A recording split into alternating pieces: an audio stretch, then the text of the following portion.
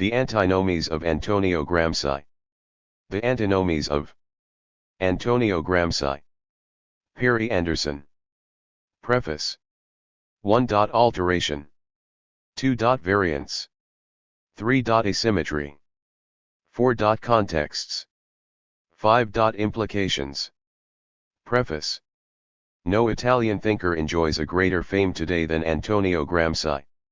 If academic citations and internet references are any guide, he is more influential than Machiavelli. The bibliography of articles and books about him now runs to some 20,000 items. Amid this avalanche, is any compass possible? The prison notebooks first became available, thematically pre-packaged and politically expurgated, in Italy in the later 1940s. The first extensive translation from them into any language came in the early 1970s, with selections in English produced by Quinton Hoare and Jeffrey Noel Smith, giving them a global readership in what is still probably the most widely consulted single version of his writings. Some 4 decades later, the history of their worldwide reception is itself a scholarly topic, covering a vast span of usages. 1. The scale of this appropriation, in an epoch so unlike that in which Gramsci lived and thought, has owed much to 2 features of his legacy that set it apart from that of any other revolutionary of his time. The first was its multidimensionality. The range of topics covered in the prison notebooks, the history of leading European states, the structure of their ruling classes, the character of their dominion over the ruled, the function and variation of intellectuals, the experience of workers and the outlook of peasants, the relations between state and civil society, the latest forms of production and consumption, questions of philosophy and education, the interconnections between traditional or avant-garde and popular or folkloric culture, the construction of nations and the survival of religions, and, not least, the ways and means of passing beyond capitalism and sustaining socialism had, and has, no equal in the theoretical literature of the left. The range was not only topical but spatial, since Italy combined an advanced capitalist industry in the north with an archaic pre-capitalist society in the south, and the notebooks came from a direct experience of both, capable in another time of speaking to first and third world readers alike. There was a lot to choose from. The second magnetic attraction of this writing lay in its fragmentation. In prison, Gramsci's notes were laconic, exploratory jottings for works he was never able to compose in freedom. That made them, as David Forgax would point out, suggestive rather than conclusive, inviting imaginative reconstruction after his death, into one kind of totalization or another. 2 Less binding than a finished theory, they were the more appealing to interpreters of every sort, a score inviting improvisation. In that attraction lay, inevitably, also a temptation. What were the limits beyond which the score itself was broken? That was one basic question the essay below set out to address. At this date, some explanation of its origins, aims and reception is needed. As a study of central political concepts in Gramsci, it followed the reception of his work in the New Left Review of the early 60s, historically the first sustained attempt to make use of it outside his homeland. Concerned with analysis of the past and present of British society, this body of writing set out to put Gramsci's ideas to work more than to expound them. But soon afterwards, the journal began to publish translations and presentations of the canon of a Western Marxism that had developed in Europe outside the Soviet Union after the October Revolution. Still vital Lukács, Sartre, Adorno, Althusser were all active at the time, with the aim of explicating and assessing its major thinkers. 3 Gramsci occupied a central place in this line. A product of that collective project was an essay that I published in 1974 attempting to resume the tradition, Considerations on Western Marxism. A year later the first critical edition of the notebooks Gramsci composed in prison appeared in Italy, the fruit of years of meticulous work by Valentino Garitana, a communist scholar of outstanding sobriety and dignity. With this in hand, in late 1976 I wrote the text that ensues. The intention of Antinomies was twofold, philological and historical, to look closely at the usage of central concepts in the prison notebooks, in a way that had not been done before, and to reconstruct the political contexts in which they originated and to which their meanings referred. The effect of doing so was, equally, twofold: to show the oscillations and contradictions in even, or perhaps particularly, the most striking and original themes of the notebooks, with the intelligible reasons for these, and to demonstrate that, politically speaking, Gramsci was a revolutionary of Leninist stamp, whose strategic thought could only be understood within the parameters of the Third International and its debates. Conceived as a sequel to Considerations, Antinomies was composed in late 1976, and came out in New Left Review at the beginning of 1977. The following year it was published as a book in Italy under the title Ambiguità di Gramsci. There the Italian Communist Party had for some time declared that the way forward for the party and the country lay in a historic compromise with Christian democracy, and in the summer of 1976 had achieved its highest ever level of electoral support, with over a third of the vote. In the wake of this success it was now backing a government of national solidarity led by Giulio Andreotti. This was a turn that in different ways had its counterpart in most of the communist parties of Western Europe. Theorized as Eurocommunism by the Spanish party leader Santiago Carrillo, then helping to restore the Bourbon monarchy in Madrid, it was reproduced in its fashion by the Communist Party in France, where the new doctrine had early adepts. Common to all variants was rejection of the principles on which the Third International had been founded, and commitment henceforward to gradual parliamentary reforms as the West European path to socialism, the Italian version adding a declaration of loyalty to NATO. In these conditions, the image of Gramsci for the PCI, a national icon who could not be casually abandoned, had to be adjusted to the needs of the time, as a far-sighted precursor of the party's conversion to peaceful, incremental progress towards more advanced forms of democracy. The Italian Socialist Party, under its new leader Bettino Craxi, did not, however, intend to let itself be marginalized by the historic compromise, and soon showed its ability to wrong-foot its larger rival. An early sign was the appearance in the autumn of 1976 of 4 articles in its monthly journal Mondoperaio by leading intellectuals, 2 historians, Massimo Salvadori and Ecobedo Galli della Loggia, and 2 philosophers, Norberto Bobbio and Lucio Colletti, congratulating the PCI on its new outlook, but calling on it to abandon the pretense that this had anything to do with Gramsci, who had been a dedicated revolutionary committed to the overthrow of the very liberal democracy to which the PCI had now at last rallied, as it became a development which was entirely positive for all practical purposes, a reformist party in the tradition of Koskai and European social democracy. Point 4 Put on the defensive, the PCI, which had been organizing its own discussion to explain how its current positions were a creative development of the heritage of Gramsci, at first responded testily, then mindful of the need for national solidarity, more temperately but for the most part lamely, in early 1977. These exchanges overlapped with the appearance of Antinomies in New Left Review. But not following the Italian political scene closely enough at that point, I was unaware of them. Later that year, to commemorate the 40th anniversary of Gramsci's death, the PCI organized its largest ever conference on his thought. Held in Florence, and attended by numerous foreign participants, it marked, in the words of the richest history of the reception of Gramsci in Italy, the apogee of his influence in the public life of the country. But, as the same account added, also the moment of its crisis. Point 5 For this was also the year of the widespread student and youth revolt against the historic compromise and all that it stood for, which became the Autonomia. In February, the head of the PCI's trade union wing, who had told workers they must make economic sacrifices to prop up the National Solidarity government, was driven off the campus of Rome University amid angry scenes, and by the autumn Bologna was the stage of a virtual uprising. The Autonomia would fade, but the PCI never recovered from the alienation its connubium with Christian democracy caused in the most politicist spirits of the younger generation. By the end of 1978, the failure of the historic compromise even on its own terms, the DC had taken communist votes and yielded nothing in return, was obvious, and the PCI was duly punished at the elections the following year, beginning its slow descent towards dissolution.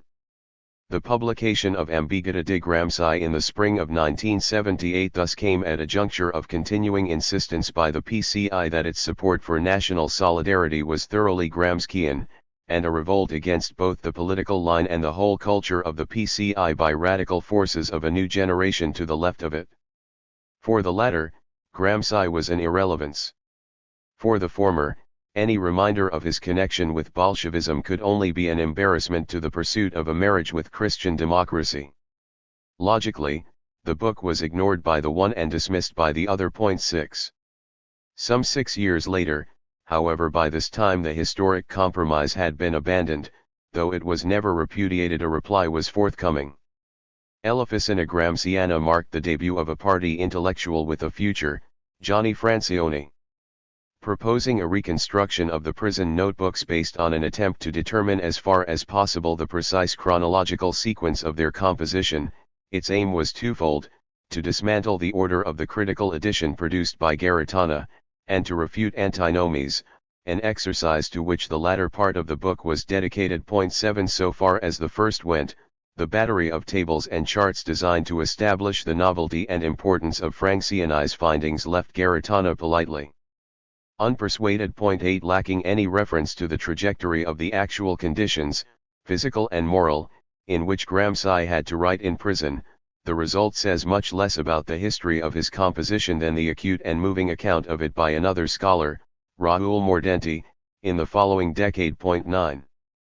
As to Francioni's other aim, the guiding principles behind his argument were affirmation of the essential coherence of Gramsci's conceptual apparatus, and abstraction of it from any significant historical context, the first revolving around reiteration of the claim earlier advanced by a French stalwart of Eurocommunism, Christine Bussy-Glucksmann, that contradictions in Gramsci's handling of the terms state and civil society disappeared once it was realized that he arrived at the notion of an enlarged or integral state encompassing both.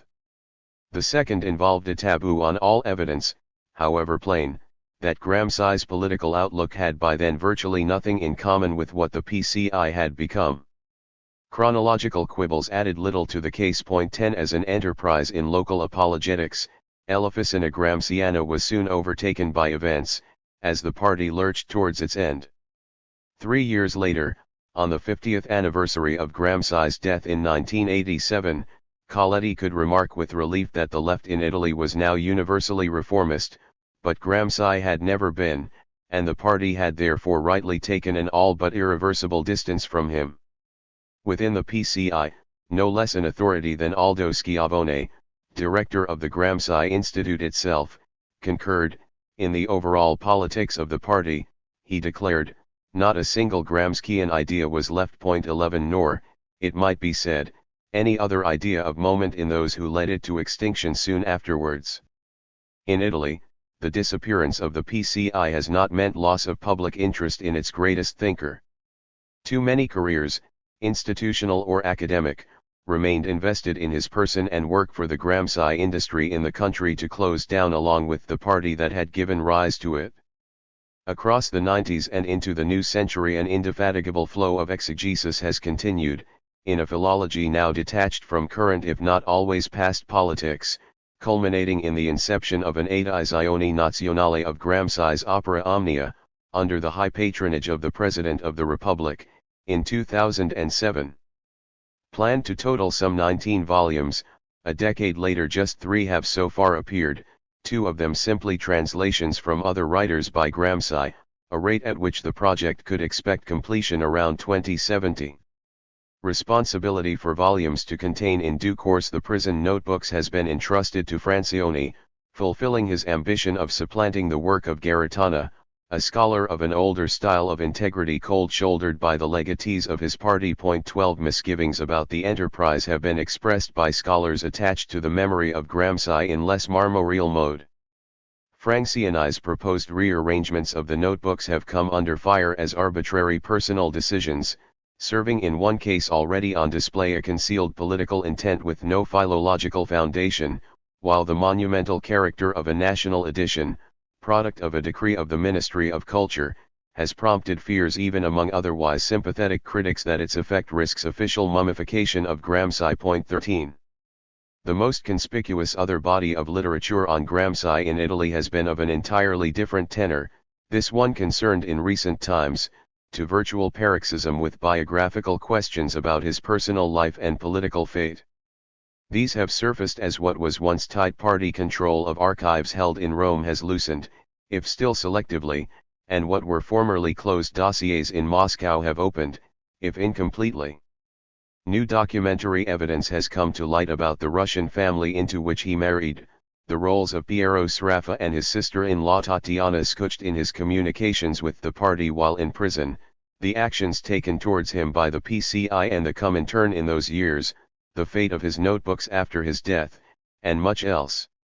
The copious literature all this has produced contains much of interest. But it has been persistently vitiated by two opposite instrumental motives. 14 Communism may have disappeared in Italy, but anti-communism has not. Much of this biographical production serves simply as a stick with which to beat the PCI or Togliatti, not matter how long the party has been, politically speaking, a chien creve. Conversely, post-communism has bent every effort to defend its transformation by presenting a new image of Gramsci as not just foreshadowing, but actually already embodying the peace it has made with capitalism in general, and the American world order in particular. 15 Sensation, speculation, and manipulation have marked treatments on both sides. The most extravagant constructions, culminating in claims that Gramsci was a liberal Democrat who broke with communism in prison, that Togliatti not only connived at his continued imprisonment, but after his death suppressed or destroyed a missing notebook that no doubt recorded his conversion to Western values, have come from the anti-communist side, provoking in reply a questionnaire assembling some 20 indignant or dismissive post-communist responses. 16 The furor, played out in the media, is no advertisement for the present state of intellectual life in Italy. Abroad, the most substantial study of the prison notebooks to appear in recent years has been Peter Thomas's work The Gramscian Moment, which came out in 2009. Nearly half of this is devoted to refutation of Antinomies, along lines inspired by Francione, and following him, the authority of Busiglucksmann. 17 The centerpiece of the exercise is once more the argument, that Gramsci's variant usages of state and civil society are perfectly consistent with each other, derived from an integral conception of the state including both. Thomas traces such an understanding of the state back to Hegel, and argues that in his development of this notion, not in his concern with hegemony, lay Gramsci's real originality.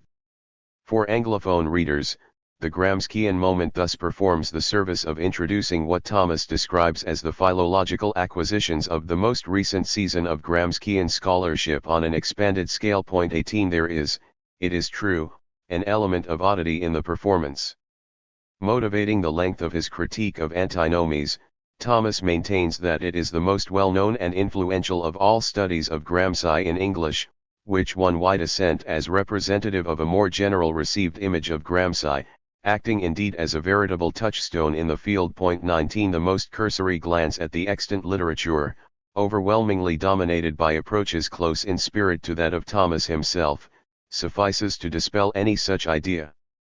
More significant than this quirk is the apolitical cast of a work whose declared aim is to repropose a distinctively Marxist philosophical research program. 20 Across 450 pages on Gramsci, there is scarcely one concrete reference to what is known of his politics, let alone to the politics of his reception in Italy or elsewhere. Not a single mention of Athos Lisa's report on Gramsci's political lectures in prison, inconvenient from so many points of view. Though in this too following in the footsteps of Francione, the reasons for such silence are plainly not the same, since Thomas is above suspicion of any sympathy with the historic compromise, or what preceded and followed it. What might explain it? The answer, in all probability, lies in dependence on the milieu of post-communist scholars in Italy whose labors the Gramscian moment extols, and whose sensibilities any more robust or explicit political standpoint would offend. 21 It would be a mistake, however, to narrow this tacit connection to a mere question of politesse. A shared premise is visibly at work, one that is widespread in intellectual history at large, beyond the study of Gramsci. This is the assumption so common as to be virtually automatic that the thought of any great mind must be as coherent as it is august, and that the highest task of commentary on it is to demonstrate its fundamental underlying unity. The reality is just the opposite. The thought of a genuinely original mind will typically exhibit not randomly but intelligibly significant structural contradictions, inseparable from its creativity, on which attempts to impose or extract an artificial homogeneity can only end in simplification and distortion. Conspicuous examples are the fate of three of the most powerful political thinkers of the early modern period, Machiavelli, Hobbes, and Rousseau, all of whose oeuvres are riven by central contradictions, each regularly victim of misguided efforts to apply Davidson's principle of charity to them. In the grip of this eminently conventional assumption, the aim of any well-meaning study of Gramsci becomes a demonstration of its higher unity, producing more or less ingenious exercises in what ancient and medieval wisdom termed saving the appearances. 22 Thomas's book is not to be especially blamed for an error that is so general, nor reduced to it, since the better part of the work is concerned with the more strictly philosophical side of the prison notebooks.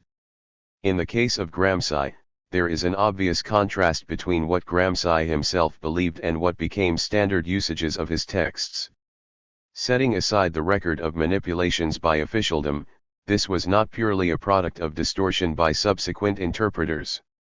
It was possible because Gramsci's intellectual explorations contain many divergent emphases, which he was under little pressure to reconcile or summarize. They do not aim at the construction of a system.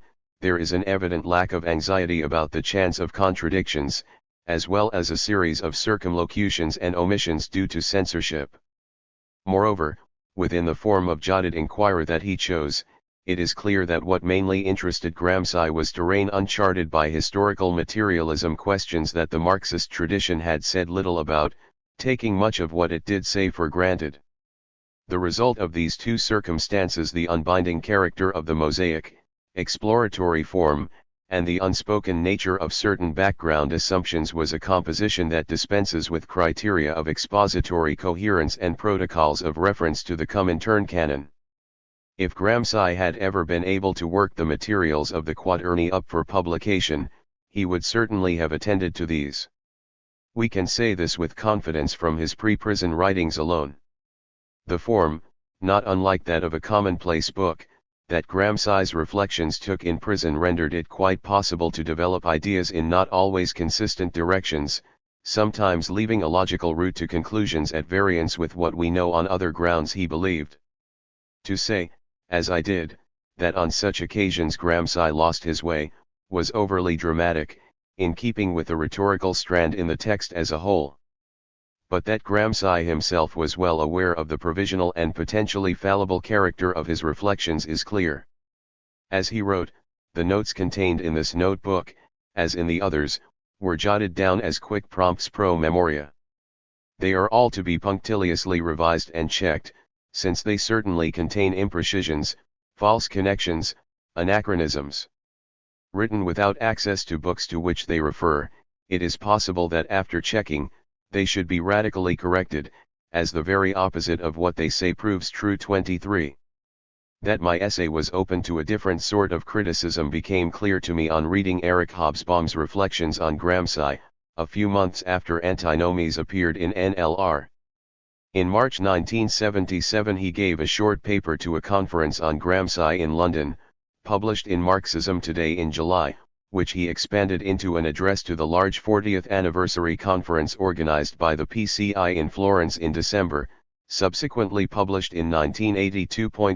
A quarter of a century later, the initial London version became a chapter in his collection of writings on Marxism, How to Change the World, which appeared in 2011.25, but the more developed version delivered in Florence remains. Essential reading. In either variant, within the space of scarcely more than a dozen pages, Hobsbawm produced the best general characterization of Gramsci as a revolutionary thinker that has yet been written, at a succinct depth without equal in the literature. Gramsci's key originality, he argued, lay in the way in which he theorized problems both of revolutionary strategy for the conquest of power from capital, and of the construction of a society beyond capital, in a common conceptual framework based on his idea of hegemony. It was a mistake to stress only the first, without giving due weight to the second. Gramsci was fond of military metaphors, but never a prisoner of them, since for a soldier war is not peace, even if it is the continuation of politics by other means, and victory is, professionally speaking, an end in itself, whereas for Gramsci the struggle to overthrow capitalism and build socialism is essentially a continuum, in which the actual transfer of power is only one moment. 26 It followed that the basic problem of hegemony is not how revolutionaries come to power, though this question is very important. It is how they come to be accepted, not only as the politically existing and unavoidable rulers, but as guides and leaders. 27 Here it was important to remember that unlike either Marx or Lenin, Gramsci had in post-war Turin direct experience of work in a mass labor movement and what it meant to lead one, which gave him a much greater sense of the cultural transformations required, absent international war, to overturn the existing order and to build a new society that would last. Socialism meant not just socialization of production, fundamental though that was, but socialization in the sociological sense of the word, of people into new human relationships and structures of genuinely popular rule, dissolving the barriers between state and civil society. The hegemony that had to be won not just before and during, but after a revolution, could only be achieved by active mass participation and consensual education, the school of a new consciousness, a fuller humanity for the socialist future. 28 In Russia, the dangers of a bureaucratism crushing any such prospect were plainly one of his preoccupations in prison. This was a vision, Hobsbawm remarked, based on a general theory of politics of a kind that Marxism had always lacked, linking Gramsci to Machiavelli as thinkers of the foundation and transformation of societies. Distinctive of Gramsci's conception, however, was his understanding that there is more to politics than power, that societies are not just structures of economic domination or political force, but possess a certain cultural cohesion even when riven by class antagonisms. In modern conditions, that meant the nation was always a critical arena of struggles between classes. Typically, identification of the nation with the state and civil society of the rulers was the strongest element in their hegemony, and successful challenges to it a characteristic achievement of a victorious revolution. Strategically, a war of position had been imposed on the working class in Europe in the wake of its defeats after the First World War and the isolation of the Soviet Union. But it was no absolute principle, a war of movement remaining open if circumstances changed. Nor, on the other hand, was it simply a temporary requirement in the West, but rather a necessary component of any hard revolutionary fight, everywhere in the world. Gramsci was neither any sort of gradualist nor a Euro-communist anti-DM, Hobsbawm told his Italian listeners. In prison, he was writing in a period of bitter working-class defeats by fascism in Central and Eastern Europe, and seeking a way out of the impasse of the Third International at the time. But unlike any of its other leaders, he saw that defeat did not leave victors and vanquished unchanged, and might produce a much more dangerous long-term weakening of the forces of progress, by means of what he called a passive revolution. On the one hand, the ruling class might grant certain demands to forestall and avoid revolution, on the other, the revolutionary movement might find itself in practice accepting its impotence and might be eroded and politically integrated into the system. 29 Pointed words, spoken in London, which Hobsbawm spared his audience in Florence. Gramsci was not to be judged against present or past policies of the post-war PCI. Nor was he to be taken as an unquestioned authority. His observations on the Soviet regime in the time of Stalin were overly optimistic, and the remedies against it at which he hinted undoubtedly insufficient. The importance he attached to the role of intellectuals in the workers' movement and in history at large was not, as it stood, really convincing. To express such disagreements was to follow the example he set. Hobsbawm ended his address in Florence, "We are fortunate enough to be able to continue his labors. I hope we shall do so with as much independence as he did." 30. No more compelling overview of Gramsci's thought in prison has been written. At its altitude, Textual scrutiny of any detail was supernumerary. Antinomies moved at a much closer level to the prison notebooks, with a more limited focus, essentially, the ways in which hegemony functions in them, and its interconnections with the task Gramsci set himself of developing a strategy for revolution in the West, as distinct from that which had been successful in Russia. To understand these, it argued, a purely internal reconstruction of his concepts was not enough. They had to be situated in a lattice of intense debates within and beyond the international revolutionary movement of the time, which had not been looked at before. No claim was made that this line of inquiry exhausted Gramsci's intellectual or political importance. His larger conception of politics, of the nation, of intellectuals, of passive revolution, all topics touched on by Hobsbawm as of Americanism and Fordism, not to speak of philosophy, common sense, popular culture, and much else besides, lay outside its brief. Their absence was no reproach to it. Exclusion of the problem of stabilizing a post-revolutionary regime was another matter. That was certainly to abridge in a quite fundamental way Gramsci's understanding of, and preoccupation with, hegemony.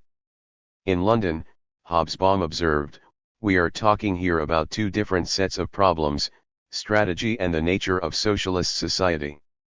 Gramsci tried to get to grips with both, though some commentators seem to me to have concentrated excessively on only one of them, namely the strategic. 31 Given the lack at that date of any serious critical analysis of Gramsci's strategic thinking, it would have been difficult to measure an excess of it.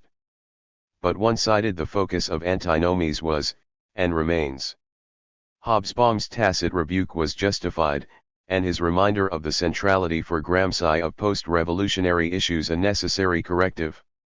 In Italy, it was Sebastiano Timpanaro who made the same observation to me when it appeared there.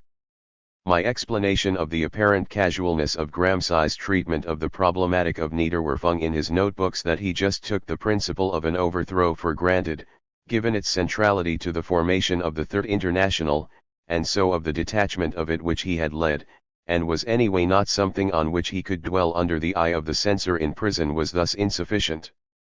For while Gramsci took the overthrow of the capitalist state to be indispensable, and conceived it quite classically, there was also a sense in which he thought that the construction of a revolutionary bloc before the conquest of power, and the consolidation of a new communist order after it, were harder and deeper tasks. From quite early on, he seems to have arrived at this conviction, derived in part from the rapid collapse of the Hungarian and Bavarian communes in 1919, which led him to reflect how much easier was the apparent destruction of an older order than the effective construction of a new one, in part from his contempt for the incendiary rhetoric of Italian maximalists, who inserted the noun violence between every third word in their speeches, and thought that revolutionary, 32 and later, of course. In large part from his concern for the fate of the Smykha, the alliance of workers and peasants in Russia, and more generally the direction that party rule was taking after the death of Lenin. Guarding against these dangers, the principle of hegemony was the connective tissue capable of unifying the revolutionary process across the divide between opposite social orders and political regimes. There I overlooked what Garitana, alone in his party, had seen in the 70s. Under pressure from the Psi Symposium in Mondoperaio, the PCI organized its own seminar on Gramsci in early 1977, at which he delivered the sole distinguished contribution, that would subsequently appear in modified form in the papers for the conference at Florence, and a decade later be distilled into the finest concentrate of Gramsci's conception of hegemony, at a level textually closer than that offered by Hobsbawm, that we possess. 33 Linking two passages in the notebooks, Garitana pointed out that a structural distinction between bourgeois and proletarian hegemony which I had argued was missing in Gramsci could in fact be found in them.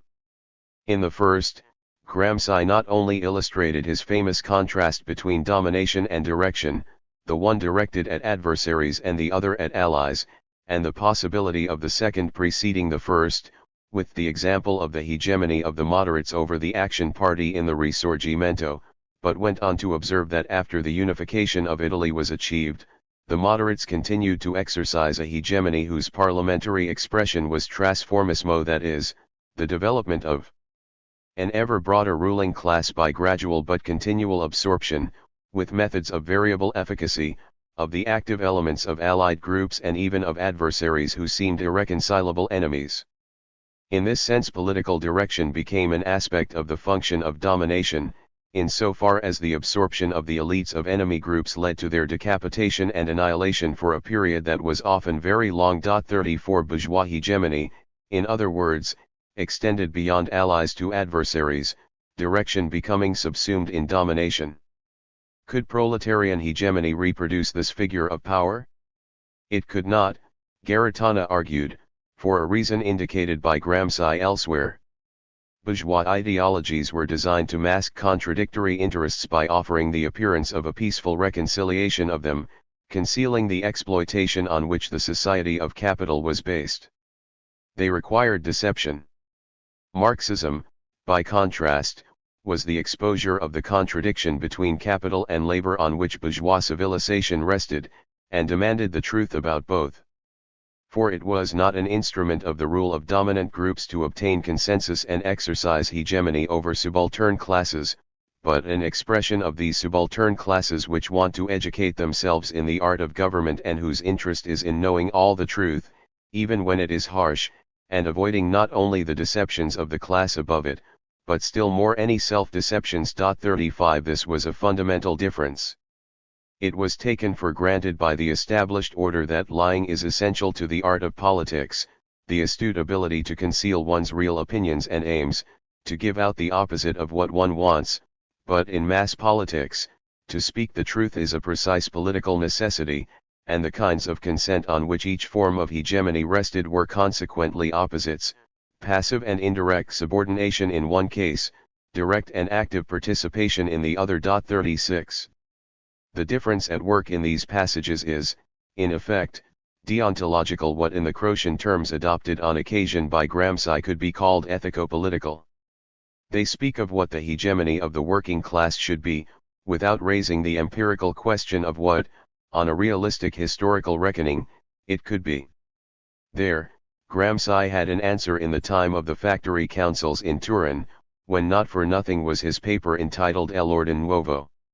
The test of proletarian hegemony was its ability to unleash productive superior forces, by not only occupying but operating industrial plants, after banishing managers and capitalists from them. Two revolutions, written in July 1920 between the peaks of labor insurgency in northern Italy, April and September of that year, was explicit.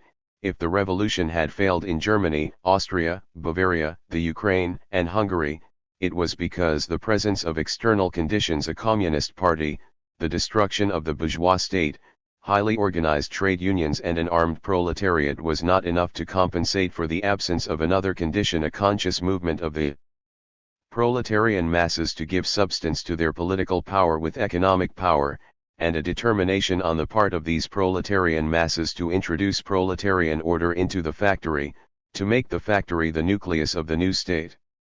37. In the prison notebooks, Gramsci continued to express a belief that the hegemony of the proletariat had to be anchored in production, but the essential emphasis of his conception of it had shifted. Hegemony, now repeatedly associated with superstructures, became preeminently a matter of cultural ascendancy. Could the working class hope to exercise that before it won power, as the bourgeoisie had done before it? The standard readings of Gramsci in Italy and elsewhere held that this was his suggestion. There is no doubt that many of his entries left such a construction of them open, and such was my criticism of them. But his notes contain counter-indications, the most important of which I noted, even if these still sit awkwardly amid the general direction of his comments, an example of the discrepancies inseparable from their form. Twice, the same adverb delivers the necessary rectification. Subaltern groups always undergo the initiative of dominant groups, even when they rise up and rebel, only permanent victory breaks, and not immediately, their subordination only after the creation of the state is the cultural problem posed in all its complexity and tends towards a coherent solution. 38. Garitano, the one cogent critic of Salvadori from the PCI in 1977, made no secret of his disagreement with party notables who were already calling on it to go beyond hegemony, arguing firmly for the need to remain faithful to the general project of a social transformation of universal character, rather than a mere reformism satisfied with itself. 39 Gramsci was a revolutionary thinker, he reminded those in attendance at Florence capable of forgetting it. His final thoughts on hegemony were delivered in Moscow in 1987, on the eve of the end of the Soviet experience. In the years since, the twin problematics that were central to Gramsci in his lifetime, the overcoming of capitalism, the building of socialism, have faded from the horizon. Forces of production have not burst relations of production, the labor movement is a shadow of its past, mourned or execrated, the October Revolution is a distant memory.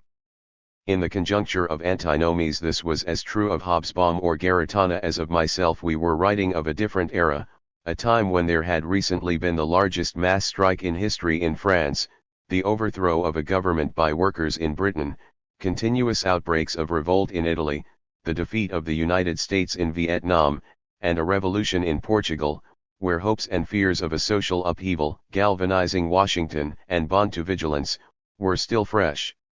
It was the last hour of what Lukács, in his tribute to Lenin in 1923, had called the actuality of the revolution. Portugal features both in Antinomies and in Hobsbawm's rejoinders to it. On reading the first, Franco Moretti told me, as I have written elsewhere, that it was a fitting farewell to the revolutionary Marxist tradition. 40 That was not how I saw it then. But time was on his side, where it has remained. It was a contemporary and, in those years, friend of his, Galli della Loggia, who saw more clearly than anyone else in 1976-7 what lay ahead.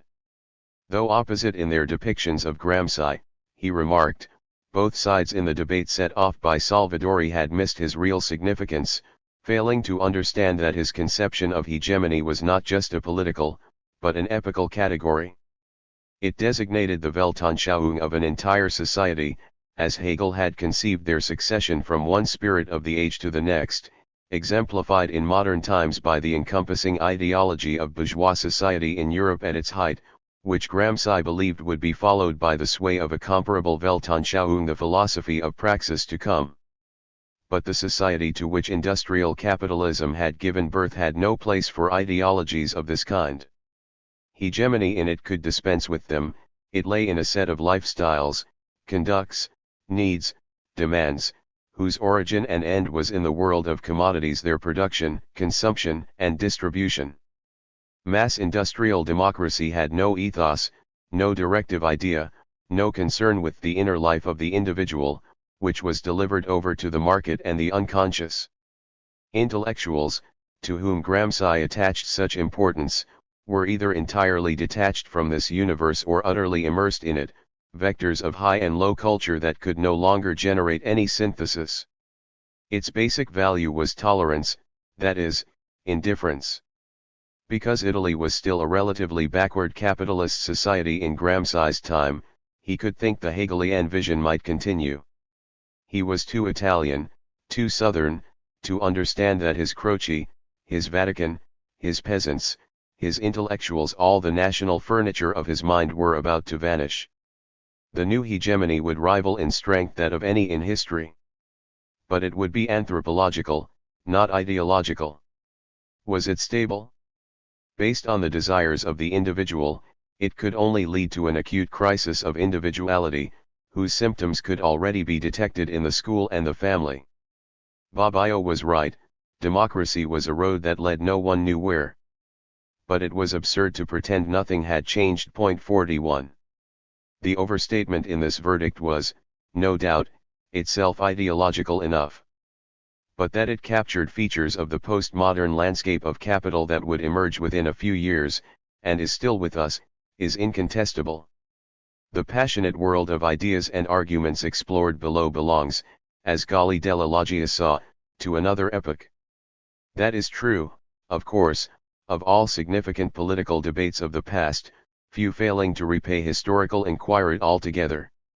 How far this particular past is only of antiquarian, rather than contemporary, interest is less clear. If capital has seen off any prospect of revolution in the West, for some time now it has also dealt a quietus to what was traditionally its alternative. Reforms, since the 80s, have typically come to mean the introduction not of milder but harsher forms of capitalism, not less but more ruthless styles of exploitation and neglect. In that neoliberal inversion, the recent fate of social democracy is written. Viewed world historically, the difference it has made has not been great.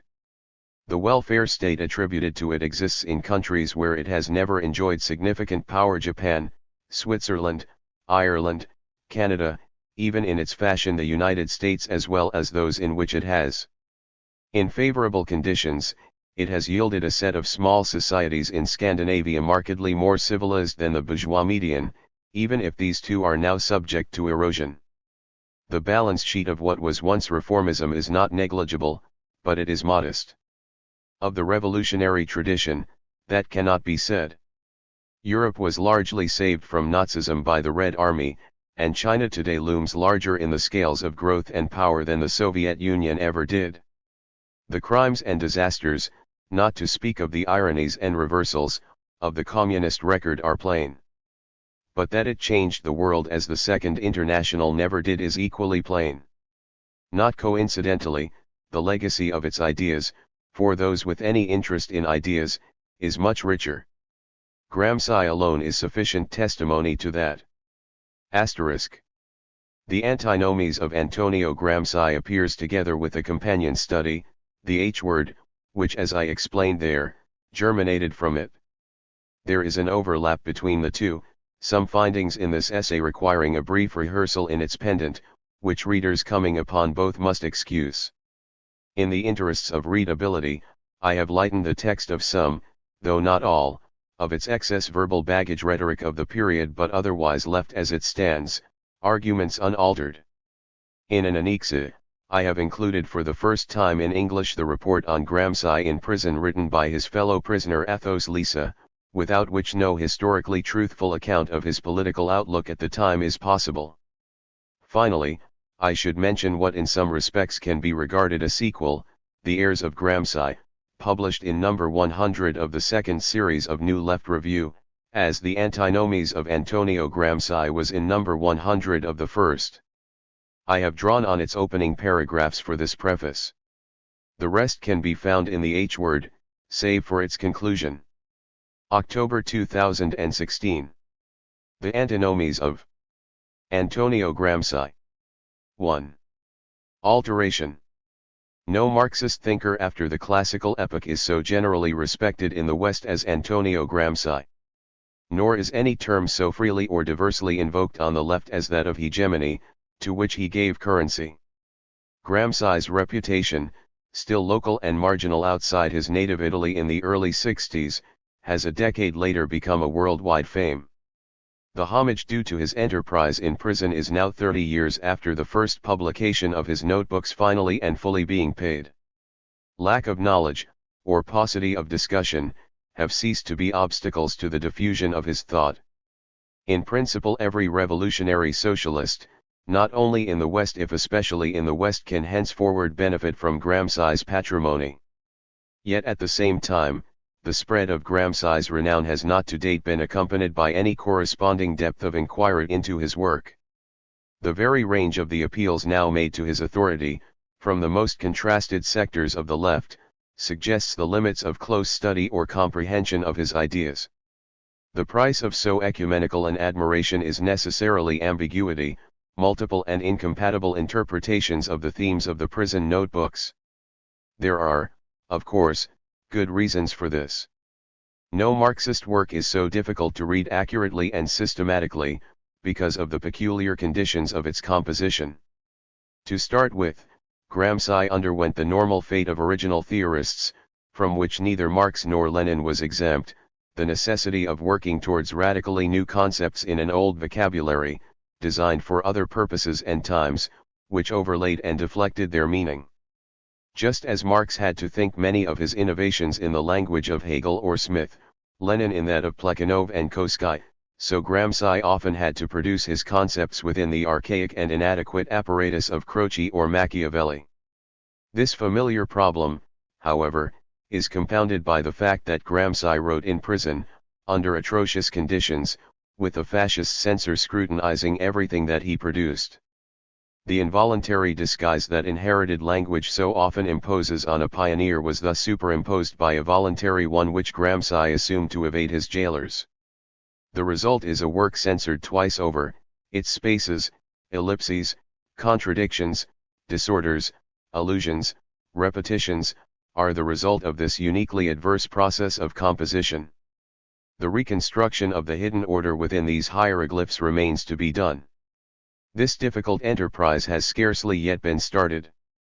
A systematic work of recovery is needed to discover what Gramsci wrote in the true, obliterated text of his thought. It is necessary to say this as a warning against all facile or complacent readings of Gramsci. He is still largely an unknown author to us. It has now become urgent, however, to look again, soberly and comparatively, at the texts that have made Gramsci most famous. For the great mass communist parties of Western Europe, in Italy, in France, in Spain, are now on the threshold of a historical experience without precedent for them, the assumption of governmental office within the framework of bourgeois democratic states, without the allegiance to a horizon of proletarian dictatorship beyond them that was once the touchstone of the Third International. If one political ancestry is more widely and insistently invoked than any other for the new perspectives of Eurocommunism, it is that of Gramsci. It is not necessary to accredit any apocalyptic vision of the immediate future to sense the significance of the approaching tests for the history of the working class throughout Western Europe. The present political conjuncture calls for a serious and responsible clarification of the themes in Gramsci's work which are now commonly associated with the new design of Latin communism. At the same time, of course, Gramsci's influence is by no means confined to those countries where there exist major communist parties, poised for entry into government. The adoption of concepts from the prison notebooks has, in fact, been especially marked in the theoretical and historical work of the British left in recent years, and to a lesser extent of the American left. The sudden phenomenon of very widespread borrowing from Gramsci within Anglo-Saxon political culture provides a second, more parochial prompting to re-examine his legacy in these pages. For New Left Review was the first socialist journal in Britain, possibly the first anywhere outside Italy, to make deliberate and systematic use of Gramsci's theoretical canon to analyze its own national society, and to debate a political strategy capable of transforming it. The essays that sought to realize this project were published in 1964 to 5.1 at the time. Gramsci's work was unfamiliar in England. The articles in question were generally contested. 2 by 1973 to 5, Gramscian themes and notions of a similar tenor were ubiquitous. In particular, the central concept of hegemony, first utilized as the leitmotif of the NLR theses of the early 60s, has since enjoyed an exceptional fortune. Historians, literary critics, philosophers, economists, and political scientists have employed it with ever-increasing frequency. 3 Amidst the profusion of usages and allusions, however, there has been relatively little inspection of the actual texts in which Gramsci developed his theory of hegemony. A more direct and exact reflection on these is now overdue. The purpose of this essay, then, will be to analyze the forms and functions of Gramsci's concept of hegemony in his prison notebooks, and to assess their internal coherence as a unified discourse, to consider their validity as an account of the typical structures of class power in the bourgeois democracies of the West, and finally to weigh their strategic consequences for the struggle of the working class to achieve emancipation and socialism. Its procedure will of necessity be primarily philological, an attempt to fix with greater precision what Gramsci said and meant in his captivity, to locate the sources from which he derived the terms of his discourse, and to reconstruct the network of oppositions and correspondences in the thought of his contemporaries into which his writing was inserted, in other words, the true theoretical context of his work. These formal inquiries are the indispensable condition, it will be argued, of any substantive judgment of Gramsci's theory of hegemony. We may begin by recalling the most celebrated passages of all in the prison notebooks, the legendary fragments in which Gramsci contrasted the political structures of East and West, and the revolutionary strategies pertinent to each of them. These texts represent the most cogent synthesis of the essential terms of Gramsci's theoretical universe, which elsewhere are dispersed and scattered throughout the notebooks. They do not immediately broach the problem of hegemony. However, they assemble all the necessary elements for its emergence into a controlling position in his discourse. The two central notes focus on the relationship between state and civil society in Russia and in Western Europe respectively. Point 4. In each case, they do so by way of the same military analogy. In the first, Gramsci discusses the rival strategies of the high commands in the First World War, and concludes that they suggest a critical lesson for class politics after the war. General Krasnov has asserted that the Entente did not wish for the victory of Imperial Russia for fear that the Eastern question would definitively be resolved in favor of Tsarism, and therefore obliged the Russian General Staff to adopt trench warfare, whereas the only possible strategy was a war of maneuver. This assertion is merely silly. In actual fact, the Russian army did attempt a war of maneuver and sudden incursion, especially in the Austrian sector, and won successes as brilliant as they were ephemeral.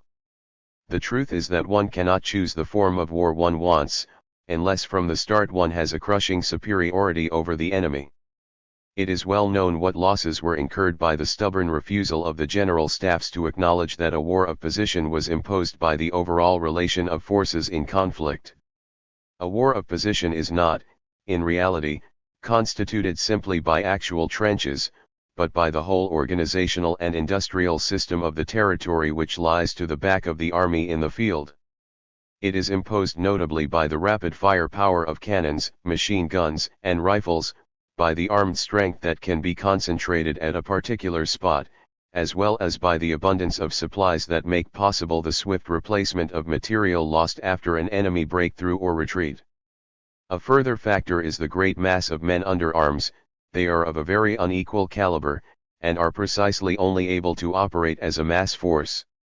It can be seen how on the Eastern Front it was one thing to make an incursion into the Austrian sector, and another into the German sector, and how even in the Austrian sector, reinforced by picked German troops and commanded by Germans, incursion tactics ended in disaster. The same thing happened in the Polish campaign of 1920. The seemingly irresistible advance was halted before Warsaw by General Weygand, on the line commanded by French officers.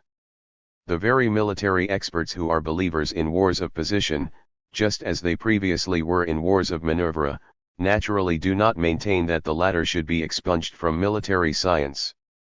They merely maintain that in wars among the more industrially and socially advanced states, war of maneuver must be considered reduced to more of a tactical than a strategic function, occupying the same position as siege warfare previously held in relation to it. The same reduction should be effected in the art and science of politics, at least in the case of the advanced states, where civil society has become a very complex structure and one that is resistant to the catastrophic incursions of the immediate economic element. The superstructures of civil society are like the trench systems of modern warfare.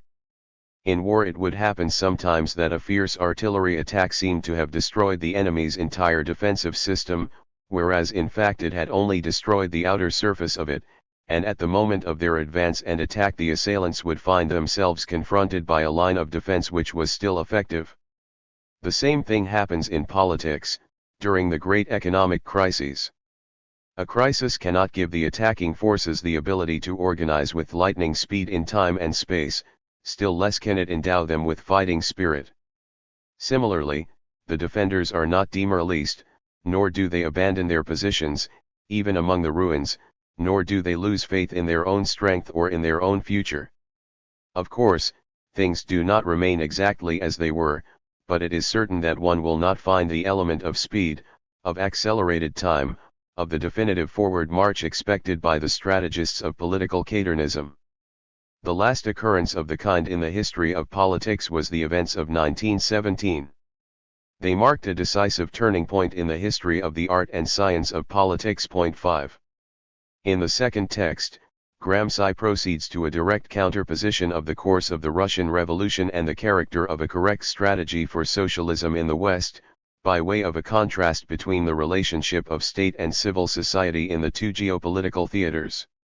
It should be seen whether Trotsky's famous theory about the permanent character of the movement is not the political reflection of the general economic, cultural, social conditions in a country in which the structures of national life are embryonic and loose, and incapable of becoming trench or fortress. In this case one might say that Trotsky, apparently Western, was in fact a cosmopolitan, that is, superficially Western or European. Lenin on the other hand was profoundly national and profoundly European. It seems to me that Lenin understood that a change was necessary from the war of Minerva applied victoriously in the East in 1917, to a war of position which was the only possible form in the West where, as Krasnov observed, armies could rapidly accumulate endless quantities of munitions, and where the social structures were of themselves still capable of becoming heavily armed fortifications. This is what the formula of the United Front seems to me to mean, and it corresponds to the conception of a single front for the Entente under the sole command of Foch. Lenin, however, did not have time to expand his formula, though it should be remembered that he could only have expanded it theoretically, whereas the fundamental task was a national one, that is to say, it demanded a reconnaissance of the terrain and identification of the elements of trench and fortress represented by the elements of civil society, and so on. In the East, the state was everything, civil society was primordial and gelatinous. In the West, there was a proper relationship between state and civil society, and when the state trembled, a sturdy structure of civil society was at once revealed. The state was only an outer ditch, behind which there was a powerful system of fortresses and earthworks, more or less numerous from one state to the next. It goes without saying, but this precisely necessitated an accurate reconnaissance of each individual country. Point 6. There are a number of memorable themes in these two extremely compressed and dense passages, which are echoed in other fragments of the notebooks. For the moment, our intention is not to reconstitute and explore either of them, or relate them to Gramsci's thought as a whole. It will merely be enough to set out the main apparent elements of which they are composed, in a series of oppositions. While the terms of each opposition are not given any precise definition in the texts, the relations between the two sets initially appear clear and coherent enough. A closer look, however, immediately reveals certain discrepancies. Firstly, the economy is described as making incursions into civil society in the West as an elemental force. The implication is evidently that it is situated outside it. Yet the normal usage of the term civil society ever since Hegel had preeminently included the sphere of the economy, as that of material needs. It was in this sense that it was always employed by Marx and Engels. Here, on the contrary, it seems to exclude economic relations. At the same time, the second note contrasts the East, where the state is everything, with the West, where the state and civil society are in a proper relationship. It can be assumed, without forcing the text, that Gramsci meant by this something like a balanced relationship. In a letter written a year or so before, he refers to an equilibrium of political society and civil society, where by political society he intended the state. 7. Yet the text goes on to say that in the war of position in the West, the state constitutes only the outer ditch of civil society, which can resist its demolition. Civil society thereby becomes a central core or inner redoubt, of which the state is merely an external and dispensable surface. Is this compatible with the image of a balanced relationship between the two? The contrast in the two relationships between state and civil society in East and West becomes a simple inversion here, no longer preponderance versus equilibrium, but one preponderance against another preponderance. An accurate reading of these fragments is rendered even more complex when it is realized that while their formal objects of criticism are Trotsky and Luxemburg, their real target may have been the third period of the Comintern.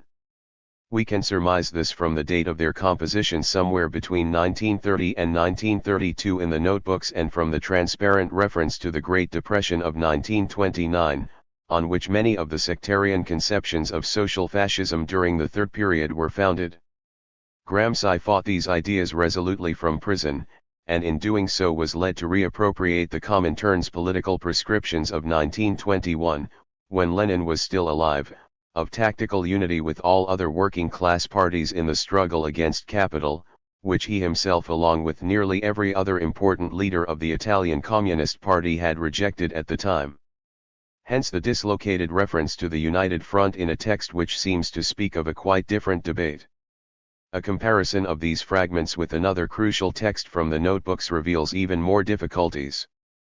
Gramsci alludes to the theme of permanent revolution a number of times. The other main passage in which he refers to it is this.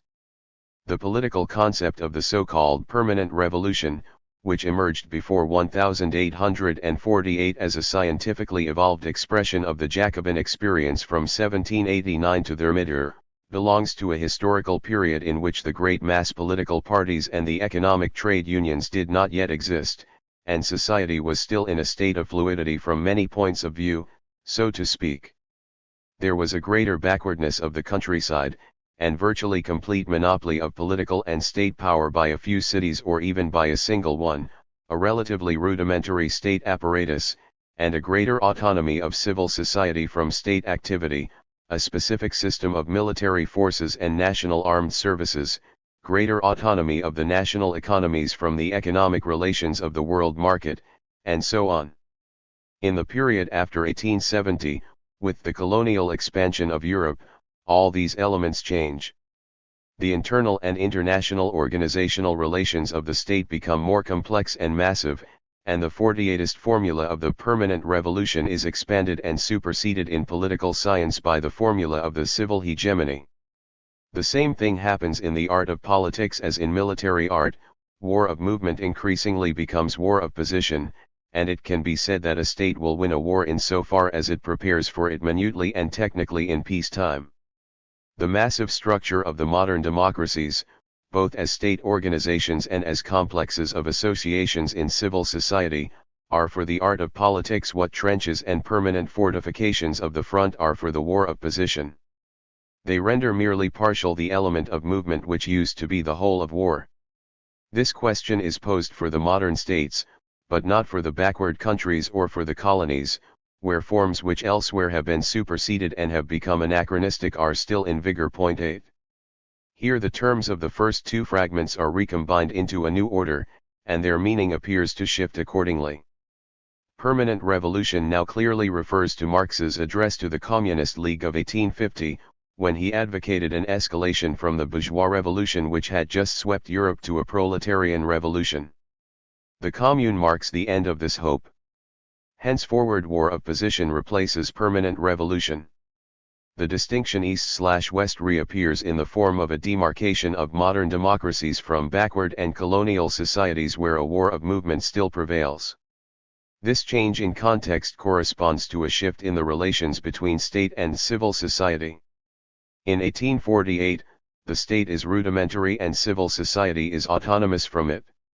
After 1870, the internal and international organization of the state becomes complex and massive, while civil society also becomes correspondingly developed.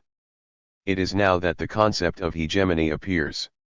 For the new strategy necessary is precisely that of civil hegemony. The meaning of the latter is unexplained here. It is, however, clearly related to that of war of position. What is striking in this third fragment, then, is its emphasis on the massive expansion of the Western state from the late 19th century onwards, with the subordinate allusion to a parallel development of civil society. There is no explicit reversal of the terms, yet the context and weight of the passage virtually imply a new prepotence of the state. It is not difficult, in effect, to discern in Gramsci's text the echo of Marx's famous denunciation of the monstrous parasitic machine of the Bonapartist state in France.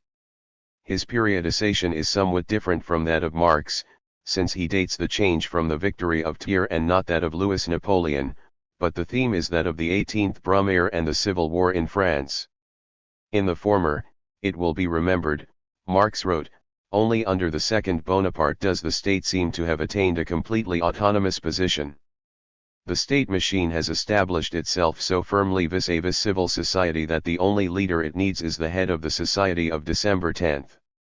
The state enmeshes, controls, regulates, supervises and regiments civil society from the most all-embracing expressions of its life down to its most insignificant motions, from its most general modes of existence down to the private life of individuals. 9 Gramsci makes no such extreme claim. Yet, setting aside the rhetoric of Marx's account, the logic of Gramsci's text leans in the same direction, to the extent that it clearly implies that civil society has lost the autonomy of the state which it once possessed. There is thus an oscillation between at least three different positions of the state in the West in these initial texts alone. It is in a balanced relationship with civil society, it is only an outer surface of civil society, it is the massive structure which cancels the autonomy of civil society. These oscillations, moreover, concern only the relationship between the terms. The terms themselves, however, are subject to the same sudden shifts of boundary and position. In all the above quotations, the opposition is between state and civil society. Yet elsewhere Gramsci speaks of the state itself as inclusive of civil society, defining it thus: the general notion of the state includes elements which need to be referred back to the notion of civil society. 10 Here the distinction between political society and civil society is maintained, while the term state encompasses the two. In other passages, however, Gramsci goes further and directly rejects any opposition between political and civil society, as a confusion of liberal ideology. The ideas of the free trade movement are based on a theoretical error, whose practical origin is not hard to identify. They are based on a distinction between political society and civil society, which is rendered and presented as an organic one, whereas in fact it is merely methodological. Thus it is asserted that economic activity belongs to civil society, and that the state must not intervene to regulate it. But since in actual reality civil society and state are one and the same, it must be made clear that laissez-faire too is a form of state regulation, introduced and maintained by legislative and coercive means. 11 Political society is here an express synonym for the state, and any substantive separation of the two is denied. It is evident that another semantic shift has occurred. In other words, the state itself oscillates between three definitions. State contrasts with civil society. State encompasses civil society. State is identical with civil society. Thus both the terms and the relations between them are subject to sudden variations or mutations. It will be seen that these shifts are not arbitrary or accidental. They have a determinate meaning within the architecture of Gramsci's work.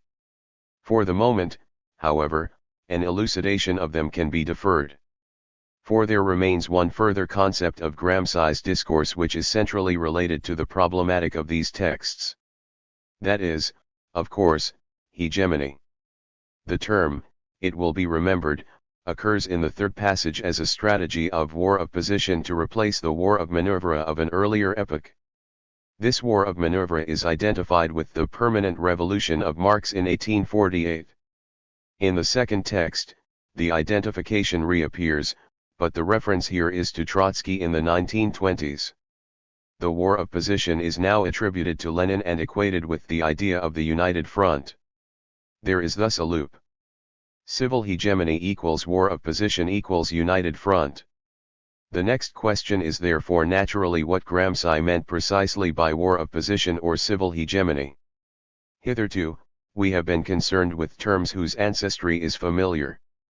The notions of state and civil society, dating from the Renaissance and the Enlightenment respectively, present no particular problems.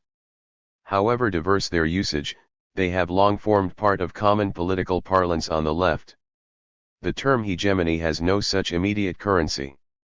In fact, Gramsci's concept in the prison notebooks is frequently believed to be an entirely novel coinage in effect, his own invention. 12 The word might perhaps be found in stray phrases of writers before him, it is often suggested, but the concept as a theoretical unit is his creation. Nothing reveals the lack of scholarship from which Gramsci's legacy has suffered more than this widespread illusion. For in fact the notion of hegemony had a long prior history. Before Gramsci's adoption of it, that is of great significance for understanding its later function in his work. The term Hegemonia was one of the most central political slogans in the Russian Social Democratic movement, from the late 1890s to 1917. The idea which it codified first started to emerge in the writings of Plekhanov in 1883-4, where he urged the need for the Russian working class to wage a political struggle against Tsarism, not merely an economic struggle against its employers. In his founding program of the Emancipation of Labor Group in 1884, he argued that the bourgeoisie in Russia was still too weak to take the initiative in the struggle against absolutism. The organized working class would have to take up the demands of a bourgeois democratic revolution. 13 Plekhanov in these texts used the vague term domination for political power as such, and continued to assume that the proletariat would support the bourgeoisie in a revolution in which the latter would necessarily emerge in the end as the leading class. 14 By 1889, his emphasis had shifted somewhat. Political freedom would now be won by the working class or not at all, yet at the same time without challenging the ultimate domination of capital in Russia. 15 In the next decade, his colleague Axelrod went further.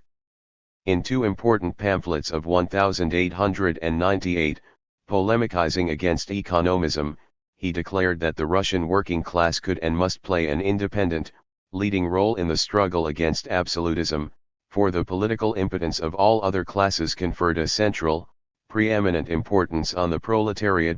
16 The vanguard of the working class should systematically behave as the leading detachment of democracy in general. 17 Axelrod still oscillated between ascription of an independent and a leading role to the proletariat, and ascribed exaggerated importance to gentry opposition to Tsarism, within what he reaffirmed would be a bourgeois revolution. However, his ever greater emphasis on the all-national revolutionary significance 18 of the Russian working class soon catalyzed a qualitative theoretical change. For it was henceforward the primacy of the proletariat in the bourgeois revolution in Russia that would be unambiguously announced. In a letter to Struve in 1901, demarcating social democratic from liberal perspectives in Russia, Axelrod now stated as an axiom, by virtue of the historical position of our proletariat, Russian social democracy can acquire hegemony in the struggle against absolutism. 19 The younger generation of Marxist theorists adopted the concept immediately. In the same year, Martov was to write in a polemical article, "The struggle between the critics and orthodox Marxists is really the first chapter of a struggle for political hegemony between the proletariat and bourgeois democracy." 20 Lenin, meanwhile, could without further ado refer in a letter written to Plekhanov to the famous hegemony of social democracy and call for a political newspaper as the sole effective means of preparing a real hegemony of the working class in Russia. 21 In the event, the emphasis pioneered by Plekhanov and Axelrod on the vocation of the working class to adopt an all-national approach to politics and to fight for the liberation of every oppressed class and group in society was to be developed, with a wholly new scope and eloquence, by Lenin in What Is to Be Done. In 1902 a text read and approved in advance by Plekhanov, Axelrod, and Patrusov, which ended precisely with an urgent plea for the formation of the revolutionary newspaper that was to be Iskra. The slogan of the hegemony of the proletariat in the bourgeois revolution was thus a common political inheritance for Bolsheviks and Mensheviks alike at the Second Congress of the RSDLP in 1903. After the Size Zion, Patrusov wrote a lengthy article in Iskra reproaching Lenin for his primitive interpretation of the idea of hegemony, summarized in the celebrated call in What Is to Be Done, for Social Democrats to go among all classes of the population and organize special auxiliary detachments for the working class from them. 22 Patrusov complained that the gamut of social classes aimed at by Lenin was too wide, while at the same time the type of relationship he projected between the latter and the proletariat was too peremptory, involving an impossible assimilation rather than an alliance with them. A correct strategy to win hegemony for the working class would betoken an external orientation, not towards such improbable elements as dissident gentry or students, but to democratic liberals, and not denial but respect for their organizational autonomy. Lenin, for his part, was soon accusing the Mensheviks of abandoning the concept by their tacit acceptance of the leadership of Russian capital in the bourgeois revolution against Tsarism. His call for a democratic dictatorship of the proletariat and peasantry in the 1905 revolution was precisely designed to give a governmental formula to the traditional strategy, to which he remained faithful. After the defeat of the revolution, Lenin vehemently denounced the Mensheviks for their relinquishment of the axiom of hegemony, in a series of major articles in which he again and again reasserted its political indispensability for any revolutionary Marxist in Russia. Because the bourgeois democratic tasks have been left unfulfilled, a revolutionary crisis is still inevitable, he wrote. The tasks of the proletariat that arise from this situation are fully and unmistakably definite. As the only consistently revolutionary class of contemporary society, it must be the leader in the struggle of the whole people for a fully democratic revolution, in the struggle of all the working and exploited people against the oppressors and exploiters. The proletariat is revolutionary only insofar as it is conscious of and gives effect to this idea of the hegemony of the proletariat. 23 Menshevik writers, claiming that since 1905 Tsarism had effected a transition from a feudal to a capitalist state, had recently declared the hegemony of the proletariat to be obsolete, since the bourgeois revolution was now over in Russia. 24 Lenin's response was thunderous: to preach to the workers that what they need is not hegemony, but a class party, means to betray the cause of the proletariat to the liberals. It means preaching that social democratic labor policy should be replaced by a liberal labor policy.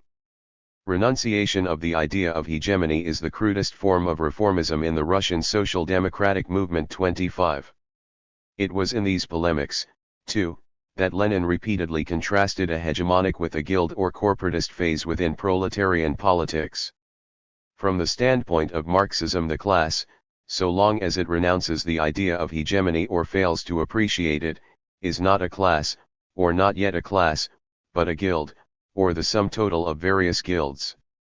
It is the consciousness of the idea of hegemony and its implementation through their own activities that converts the guilds as a whole into a class. 26. The term hegemony, then, was one of the most widely used and familiar notions in the debates of the Russian labor movement before the October Revolution. After the revolution, it fell into relative disuse in the Bolshevik Party for one very good reason. Forged to theorize the role of the working class in a bourgeois revolution, it was rendered inoperative by the advent of a socialist revolution. The scenario of a democratic dictatorship of workers and peasants remaining within the bounds of capitalism never materialized, as is well known. Trotsky, who had never believed in the coherence or feasibility of Lenin's program for 1905, and whose contrary prediction of a socialist revolution had been rapidly vindicated in 1917, later wrote in his History of the Russian Revolution, the popular and officially accepted idea of hegemony of the proletariat in the democratic revolution did not at all signify that the proletariat would use a peasant uprising in order with its support to place upon on the order of the day its own historic task, that is, the direct transition to a socialist society. The hegemony of the proletariat in the democratic revolution was sharply distinguished from the dictatorship of the proletariat, and polemically contrasted against it. The Bolshevik Party had been educated in these ideas ever since 1905. 27 Trotsky was not to know that a polemical contrast between the hegemony and the dictatorship of the proletariat would re-emerge again in an altered context, in another epoch. At the time, in the aftermath of October, the term hegemony ceased to have much internal actuality in the USSR. It survived, however, in the external documents of the Communist International. At the first two World Congresses of the Third International, the Comintern adopted a series of theses which for the first time internationalized Russian usages of the slogan of hegemony. The proletariat's duty was to exercise hegemony over the other exploited groups that were its class allies in the struggle against capitalism, within its own Soviet institutions. There its hegemony will permit the progressive elevation of the semi-proletariat and poor peasantry. 28 If it failed to lead the toiling masses in all arenas of social activity, confining itself to its own particularist economic objectives, it would lapse into corporatism. The proletariat becomes a revolutionary class only insofar as it does not restrict itself to the framework of a narrow corporatism and acts in every manifestation and domain of social life as the guide of the whole working and exploited population. The industrial proletariat cannot absolve its world historical mission, which is the emancipation of mankind from the yoke of capitalism and of war, if it limits itself to its own particular corporative interests and to efforts to improve its situation, sometimes a very satisfactory one, within bourgeois society. 29 At the Fourth Congress in 1922, the term hegemony was for what seems to be the first time extended to the domination of the bourgeoisie over the proletariat, if the former succeeded in confining the latter to a corporate role by inducing it to accept a division between political and economic struggles in its class practice. The bourgeoisie always seeks to separate politics from economics, because it understands very well that if it succeeds in keeping the working class within a corporative framework, no serious danger can threaten its hegemony. 30.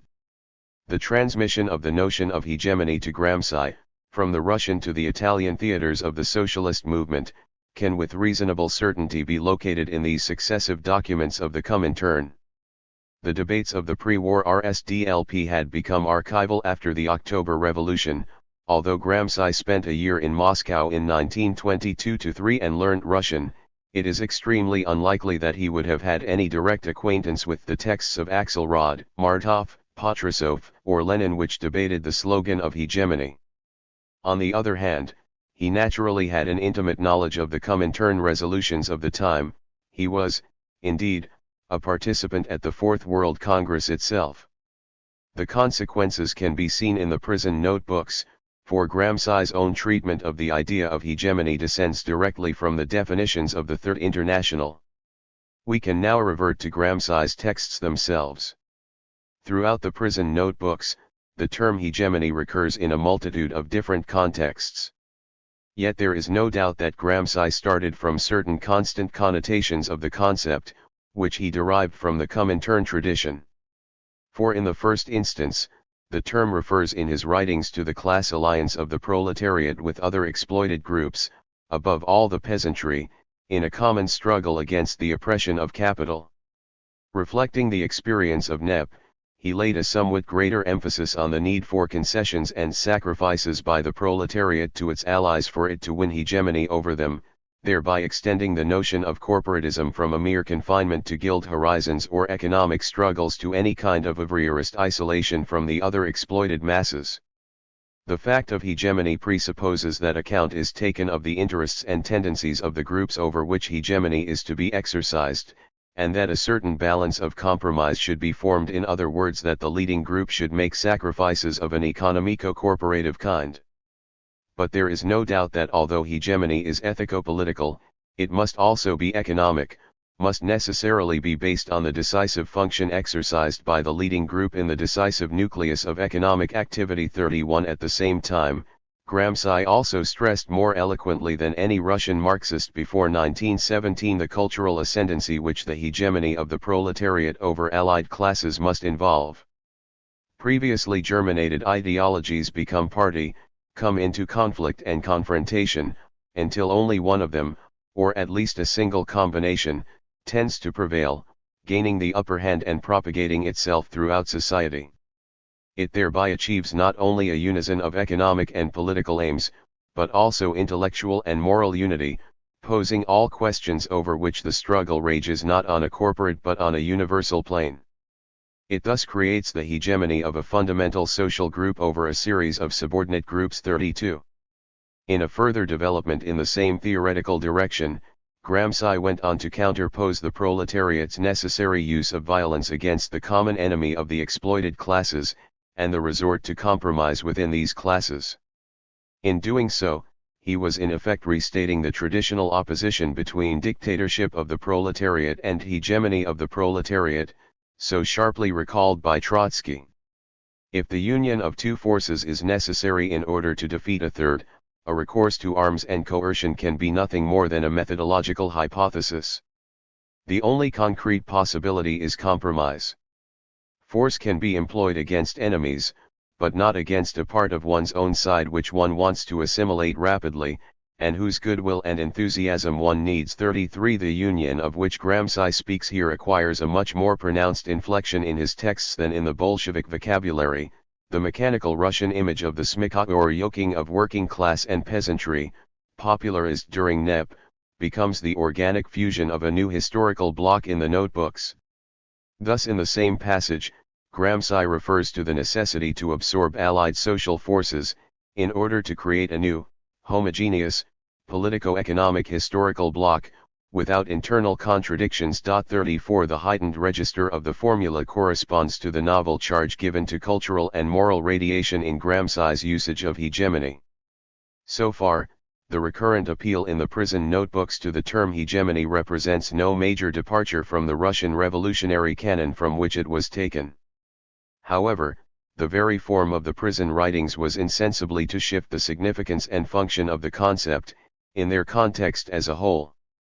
For the characteristic medium in which Gramsci presented his ideas was that of a protocol of general axioms of political sociology, with floating referents sometimes elusively specified by class or regime or epoch, but equally often ambiguously evocative of several possible exemplars. This procedure, foreign to any other Marxist, was of course dictated to Gramsci by the need to lull the vigilance of the censor. Its result, however, was a constant indeterminacy of focus, in which the bourgeoisie and the proletariat can often alternate simultaneously as the hypothetical subjects of the same passage whenever, in fact, Gramsci writes in the abstract of a dominant class. The mask of generalization into which Gramsci was thus frequently driven had serious consequences for his thought, for it induced the unexamined premise that the structural positions of the bourgeoisie and the proletariat, in their respective revolutions and their successive states, were historically equivalent. The risks of such a tacit comparison will be seen in due course. At present, what is important is to note the way in which the desituated mode of discourse peculiar to so many of the texts of Gramsci's imprisonment permitted an imperceptible transition to a much wider theory of hegemony than had ever been imagined in Russia, which produced a wholly new theoretical field of Marxist inquiry in Gramsci's work. For in effect, Gramsci extended the notion of hegemony from its original application to the perspectives of the working class in a bourgeois revolution against a feudal order, to the mechanisms of bourgeois rule over the working class in a stabilized capitalist society. There was a precedent for this in the Comintern theses, it will be recollected. Yet the passage in question was brief and isolated, it did not issue into any more developed account of the sway of capital. Gramsci, by contrast, now employed the concept of hegemony for a differential analysis of the structures of bourgeois power in the West. This was a new and decisive step. The passage from one usage to the other was mediated through a set of generic maxims in principle applicable to either. The result was an apparently formal sequence of propositions about the nature of power in history. Symbolically, Gramsci took Machiavelli's work as his starting point for this new range of theory. Arguing the necessity of a dual perspective in all political action, he wrote that at their fundamental levels, the two perspectives corresponded to the dual nature of Machiavelli's centaur, half animal and half human. For Gramsci, these were the levels of force and consent, domination and hegemony, violence and civilization. 35 The terrain of discourse here is manifestly universal, in emulation of the manner of Machiavelli himself. An explicit set of oppositions is presented, valid for any historical epoch. Force, consent, domination, hegemony, violence, civilization. The term domination, which is the antithesis of hegemony, recurs in another couplet to be found in other texts, in opposition to direction. In the most important of these, Gramsci wrote, the supremacy of a social group assumes two forms, domination and intellectual and moral direction. A social group is dominant over enemy groups which it tends to liquidate or subject with armed force, and is directive over affinal and allied groups. 36 Here, the classical Russian distinction between dictatorship and hegemony is particularly clearly restated, in a slightly new terminology. The critical significance of the passage, however, is that it refers unambiguously not to the proletariat, but to the bourgeoisie, for its subject is the role of the moderates in the Italian Risorgimento, and their ascendancy over the Action Party. In other words, Gramsci has swung the compass of the concept of hegemony towards a study of capitalist rule, albeit still within the context of a bourgeois revolution. The elision of direction with hegemony is made later in the same paragraph on the Risorgimento. 37 The two are equated straightforwardly in a contemporary letter written by Gramsci, when he remarks that Gramsci emphasizes solely that moment in historico-political activity which in politics is called hegemony, the moment of consent, of cultural direction, to distinguish it from the moment of force, of constraint, of state legislative or police intervention. 38.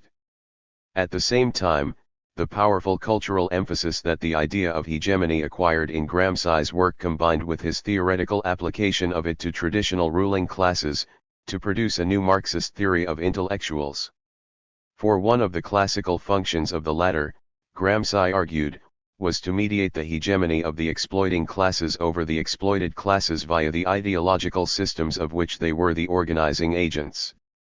Gramsci himself represented for Gramsci one of those great intellectuals who exercise a hegemony that presupposes a certain collaboration, or voluntary and active consent from the subordinate classes. 39.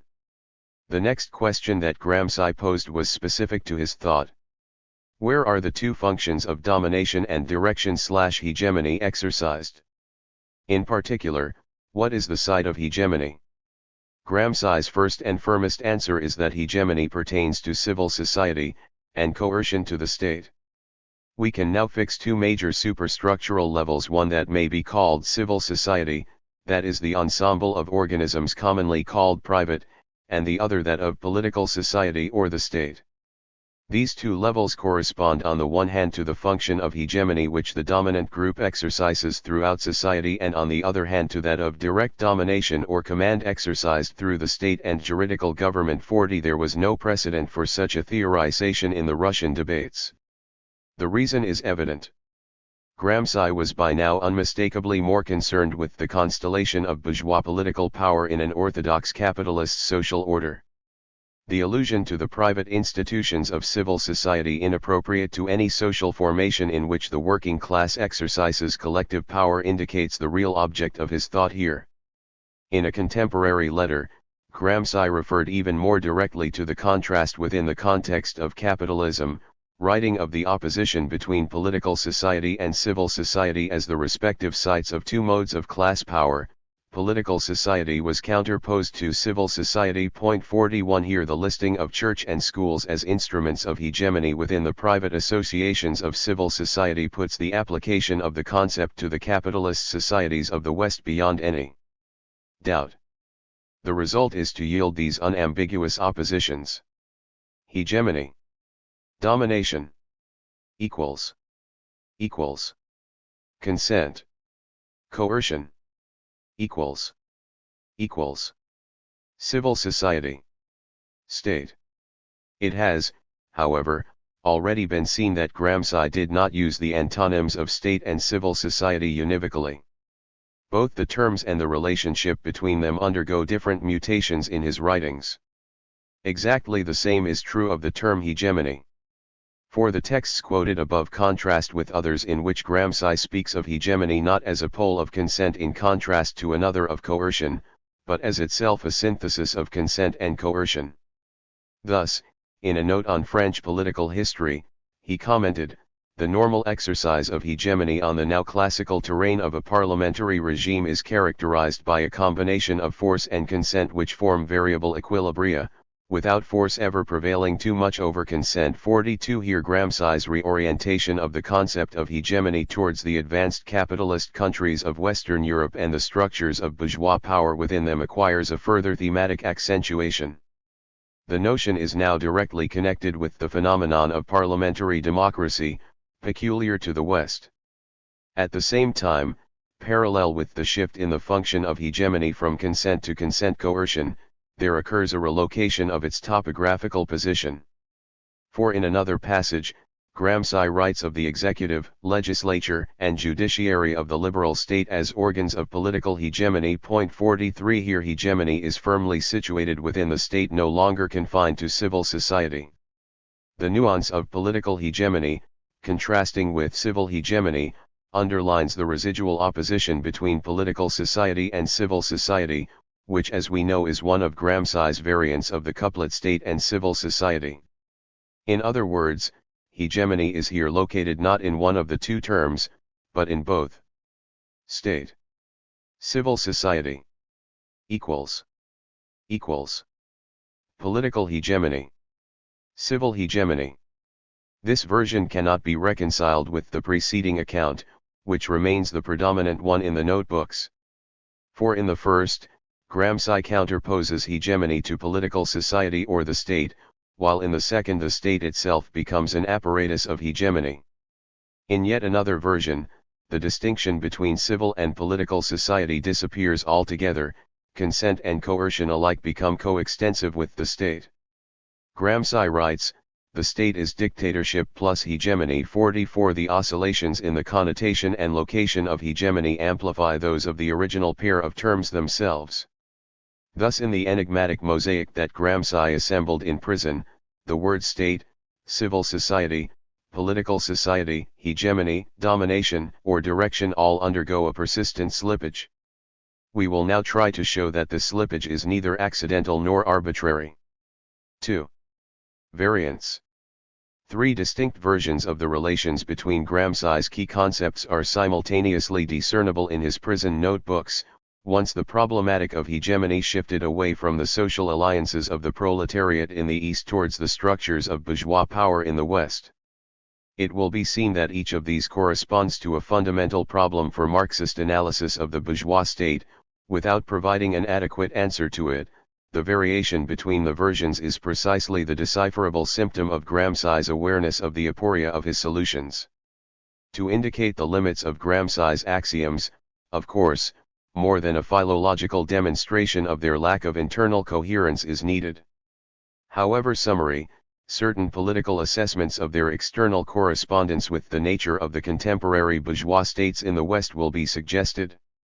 At the same time, however, these will remain within the limits of Gramsci's own system of categories. The question of whether the latter in fact provide the best point of departure for a scientific analysis of the structures of capitalist power today will not be prejudged. In particular, the binary oppositions of state and civil society and coercion and consent will be respected as the central elements of Gramsci's discourse. It is their application, rather than their function, in his Marxism that will be reviewed. The difficulties of any two-dualist theory of bourgeois class power will not be explored here. It is evident, in effect, that the whole range of directly economic constraints to which the exploited classes within capitalism are subjected cannot immediately be classified within either of the political categories of coercion or consent, armed force or cultural persuasion. Similarly, a formal dichotomy of state and civil society, however necessary as a preliminary instrument, cannot in itself yield specific knowledge of the complex relations between the different institutions of a capitalist social formation. It is possible that the analytic issues with which Gramsci was most concerned in fact need to be reconceptualized within a new order of categories, beyond his binary landmarks. These problems, however, fall outside the scope of a textual commentary. For our purposes here, it will be sufficient to stay on the terrain of Gramsci's own inquiry, still today that of a pioneer. We may start by examining the first and most striking configuration of Gramsci's terms cited above, the most important for the ulterior destiny of his work. Its central text is the initial passage cited in this essay, in which Gramsci writes of the difference between East and West, and says that in the East, the state is everything, while in the West, the state is an outer ditch of the inner fortress of civil society, which can survive the worst tremors in the state, because it is not primordial and gelatinous as in the East, but robust and structured. A war of manœuvre is thus appropriate in the East, a war of position in the West.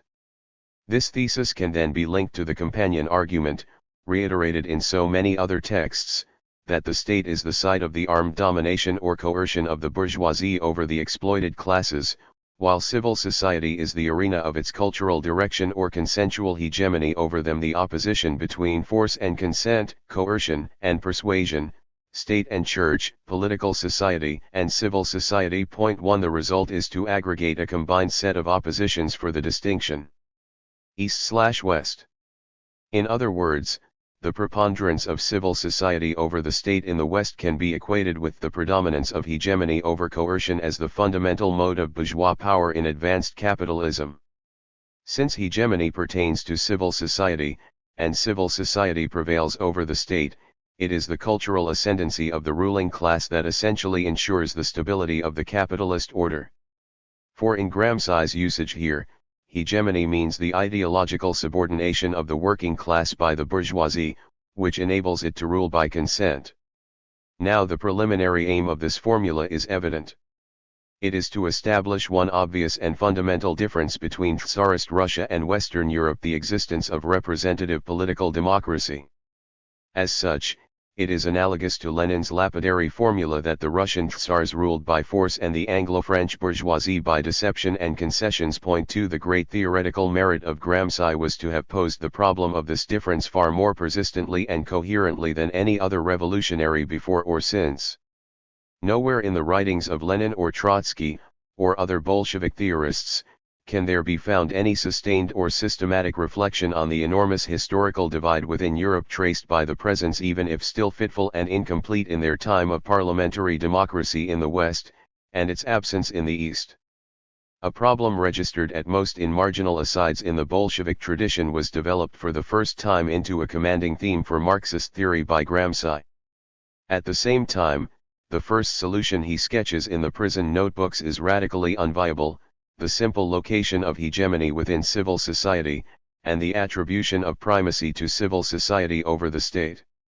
This equation, in effect, corresponds very exactly to what might be called a common-sense view of bourgeois democracy in the West, on the left, a view widely diffused in militant social democratic circles since the Second World War. Point 3. For this conception, the state in the West is not a violent machine of police repression as it was in Tsarist Russia. The masses have access to it through regular democratic elections, which formally permit the possibility of a socialist government. Yet experience shows that these elections never produce a government dedicated to the expropriation of capital and the realization of socialism. 50 years after the advent of universal suffrage, such a phenomenon seems further away than ever. What is the reason for this paradox? It must lie in the prior ideological conditioning of the proletariat before the electoral moment as such. The central locus of power must therefore be sought within civil society above all, in capitalist control of the means of communication, based on control of the means of production. In a more sophisticated variant, the real inculcation of voluntary acceptance of capitalism occurs not so much through the ideological indoctrination of the means of communication, as in the invisible diffusion of commodity fetishism through the market, or the instinctual habits of submission induced by the work routines of factories and offices, in other words, directly within the ambit of the means of production themselves. Yet whether the primary emphasis is given to the effect of cultural or economic apparatuses, the analytic conclusion is the same. It is the strategic nexus of civil society which is believed to maintain capitalist hegemony within a political democracy, whose state institutions do not directly debar or repress the masses. Point 4. The system is maintained by consent, not coercion. Therefore the main task of socialist militants is not combat with an armed state, but ideological conversion of the working class to free it from submission to capitalist mystifications. This characteristic syndrome of left social democracy contains a number of illusions. The first and most immediate of its errors is precisely the notion that the ideological power of the bourgeoisie in Western social formations is exercised above all in the sphere of civil society, its hegemony over which subsequently neutralizes the democratic potential of the representative state. The working class has access to the state, but does not exercise it to achieve socialism because of its indoctrination by the means of communication. In fact, it might be said that the truth is, if anything, the inverse. The general form of the representative state bourgeois democracy is itself the principal ideological linchpin of Western capitalism, whose very existence deprives the working class of the idea of socialism as a different type of state, and the means of communication and other mechanisms of cultural control thereafter clinch this central ideological effect. Capitalist relations of production allocate all men and women into different social classes, defined by their differential access to the means of production. These class divisions are the underlying reality of the wage contract between juridically free and equal persons that is the hallmark of this mode of production. The political and economic orders are thereby formally separated under capitalism. The bourgeois state thus by definition represents the totality of the population, abstracted from its distribution into social classes, as individual and equal citizens. In other words, it presents to men and women their unequal positions in civil society as if they were equal in the state. Parliament, elected every 4 or 5 years as the sovereign expression of popular will, reflects the fictive unity of the nation back to the masses as if it were their own self-government. The economic divisions within the citizenry are masked by the juridical parity between exploiters and exploited, and with them the complete separation and non-participation of the masses in the work of Parliament. This separation is then constantly presented and represented to the masses as the ultimate incarnation of liberty, democracy as the terminal point of history. The existence of the parliamentary state thus constitutes the formal framework of all other ideological mechanisms of the ruling class. It provides the general code in which every specific message elsewhere is transmitted. The code is all the more powerful because the juridical rights of citizenship are not a mere mirage. On the contrary, the civic freedoms and suffrages of bourgeois democracy are a tangible reality, whose completion was historically in part the work of the labor movement itself, and whose loss would be a momentous defeat for the working class. 5. By comparison, the economic improvements won by reforms within the framework of the representative state, apparently more material, have typically left less ideological mark on the masses in the West. In the leading imperialist countries, the steady rise in the standard of living of the working class for 25 years after the Second World War has been a critical element in the political stability of metropolitan capitalism. Yet the material component of popular assent to it, the subject of traditional polemics over the effects of reformism, is inherently unstable and volatile, since it tends to create a constant progression of expectations whose satisfaction no national capitalist economy can totally ensure, even during long waves of international boom, let alone phases of recession. Its very dynamism is thus potentially destabilizing and capable of provoking crises when growth fluctuates or stalls. By contrast, the juridico-political component of consent induced by the parliamentary state is much more stable. The capitalist polity is not subject to the same conjunctural vicissitudes. The historical occasions on which it has been actively questioned by working class struggles have been infinitely fewer in the West. In other words, the ideology of bourgeois democracy is far more potent than that of any welfare reformism, and forms the permanent syntax of the consensus instilled by the capitalist state. It can now be seen why Gramsci's primary formula was mistaken. It is impossible to partition the ideological functions of bourgeois class power between civil society and the state, in the way that he initially sought to do. The fundamental form of the Western parliamentary state, the juridical sum of its citizenry, is itself the hub of the ideological apparatuses of capitalism. The ramified complexes of the cultural control systems within civil society, radio, television, cinema, churches, newspapers, political parties undoubtedly play a critical complementary role in assuring the stability of the class order of capital. So too, of course, do the distorting prism of market relations and the numbing structure of the labor process within the economy. The importance of these systems should certainly not be underestimated. But neither should it be exaggerated or above all counterposed to the cultural ideological role of the state itself. A certain vulgar leftism has traditionally isolated the problem of consent from its structural context, and hypostasised it as the unique and distinguishing feature of capitalist rule in the West, which becomes reduced to the sobriquet of parliamentarism. To refute this error, many Marxists have pointed out that all ruling classes in history have normally obtained the consent of the exploited classes to their own exploitation, feudal lords or slave-owning latifundists no less than industrial entrepreneurs. The objection is, of course, correct. But it is not an adequate reply. unless it is accompanied by an accurate definition of the differentia specifica of the consent won from the working class to the accumulation of capital in the West today, in other words the form and content of the bourgeois ideology which it is induced to accept. Nikos Palantzas, whose work Political Power and Social Classes contains many critically acute comments on the prison notebooks, in effect dismisses Gramsci's concern with the problem, remarking that the only novelty of this consent is its claim to rationality, i.e. its non-religious character. The specific characteristic of ideologies is not at all, as Gramsci believed, that they procure a more or less active consent from the dominated classes towards political domination, since this is a general characteristic of any dominant ideology. What specifically defines the ideologies in question is that they do not aim to be accepted by the dominated classes according to the principle of participation in the sacred.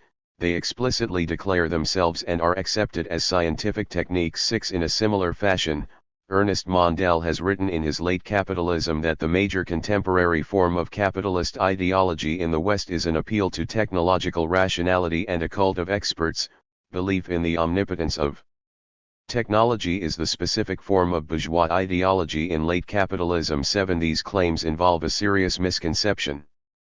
For the peculiarity of the historical consent won from the masses within modern capitalist social formations is by no means to be found in its mere secular reference or technical awe. The novelty of this consent is that it takes the fundamental form of a belief by the masses that they exercise an ultimate self-determination within the existing social order. It is thus not acceptance of the superiority of an acknowledged ruling class, but credence in the democratic equality of all citizens in the government of the nation. In other words, disbelief in the existence of any ruling class. The consent of the exploited in a capitalist social formation is thus of a qualitatively new type, which has suggestively produced its own etymological extension, consensus, or mutual agreement.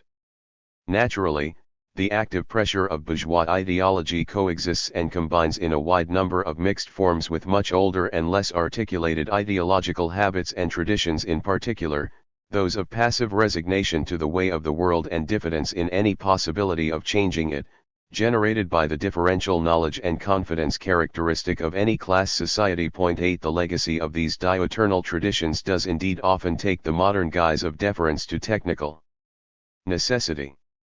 They do not, however, represent any real departure from previous patterns of class domination. The condition of their continued efficacy today is their insertion into an ideology of representative democracy which overarches them. For it is the freedom of bourgeois democracy alone that appears to establish the limits of what is socially possible for the collective will of a people, and thereby can render the bounds of its impotence tolerable. 9. Gramsci himself was, in fact, very conscious of the need for careful discrimination of the successive historical forms of consent by the exploited to their exploitation, and for analytic differentiation of its components at any one moment of time.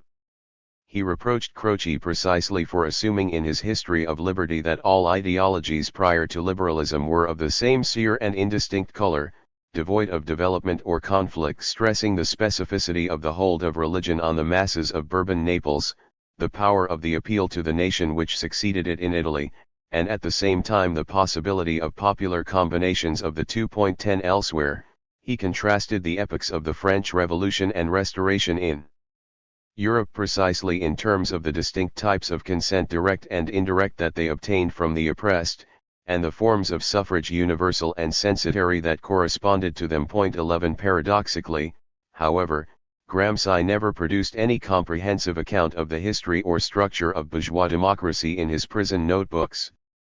The problem that confers its deepest meaning on his central theoretical work remains the horizon rather than the object of his texts. Part of the reason why the initial equations of his discourse on hegemony were miscalculated, was due to this absence. Gramsci was not wrong in his constant reversion to the problem of consent in the West. Until the full nature and role of bourgeois democracy is grasped, nothing can be understood of capitalist power in the advanced industrial countries today. At the same time, it should be clear why Gramsci was mistaken in his first location of consent within civil society. For, in fact, the very nature of this consent excludes such an allocation, since it is precisely the parliamentary representative state that first and foremost induces it. Let us now look at Gramsci's second version of the relationship between his terms. In this, he no longer ascribes to civil society a preponderance over the state, or a unilateral localization of hegemony to civil society. On the contrary, civil society is presented as in balance or equilibrium with the state, and hegemony is distributed between state or political society and civil society, while itself being redefined to combine coercion and consent. These formulations express Gramsci's unease with his first version, and his acute awareness despite and against it of the central ideological role of the Western capitalist state. He does not merely register this role in general. Yet his comments on the particular dimensions of the state which specialize in the performance of it are selective, focusing on its subordinate rather than its superordinate institutions. For Gramsci's specific references to the ideological functions of the state are concerned not so much with parliament, as with education and law, the school system and the judicial system. Every state is ethical insofar as one of its most important functions is to elevate the great mass of the population to a given cultural and moral level, a level or standard which corresponds to the needs of development of the forces of production and hence to the interests of the dominant classes. The school as a positive educational function and the courts as a negative and repressive educational function are the most important such activities of the state. But in reality a multiplicity of other so-called private initiatives and activities tend towards the same end, which constitute the apparatus of political and cultural hegemony of the ruling class 12. This emphasis is extremely important. It underlines all the distance between Gramsci and many of his later commentators, whatever the limits of Gramsci's development of it. Yet at the same time, it cannot be accepted as a true correction of the first version. Gramsci now grasps the co-presence of ideological controls within civil society and the state. But this gain on one plane is offset by a loss of clarity on another. Hegemony, which was earlier allocated to civil society only, is now exercised by the state as well. Simultaneously, however, its meaning tends to change. It now no longer indicates cultural supremacy alone, for it also includes coercion. The normal exercise of hegemony is now characterized by a combination of force and consent. The result is that Gramsci now commits an error from the other direction. For coercion is precisely a legal monopoly of the capitalist state.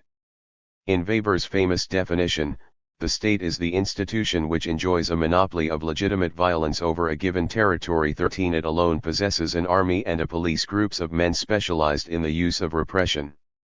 Thus it is not true that hegemony as coercion plus consent is co-present in civil society and the state alike. The exercise of repression is juridically absent from civil society. The state reserves it as an exclusive domain. 14 This brings us to a first fundamental axiom governing the nature of power in a developed capitalist social formation. There is always a structural asymmetry in the distribution of the consensual and coercive functions of this power. Ideology is shared between civil society and the state, violence pertains to the state alone. In other words, the state enters twice over into any equation between the two. It is possible that one reason why Gramsci had difficulty in isolating this asymmetry was that Italy had witnessed in 1922 the exceptional emergence of military squads organized by the fascists, which operated freely outside the state apparatus proper. The structural monopoly of violence by the capitalist state was thus to some extent masked by conjunctural commando operations within civil society. Yet in fact, of course, the squadristi could only assault and sack working-class institutions with impunity because they had the tacit coverage of the police and army. Gramsci, with his customary lucidity, was naturally well aware of this.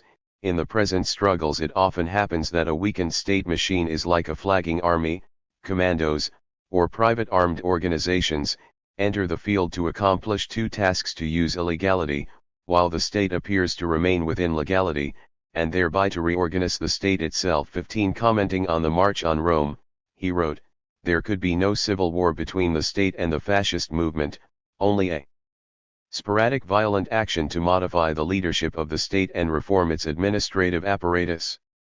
In the civil guerrilla struggle, the fascist movement was not against the state, but aligned with it. 16 The relatively atypical episode of the fascist squads whose expeditions could only be sporadic does not in fact seem to have had any notable effect on the balance of Gramsci's thought.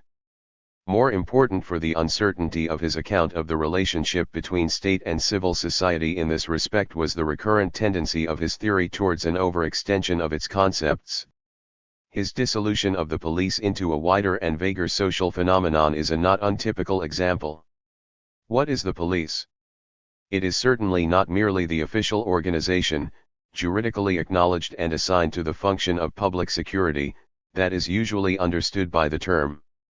The latter is the central nucleus that has formal responsibility for the police, which is actually a much vaster organization, in which a large part of the population of a state participates, directly or indirectly, with more or less precise and definite links, permanently or occasionally. 17 In fact, it is striking that in precisely the area of law, which particularly interested him as a function of the state, Gramsci could simultaneously note the absence of any coercive equivalent to its sanctions within civil society, yet argue that legality should nevertheless be regarded as a more ubiquitous system of pressures and compulsions at work in civil society as much as in the state, to produce particular moral and cultural standards. The concept of law should be extended to include those activities which today are designated juridically neutral and are within the domain of civil society, which operates without taxative sanctions or obligations, but nonetheless exercises a collective pressure and obtains objective results in determining customs, ways of thinking and behaving, morals, and so on. 18 The result is a structural indistinction between law and custom, juridical rules and conventional norms, which impedes accurate demarcation of the respective provinces of civil society or the state in a capitalist social formation. Gramsci was never quite able to fix the asymmetry between the two. His successive formulations constantly grope towards it, without ever exactly reaching it. For Gramsci's third version of relationship between his terms represents a final attempt to grasp his elusive object. In this version, the state now includes political society and civil society alike. In effect, it radicalizes the categorical fusion incipient in the second version.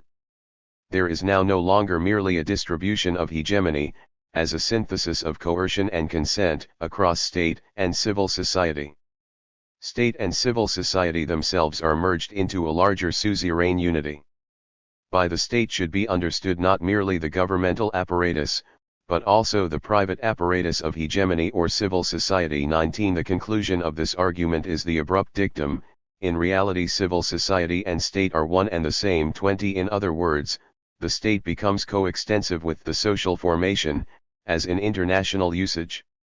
The concept of civil society as a distinct entity disappears. Civil society is also part of the state, indeed is the state itself. 21 These formulations can be said to reveal Gramsci's frequent awareness that the role of the state in some sense exceeds that of civil society in the West. They thus constitute an important correction of his second version. Yet once again, the gain on the new terrain is accompanied by a loss on the previous one.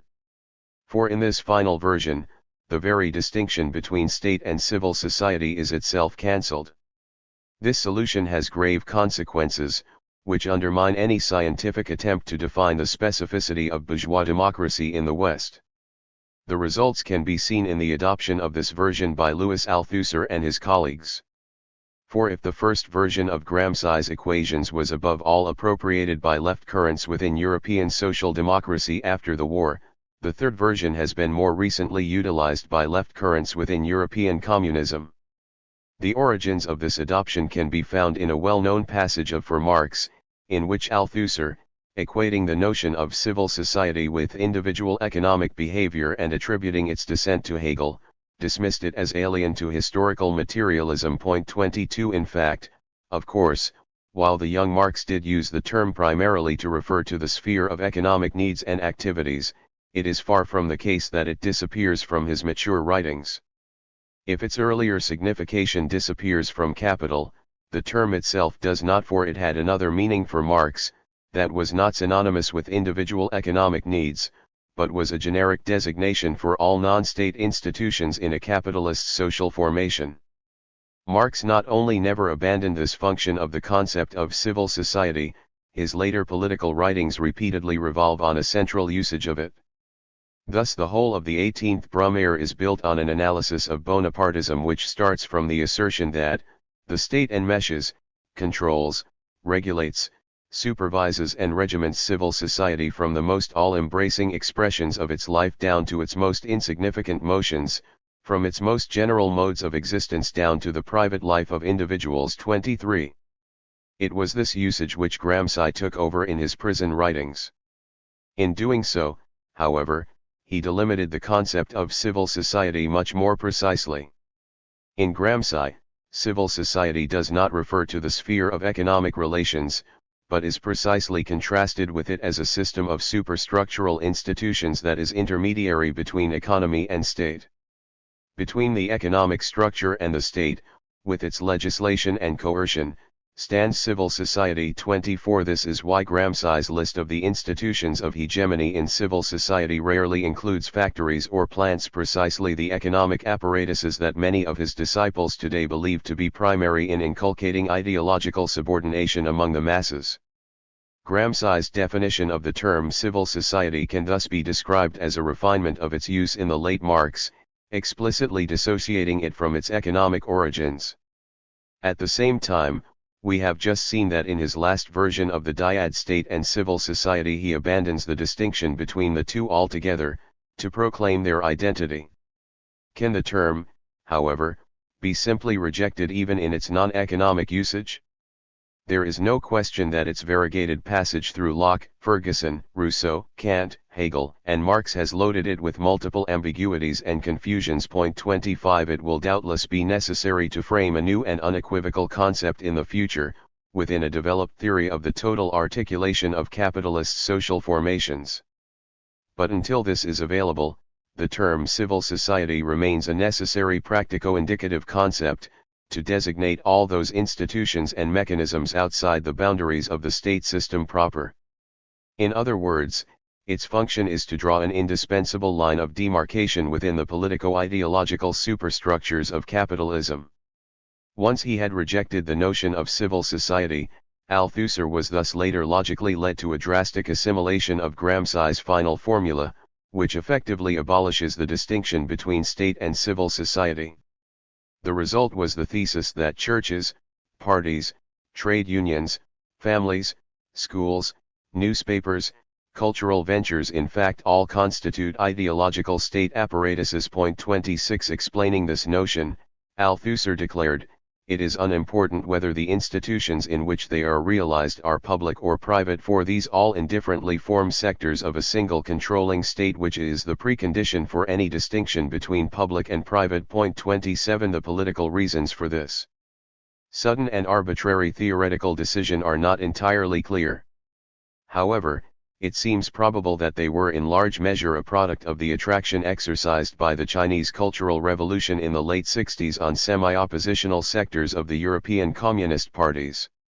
The revolutionary character officially claimed for the process in China could, in effect, only be squared with classical Marxist definitions of a revolution: the overthrow and destruction of a state machine by decreeing all manifestations of culture to be state apparatuses. 28. In the Chinese press of the time such manifestations were, indeed, typically discerned in the psychological traits displayed by individuals. To provide Marxist credentials for this revolution of the spirits underway in China, a radical redefinition of the state was necessary.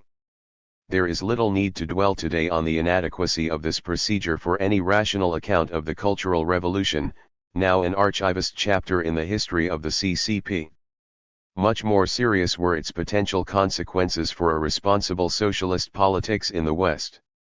For once the position is adopted that all ideological and political superstructures, including the family, reformist trade unions and parties, and private media, are by definition state apparatuses, in strict logic it becomes impossible and unnecessary to distinguish between bourgeois democracies and fascism. For the fact that in the latter total state control over trade unions or mass media was institutionalist would, according to this reasoning, be, to use Althusser's phrase, unimportant.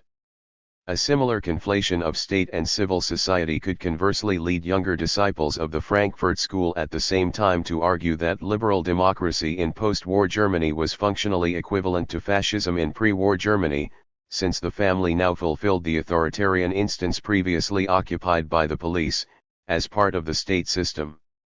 The unscientific character of such theses is obvious. The European working class paid heavily for anticipations of them in the 20s and early 30s. The boundaries of the state are not a matter of indifference to Marxist theory or revolutionary practice. It is essential to be able to chart them accurately.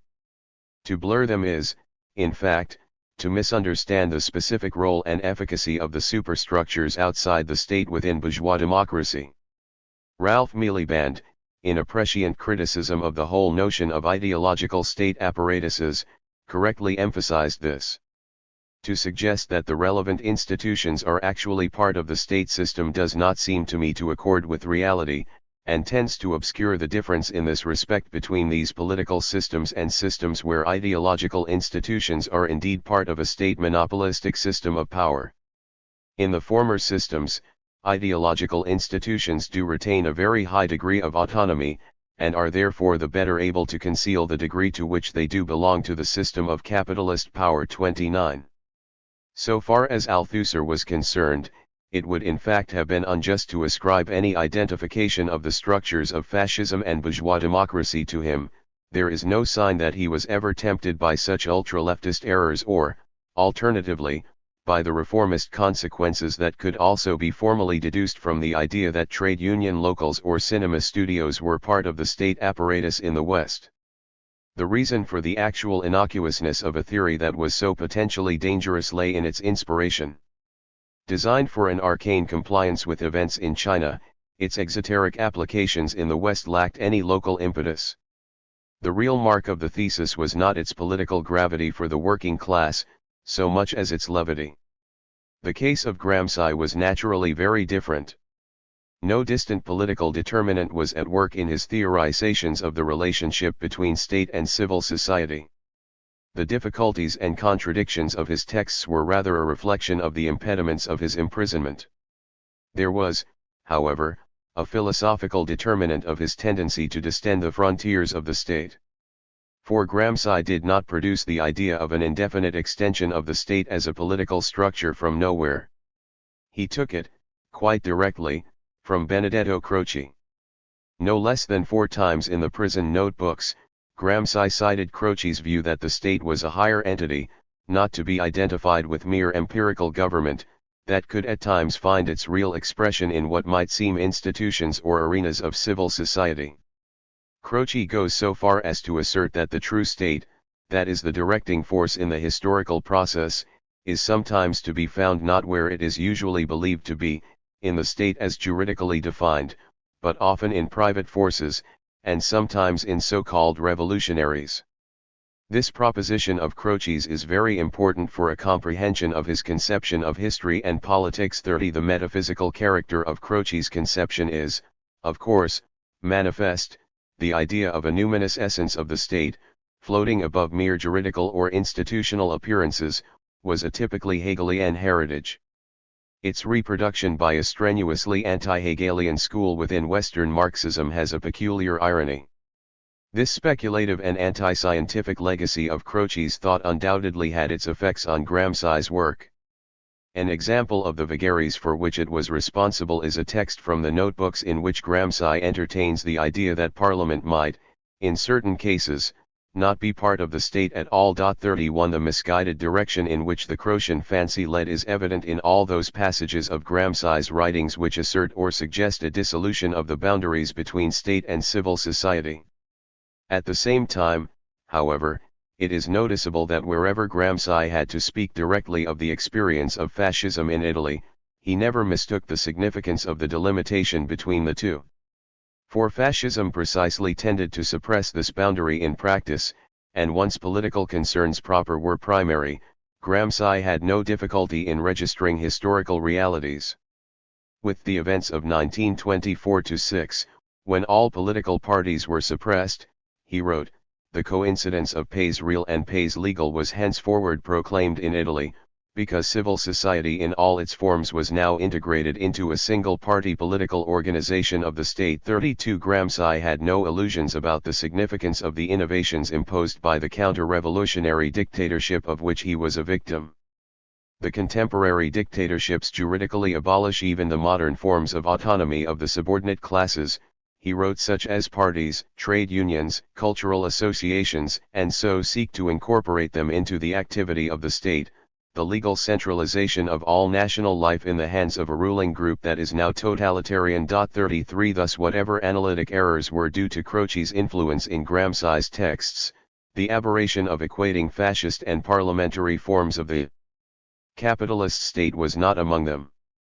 The oscillations in Gramsci's usage of his central terms have been noted, he never unambiguously committed himself to any of them.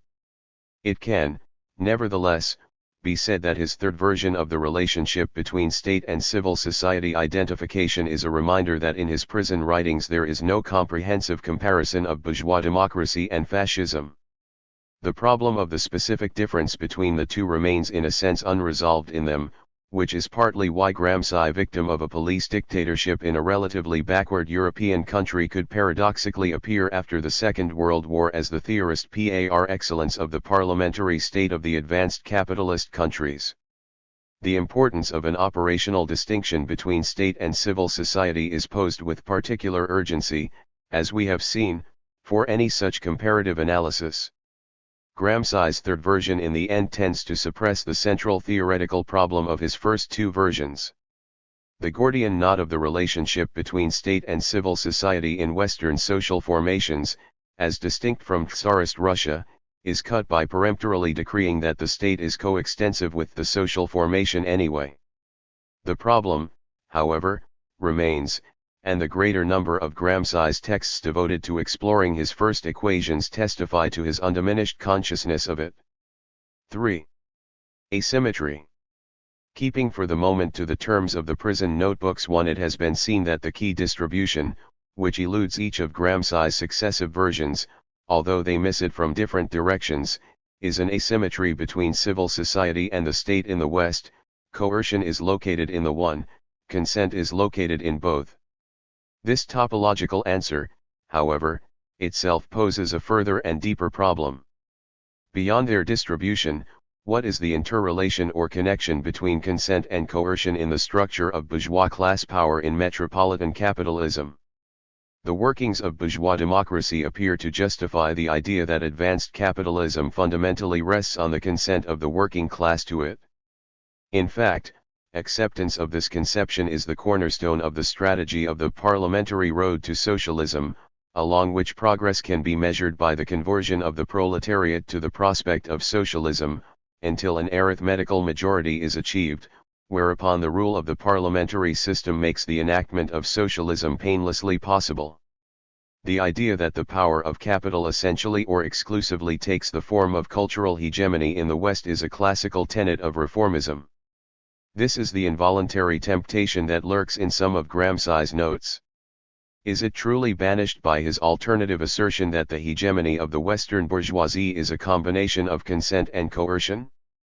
There is no doubt that this is an improvement, but the relationship between the two terms cannot be grasped by their mere conjunction or addition. Yet within Gramsci's framework everything depends on an accurate calibration of precisely this relation. How should it be conceived, theoretically? No adequate answer to the question can be presented here. For a serious solution of it is only possible through historical inquiry. No philological commentary, or theoretical fiat, can settle the difficult problems of bourgeois class power in the West. A directly substantive and comparative investigation of the actual political systems of the major imperialist countries in the 20th century can alone establish the real structures of the rule of capital. All that can be attempted here is to advance certain critical suggestions within the textual limits of Gramsci's discourse. Their verification necessarily remains subject to the ordinary disciplines of scientific study. To formulate a preliminary response, we can turn to a phrase of Gramsci himself. In the first notebook he composed in prison, he referred in passing to forms of mixed struggle that were fundamentally military and preponderantly political in character, noting at the same time that every political struggle always has a military substratum. Point 2. The paradoxical juxtaposition and distinction of fundamental and preponderant to describe the relationship between two forms of struggle provides a formula that can be adapted for a more adequate account of the dispositions of bourgeois class power in advanced capitalism. The Althusserian tradition was later to codify the same duality with its distinction between determinant and dominant, taken not from Gramsci, but from Marx. In analyzing the contemporary social formations of the West, we can substitute coercion or repression for Gramsci's military struggle as the mode of class rule enforced by violence, culture or ideology for his political struggle as the mode of class rule secured by consent. It is then possible to capture something like the real nature of the relationship between the two variables by which Gramsci was haunted. If we revert to Gramsci's original problematic, the normal structure of capitalist political power in bourgeois democratic states is in effect simultaneously and indivisibly dominated by culture and determined by coercion. To deny the preponderant or dominant role of culture in the contemporary bourgeois power system is to liquidate the most salient immediate difference between Western parliamentarism and Russian absolutism, and to reduce the former to a myth. The fact is that this cultural domination is embodied in certain irrefutably concrete institutions, regular elections, civic freedoms, rights of assembly, all of which exist in the West and none of which directly threaten the class power of capital. Point 3. The day-to-day system of bourgeois rule is thus based on the consent of the masses, in the form of the ideological belief that they exercise self-government in the representative state. At the same time, however, to forget the fundamental or determinant role of violence within the power structure of contemporary capitalism in the final instance is to regress to reformism, in the illusion that an electoral majority can legislate socialism peacefully from a parliament. An analogy may serve to illuminate the relationship in question provided its limits are kept in mind. A classical monetary system was constituted from two distinct media of exchange, paper and gold, for it was not a summation of these two forms, for the value of fiduciary issue which circulated every day and maintained the system under normal conditions was dependent on the quantum of metal in the bank reserves at any given moment, despite the fact that this metal was virtually absent from the system as a medium of exchange. Only the paper, not the gold, appeared within circulation, yet the paper was in the final instance determined by the gold, without which it ceased to be sound currency. Crisis conditions, moreover, would necessarily trigger a sudden reversion of the total system to the metal which lay invisibly behind it. A collapse of credit infallibly produced a rush to gold. Point 5. In the political system, a similar structural relationship between ideology and repression, consent and coercion prevails. The normal conditions of ideological subordination of the masses, the day-to-day routines of a parliamentary democracy, are themselves constituted by a silent, absent force which gives them their currency, the monopoly of legitimate violence by the state. Deprived of this, the system of cultural control would be instantly fragile, since the limits of possible actions against it would disappear. Point 6. With it, the system is immensely powerful, so powerful that it can, paradoxically, do without it. In effect, violence may normally scarcely appear within the bounds of the system at all. In the most tranquil democracies today, the army may remain invisible in its barracks, the police appear uncontentious on its beat. The analogy holds too in another respect. Just as gold as a material substratum of paper is itself a convention that needs acceptance as a medium of exchange, so repression as a guarantor of ideology itself depends on the assent of those who are trained to exercise it. Given this critical proviso, however, the fundamental resort of bourgeois class power, beneath the preponderant cusp of culture in a parliamentary system, remains coercion.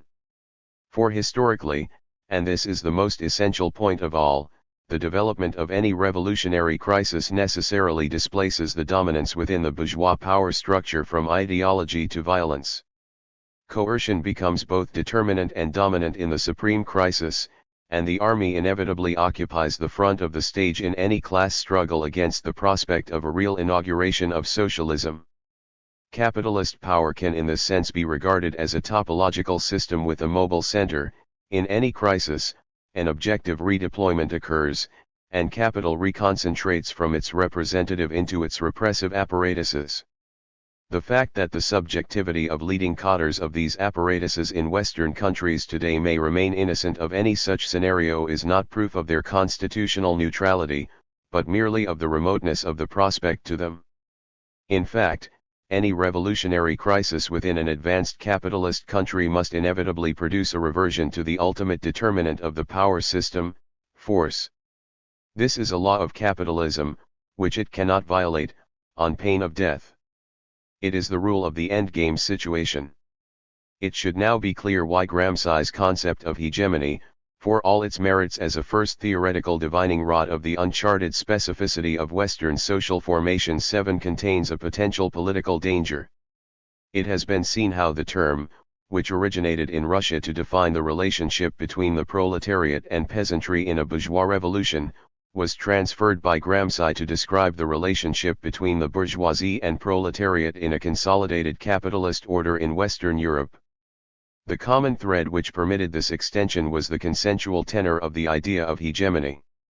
Used in Russia to denote the persuasive nature of the influence the working class should seek to win over the peasantry, as opposed to the coercive nature of the struggle to overthrow Tsarism, it was then applied by Gramsci to the forms of consent to its rule won by the bourgeoisie from the working class in the West. The service which he rendered to Marxism, by focusing so centrally on the hitherto evaded problem of the consensual legitimacy of parliamentary institutions in Western Europe, was a solitary and signal one. At the same time, however, the risks attendant on the new extension of the concept of hegemony were soon evident in his writings. For whereas in Russia the term could exhaust the relationship between proletariat and peasantry, since the former was an alliance between non-antagonistic classes, the same could never be true in, say, Italy or France of the relationship between bourgeoisie and proletariat, inherently a conflict between antagonistic classes, founded on two adversary positions within the capitalist mode of production. In other words, capitalist rule in the West necessarily comprised coercion as well as consent. Gramsci's awareness of this was expressed in the numerous formulations in his notebooks which refer to the combinations between the two. But, as we have seen, these never succeed in locating definitely or precisely either the position or the interconnection of repression and ideology within the power structure of advanced capitalism. Moreover, insofar as Gramsci at times suggested that consent primarily pertained to civil society, and civil society possessed primacy over the state, he allowed the conclusion that bourgeois class power was primarily consensual. In this form, the idea of hegemony tends to accredit the notion that the dominant mode of bourgeois power in the West culture is also the determinant mode, either by suppressing the latter or fusing the modes two together. It thereby omits the unappealable role in the last instance of force. However, Gramsci's use of the term hegemony was not, of course, confined to the bourgeoisie as a social class. He also employed it to trace the paths of ascent of the proletariat in the West. A further shift in the evolution of the concept was involved here. The prescriptive relationship proletariat/peasantry had plausibly been equated with a cultural ascendancy. The actual relationship bourgeoisie/proletariat certainly included a cultural ascendancy, although it could not be equated or reduced to it. But could the relationship proletariat/bourgeoisie be said in any sense to betoken or promise a cultural ascendancy? Many admirers of Gramsci have thought so. Indeed, it has often been held that his most original and powerful single thesis was precisely the idea that the working class can be hegemonic culturally before becoming the ruling class politically, within a capitalist social formation. Official interpretations of Gramsci have, in particular, been keyed to such a prospect. The text from the prison notebooks to which reference is customarily made does not, however, assert this. In it, Gramsci wrote, "A social group is dominant over enemy groups which it tends to liquidate or subject with armed force, and is directive over affinal and allied groups. A social group can and indeed must be directive before conquering governmental power. Afterwards, when it exercises power and keeps it firmly in its grasp, it becomes dominant but also continues to be directive." 8. Gramsci here carefully distinguishes the necessity for coercion of enemy classes from the consensual direction of allied classes. The hegemonic activity which can and must be exercised before the assumption of power is related in this context only to the problem of the alliances of the working class with other exploited and oppressed groups. It is not a claim to hegemony over the whole of society, or the ruling class itself, by definition impossible at this stage. It is true, however, that any unwary reader can be led to misconstrue this passage, where Gramsci is actually on safe ground, by ambiguities in his use of the term hegemony elsewhere. We shall see why shortly. For the moment, what is important to recall is the familiar Marxist tenet that the working class under capitalism is inherently incapable of being the culturally dominant class, because it is structurally expropriated by its class position from some of the essential means of cultural production, in contrast to the bourgeoisie of the Enlightenment, which could generate its own superior culture within the framework of the Ancien regime. Not only this, but even after a socialist revolution, the conquest of political power by the proletariat, the culturally dominant class remains the bourgeoisie in certain respects and for a certain time, as Lenin and Trotsky emphasized in different contexts. 9. Gramsci was intermittently conscious of this. 2.10 So long, however, as the lack of structural correspondence between the positions of the bourgeois class within feudal society and the working class within capitalist society was not constantly registered, the risk of a theoretical slide from one to the other was always potentially present in the common use of the term hegemony for them. The more than occasional assimilation of the bourgeois and proletarian revolutions in his writings on Jacobinism demonstrates that Gramsci was not immune to this confusion.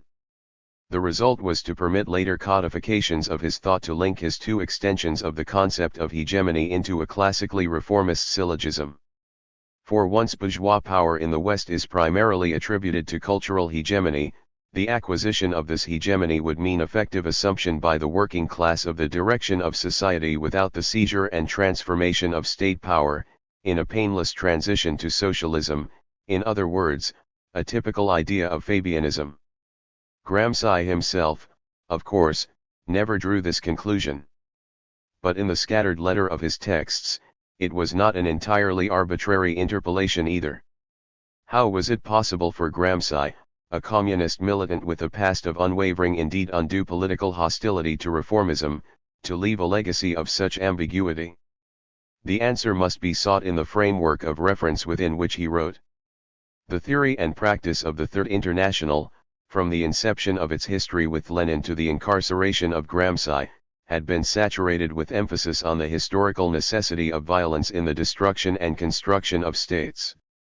The dictatorship of the proletariat, after the armed overthrow of the bourgeois state apparatus, was the touchstone tirelessly proclaimed in every official document of the Marxism of the Comintern. Gramsci never questioned these principles.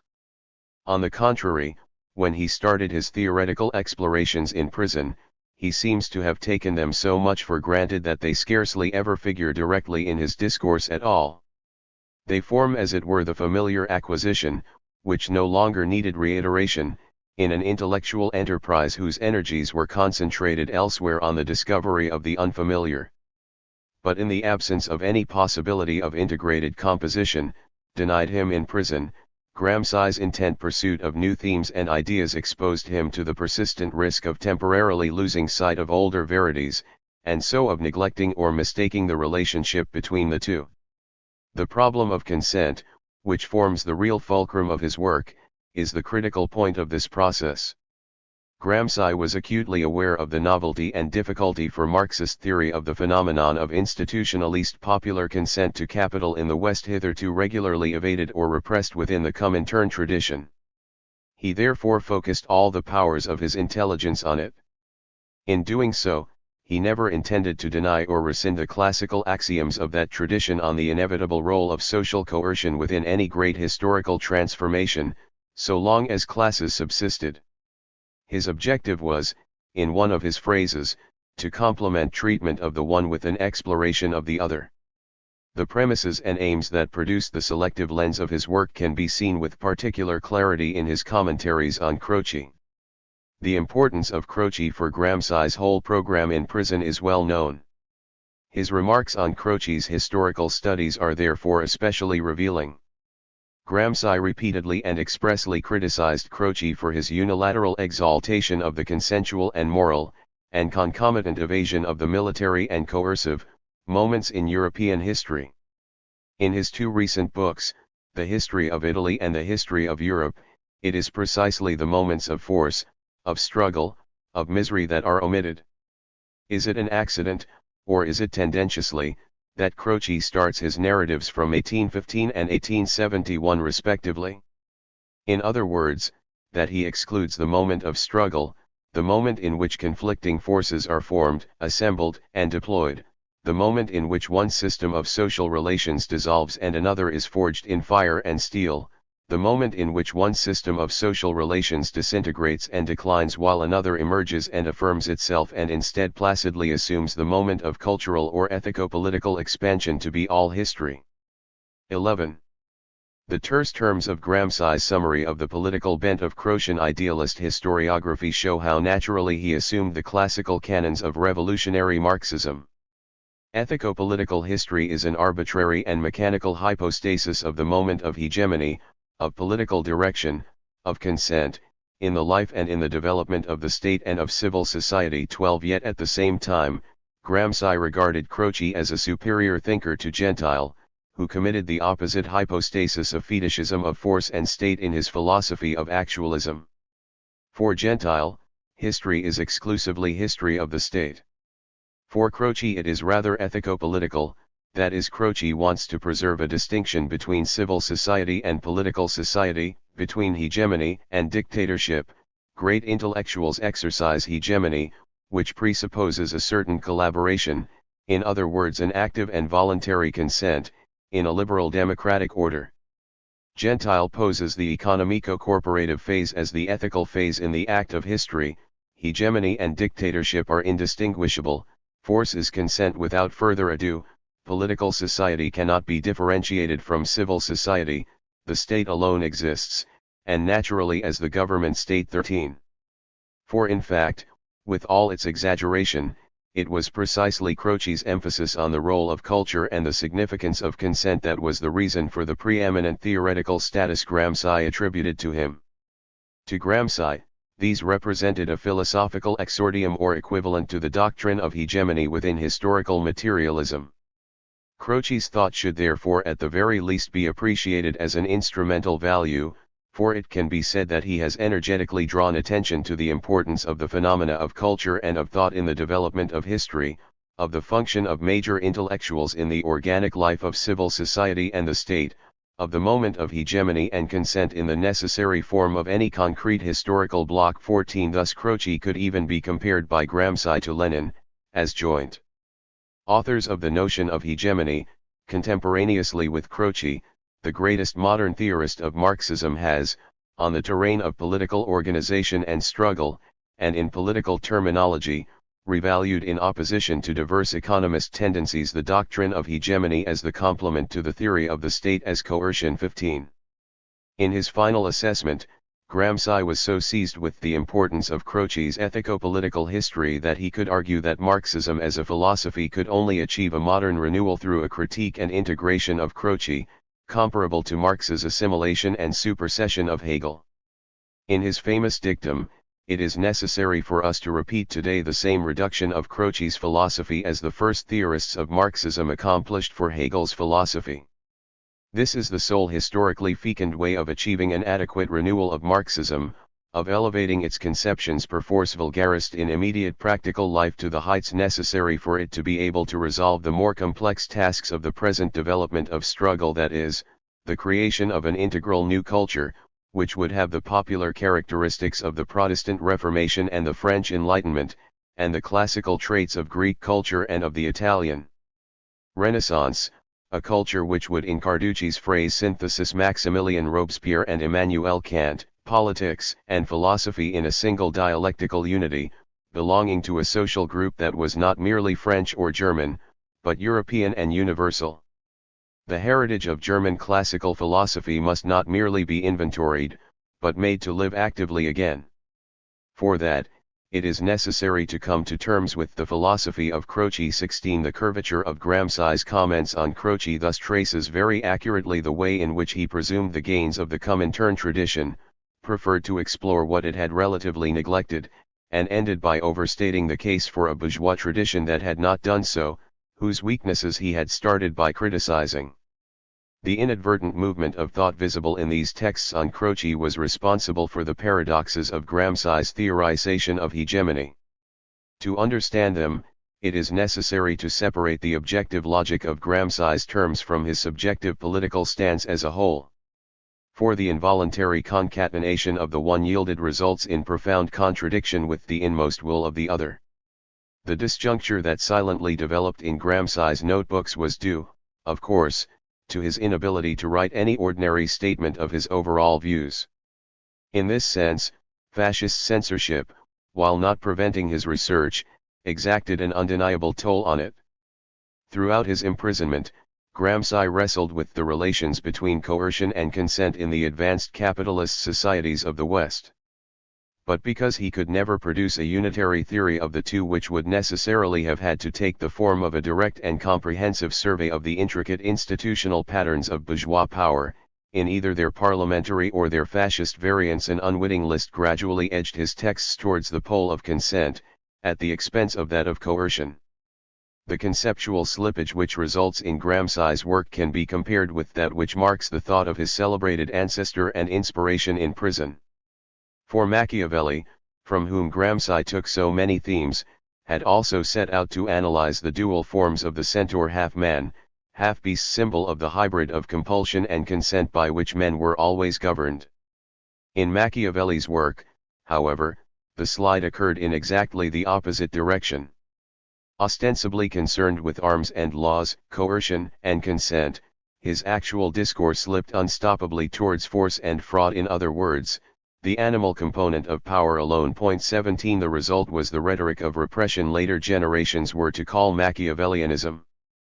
Gramsci adopted Machiavelli's myth of the centaur as the emblematic motto of his research, but where Machiavelli had effectively collapsed consent into coercion, in Gramsci coercion was progressively eclipsed by consent.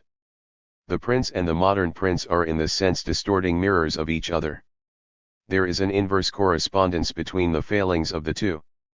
We may now recollect the famous comparison between East and West in the prison notebooks, with which we started. Gramsci defined the contrast between the two in terms of the relative position occupied by state and civil society in each. In Russia, the state was everything, while civil society was primordial and gelatinous. In Western Europe, on the contrary, the state was merely an outer ditch, while civil society was a powerful system of fortresses and earthworks whose complex structures could withstand seismic political or economic crises for the state. These texts of Gramsci, which seek to capture the strategic differences between Russia and the West for a socialist revolution, set him apart from his contemporaries. In the immediate aftermath of the October Revolution, there were many socialists in Central and Western Europe who sensed that the local conditions in which they had to fight were far from those which had obtained in Russia, and who initially said so. 18 None, however, provided any coherent analysis or serious explanation of the fateful divergence in the historical experience of the European working class of the time. By the end of the 20s, the problem of the contrast between Russia and the West had effectively disappeared from Marxist debate. With the Stalinization of the Comintern, and the institutionalization of what was presented as an official Leninism within it, the example of the USSR became the mandatory paradigm for all issues of revolutionary theory and practice to militants across Europe. Gramsci was unique among communists in persisting, at the nadir of the defeats of the 30s, to see that Russian experience could not be merely repeated in the West, and in trying to understand why. No other thinker in the European working class movement has to this day addressed himself so deeply or centrally to the problem of the specificity of a socialist revolution in the West. Yet, for all the intensity and originality of his inquiry, Gramsci never finally succeeded in arriving at an adequate Marxist account of the distinction between East and West. The image from the compass itself proved, in the end, a snare. For a simple geographical opposition includes by definition an unproblematic comparability of the two terms. Transferred to social formations, however, it implies something that can never be taken for granted, that there is a straightforward historical comparability between them. In other words, the terms East and West assume that the social formations on each side of the divide exist in the same temporality, and can therefore be read off against each other as variations of a common category. It is this unspoken presupposition which lies behind the central texts of Gramsci's notebooks. His whole contrast between Russia and Western Europe revolves on the difference in the relationship between state and civil society in the two zones. Its unexamined premise is that the state is the same type of object in both. But this assumption was just what needed to be questioned. For, in fact, there was no initial unity to found a simple distinction between East and West of the sort that Gramsci was seeking. In its nature and structure, the Tsarism of Nicholas II was a specifically Eastern variant of a feudal state, whose Western counterparts, the absolute monarchies of France or England, Spain or Sweden, had died out centuries before. 19 In other words, the constant comparison between the Russian and Western states was a paralogism, unless the differential historical time of each was specified. A prior comprehension of the uneven development of European feudalism was thus a necessary preamble to a Marxist definition of the Tsarist state, which was finally destroyed by the First Socialist Revolution. For it alone could yield the theoretical concept of absolutism that would allow socialist militants to see the enormous gulf between the Russian autocracy and the capitalist states with which they were confronted in the West. The representative state which had gradually emerged in Western Europe, North America, and Japan, after the complex chain of bourgeois revolutions whose final episodes dated only from the late 19th century, was still a largely uncharted political object for Marxists when the Bolshevik Revolution occurred. In the early years of the Third International, the light of October blinded many revolutionaries outside Russia to the nature of their national enemy altogether. Those who remained lucid initially tried to adapt to their indigenous realities without relinquishing their fidelity to the cause of the Russian Revolution, by evoking the difference between East and West. They soon desisted. Gramsci alone, isolated from the Comintern, took up this path again and pursued it with matchless courage in prison. But so long as the simultaneity of its terms was assumed, the conundrum of the difference was ultimately unanswerable. The failure to produce a focused comparative analysis of the respective types of state and structures of power in Russia and the West was in no way peculiar to Gramsci. From the other side of the continental divide, no Bolshevik leader succeeded in developing a coherent theory of it either. The true contrast between the Tsarist and the Western states eluded each from opposite ends. Thus Lenin never mistook the class character of Tsarism. He always expressly insisted, against Menshevik opponents, that Russian absolutism was a feudal state machine. 20 Yet he also never adequately or systematically contrasted the parliamentary states of the West with the autocratic state in the East. There is no direct theory of bourgeois democracy anywhere in his writings. Gramsci, on the other hand, was intensely conscious of the novelty of the capitalist state in the West, as an object for Marxist analysis and adversary for Marxist strategy, and of the integrity of representative institutions to its normal operation. He, however, never perceived that the absolutism in Russia with which he contrasted it was a feudal state, a political edifice of a different order altogether. In the no man's land between the thought of the two, revolutionary socialism missed a theoretical junction critical for its future in Europe.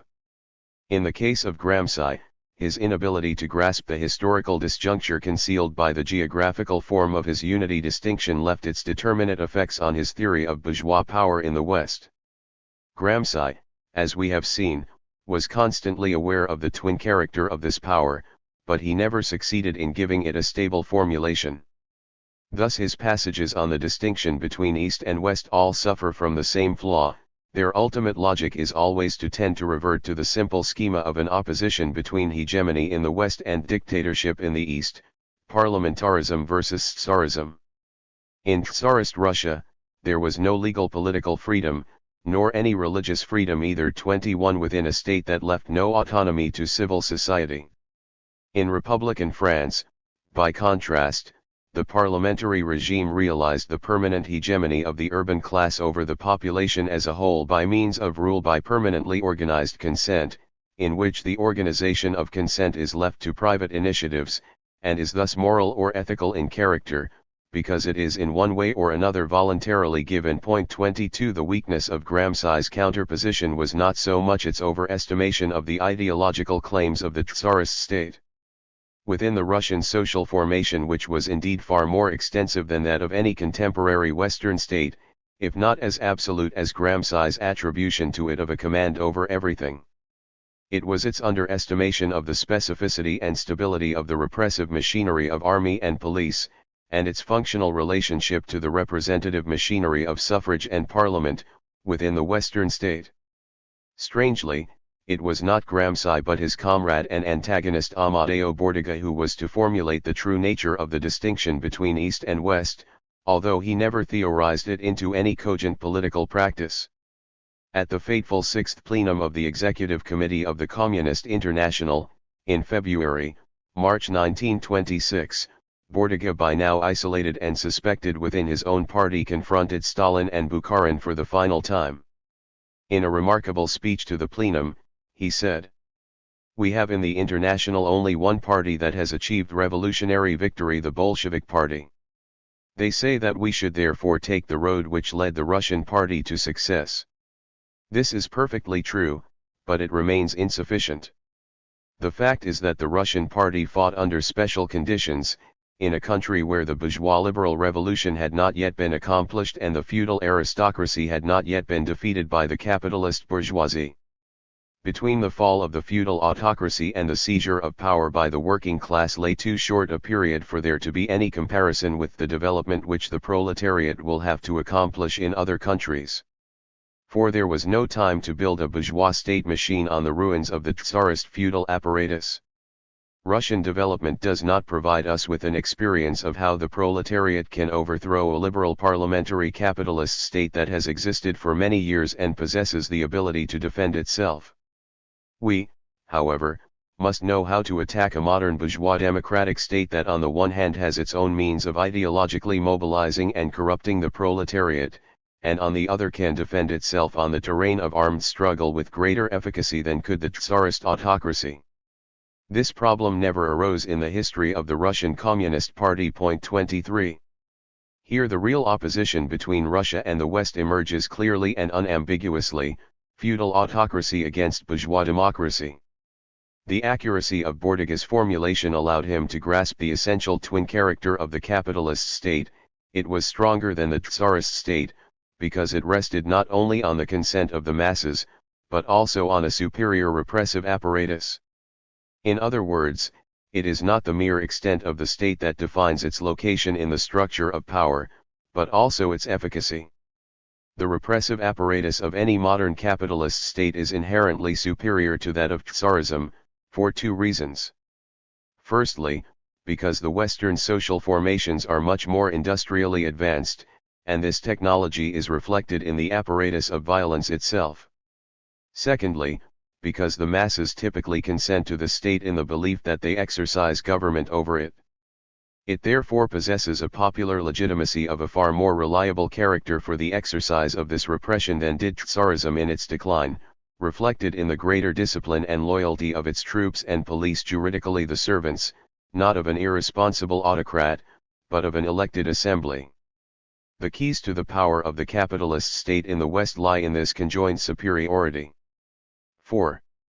Contexts. We can now, in conclusion, review Gramsci's strategic doctrine, in other words, the political perspectives that he deduced from his theoretical analysis of the nature of bourgeois rule in the West.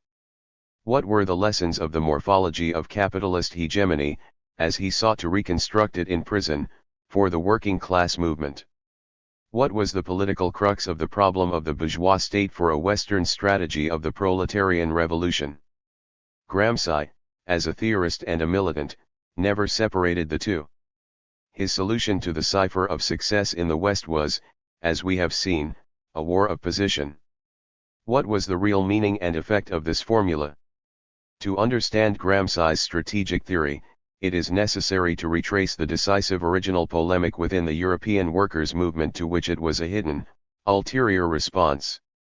With the victory of the Russian Revolution, and the collapse of the Hohenzollern and Habsburg empires in Central Europe, key theorists of German communism came to believe that, in the aftermath of the First World War, the seizure of power by the proletariat was on the immediate agenda in every imperialist country, because the world had now definitively entered the historical epoch of the socialist revolution.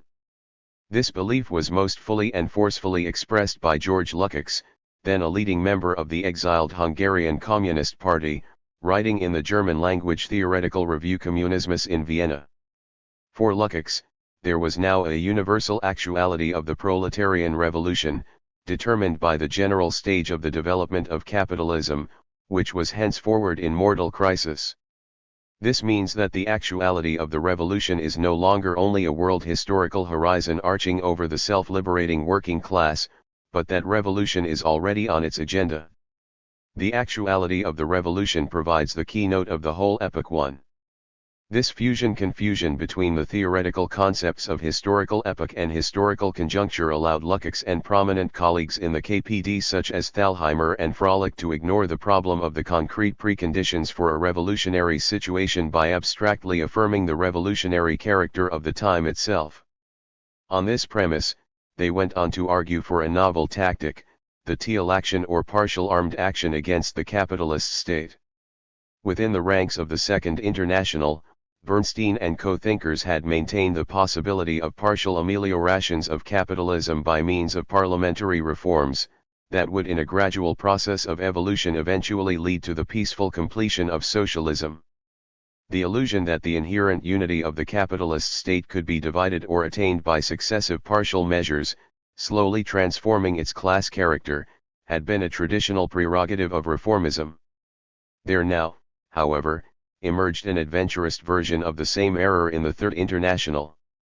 For in 1920-21, Thalheimer, Froelich, Lukács and others theorized putschist partial actions as a series of armed attacks against the bourgeois state, limited in scope yet constant in tempo. In the words of Kommunismus, the principal characteristic of the present period of the revolution lies in this, that we are now compelled to conduct even partial battles, including economic ones, with the instrumentalities of the final battle, above all armed insurrection. Point 2. This was the theory of the revolutionary offensive. Since the epoch was revolutionary, the only correct strategy was an offensive one, to be mounted in a series of repeated armed blows against the capitalist state. These should be undertaken even if the working class was not in an immediately revolutionary mood, they would then precisely serve to awaken the proletariat from its reformist torpor. Lukács provided the most sophisticated justification of these adventures. He argued that partial actions were not so much organizational measures by which the Communist Party could seize state power as autonomous and active initiatives of the KPD to overcome the ideological crisis and Menshevik lethargy of the proletariat, and standstill of revolutionary development. Point 3. For Lukács, the rationale of the Teal action was thus not their objective aims, but their subjective impact on the consciousness of the working class. If revolutionary development is not to run the risk of stagnation, another outcome must be found, the action of the KPD in an offensive. An offensive signifies the independent action of the party at the right moment with the right slogan, to awaken the proletarian masses from their inertia, to wrest them away from their Menshevik leadership by action, and thereby to cut the knot of the ideological crisis of the proletariat with the sword of the deed. 4.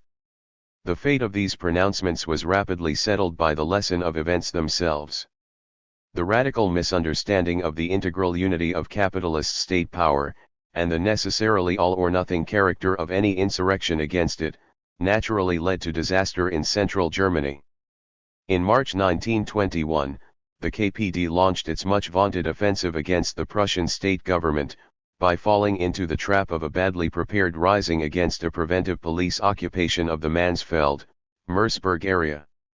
In the absence of any spontaneous working class resistance, the KPD desperately resorted to dynamiting actions designed to provoke police bombardments, seizure of factories and street fighting followed, Wandering guerrilla bands submerged any discipline in anarchic forays through the countryside.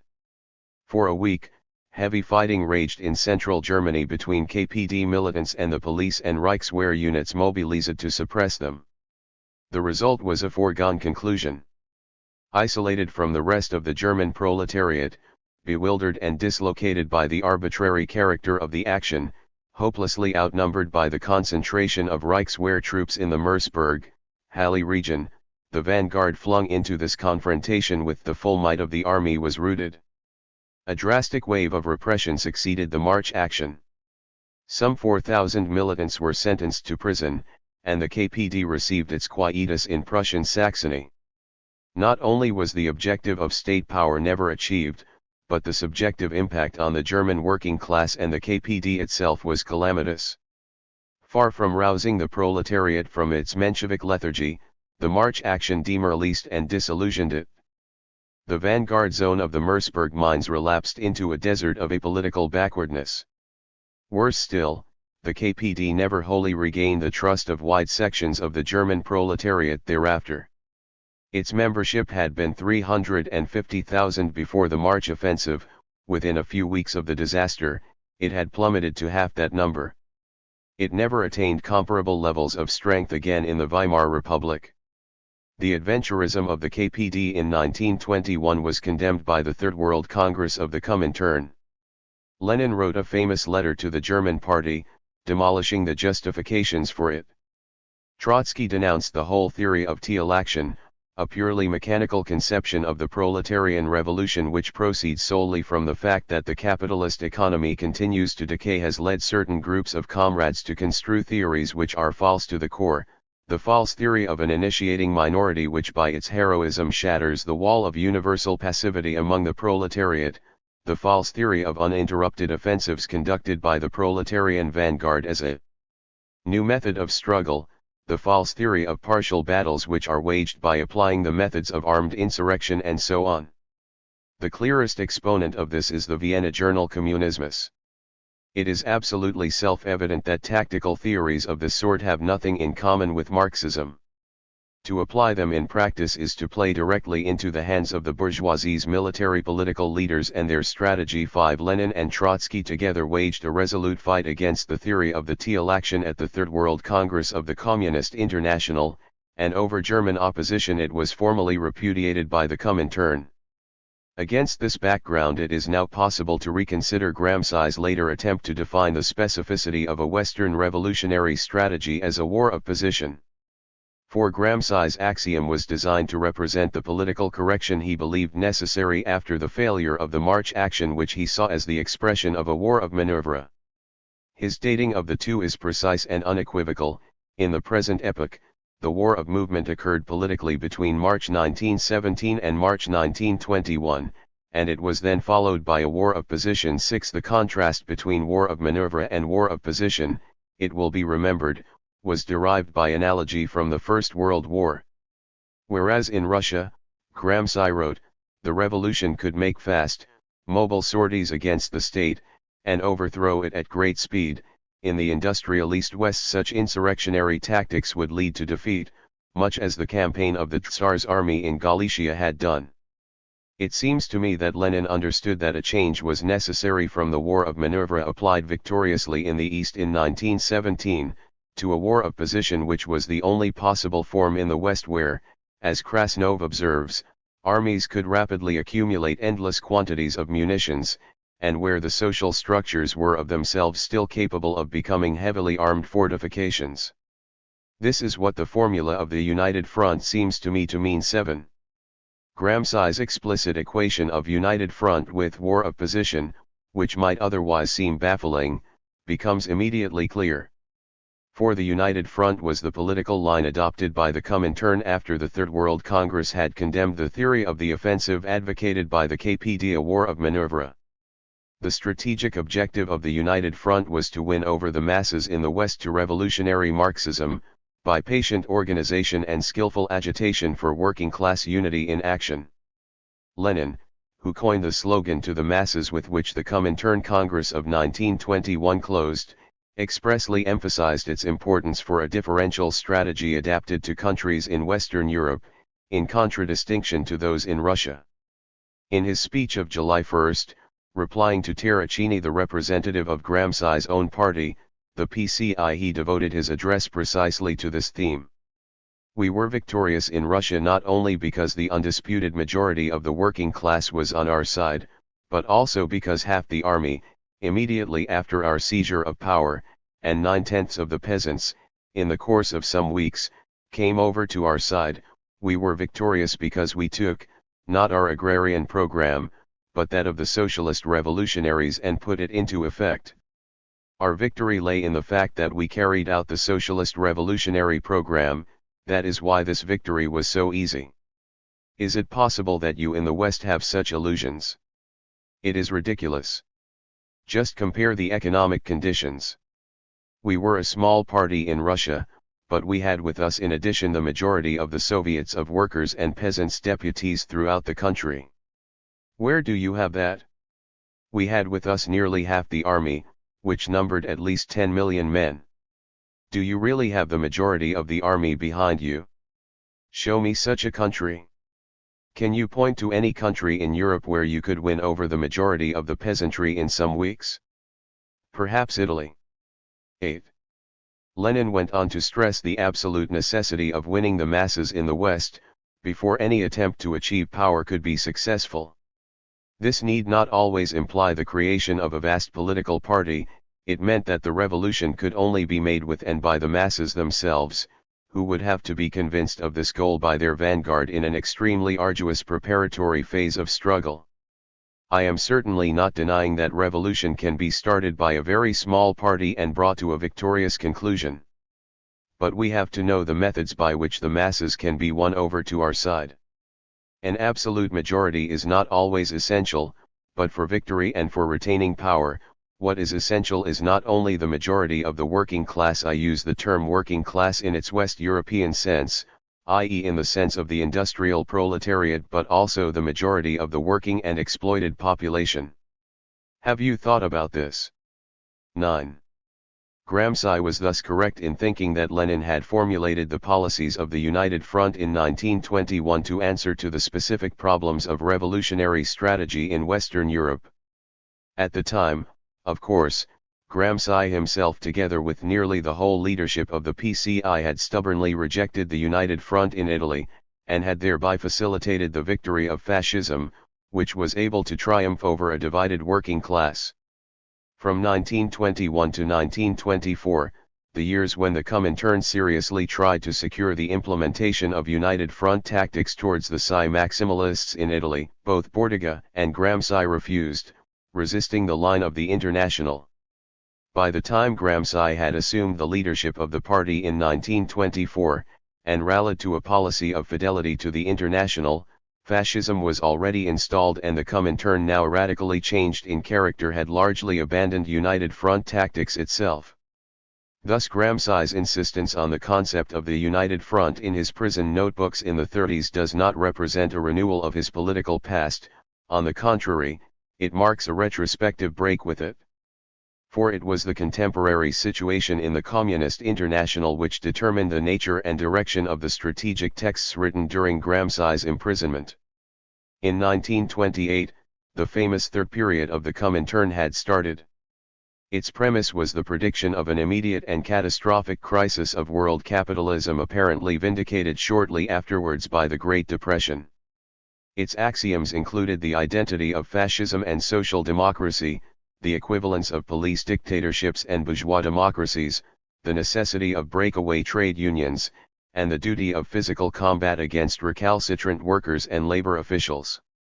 This was the epoch of social fascism, independent unions and storming the streets, when left social democrats were declared the worst of all enemies of the working class, and the advent of the Nazis to power was greeted in advance as a welcome clarification of the class struggle. In these years, the Communist International plunged into an ultra-left frenzy that made the partisans of the March action seem restrained by comparison. In Italy itself, at the height of Mussolini's power, the exiled PCI declared a revolutionary situation to be present, and the dictatorship of the proletariat the only permissible immediate goal of struggle. Socialists in common exile, whether maximalist or reformist, were denounced as agents of fascism. Wave after wave of cadres were sent into the country, only to be arrested and jailed by the secret police, while their successes were announced in official propaganda abroad. Confronted with this general rush to disaster, in which his own party was implicated, Gramsci refused its official positions and in his search for another strategic line recalled the United Front. The reason is now easy to see. A decade earlier, the latter had been a riposte to adventurist aberrations that anticipated in a less extreme form those of the Third Period. The United Front acquired a new relevance for Gramsci in the conjuncture of the early 30s. Indeed, it can be said that it was the madness of the Third Period that finally helped him to understand it. His emphasis on the United Front in his prison notebooks thus has an unequivocal meaning. It is a denial that the Italian masses had abandoned social democratic and bourgeois democratic illusions, were in a revolutionary ferment against fascism, or could be immediately aroused to mobilize for the dictatorship of the proletariat in Italy, and an insistence that these same masses must be won over to the struggle against fascism, that working class unity could and should be achieved by pacts of action between communists and social democrats, and that the fall of fascism would not automatically be the victory of socialism, because there was always the possibility of a restoration of parliamentarism. The United Front, in other words, signified the necessity for deep and serious ideological political work among the masses, untainted by sectarianism, before the seizure of power could be on the agenda. At the same time, Gramsci's strategic reorientation in prison moved beyond the conjunctural imperatives of peninsular resistance to fascism. It was Western Europe as a whole, not simply Italy, that was the spatial horizon of his political thought in these years. Similarly, it was the entire post-war epoch after 1921, not merely the darkness of the early 30s, that was its temporal reference. To convey the scope of the change in political perspective which he sought to theorize, Gramsci developed the precept of the war of position. Valid for a complete era and an entire zone of social struggle, the idea of a war of position thus had a much wider resonance than that of the tactic of the United Front once advocated by the Comintern. Yet it was at this delicate point of transition in Gramsci's thought, where it sought a superior strategic resolution, that it ran into jeopardy. For, unknown to himself, Gramsci had an illustrious predecessor. Karl Koschei, in a famous debate with Rosa Luxemburg, had in 1910 argued that the German working class in its fight against capital should adopt an Ermattung strategy, a strategy of attrition. He explicitly counterposed this conception to what he called a Niederwerfung strategy, a strategy of overthrow. Koschei did not coin these terms. He borrowed them from the terminology of the major debate over military history then underway among scholars and soldiers in Wilhelmine Germany. The inventor of the antithesis between Ermattung strategy and Niederwerfung strategy was Hans Delbruck, the most original military historian of his day. Delbruck had first presented his theory of the two types of war in 1881, at an inaugural lecture to the University of Berlin, in which he contrasted the campaigns of Frederick II and Napoleon I as an exemplar of the protracted strategy of attrition characteristic of the European Ancien regimes, the second as the prototype of the rapid strategy of overthrow inaugurated by the mass popular armies of the modern epoch. 10 Vehemently contested within Prussian academic circles, for whom Delbruck's account of the Frederiциan Wars verged on contumely. The theory of the two strategies was developed by Delbruck in a series of writings which culminated in his monumental Geschichte der Kriegskunst im Rahmen der Politischen Geschichte, spanning the evolution of military theory and practice from antiquity to the 20th century. 11 successive volumes of this work were keenly studied in the ranks of the German High Command and those of German social democracy alike. Schlieffen, chief of the General Staff, plotted his war exercises meticulously against Delbruck's categories.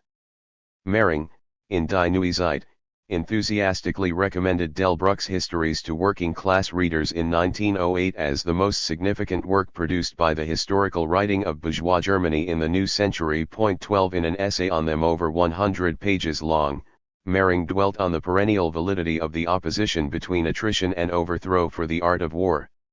He ended by remarking pointedly that Delbruck had written a work of scientific research in a field in which the modern labor movement has a more than merely scientific interest. Point 13. It was Koskai who then took the next step of annexing Delbruck's military concepts without acknowledgement into a political debate on the strategic perspectives of proletarian struggle against capitalism. The occasion of his intervention was a fateful one. For it was in order to rebut the demand by Luxembourg for the adoption of militant mass strikes, during the SPD's campaign for a democratization of the neo-feudal Prussian electoral system, that Koskai counterposed the necessity of a more prudent war of attrition by the German proletariat against its class enemy, without the risks involved in mass strikes. The introduction of the theory of two strategies, attrition and overthrow, was thus the precipitate of the size Zion within Orthodox German Marxism before the First World War. 14. The formal similarity of the opposition's strategy of overthrow, strategy of attrition, and war of maneuver, war of position is, of course, striking. 15. However, the substantive analogies between the two pairs of concepts, in the texts of Koskai and of Gramsci, are even more so. To support his argument for the superiority of a strategy of attrition over a strategy of overthrow, Koskai evoked precisely the same historical and geographical contrasts as Gramsci was to do in his discussion of war of position and war of maneuver. The coincidence is arresting. Thus Koskai too fixed the predominance of a strategy of overthrow from 1789 to 1870, and its supersession by a strategy of attrition from the fall of the Commune. Through a coincidence of propitious circumstances, the revolutionaries in France during the years 1789 to 93 succeeded in bringing down the dominant regime in a bold attack in a few decisive blows.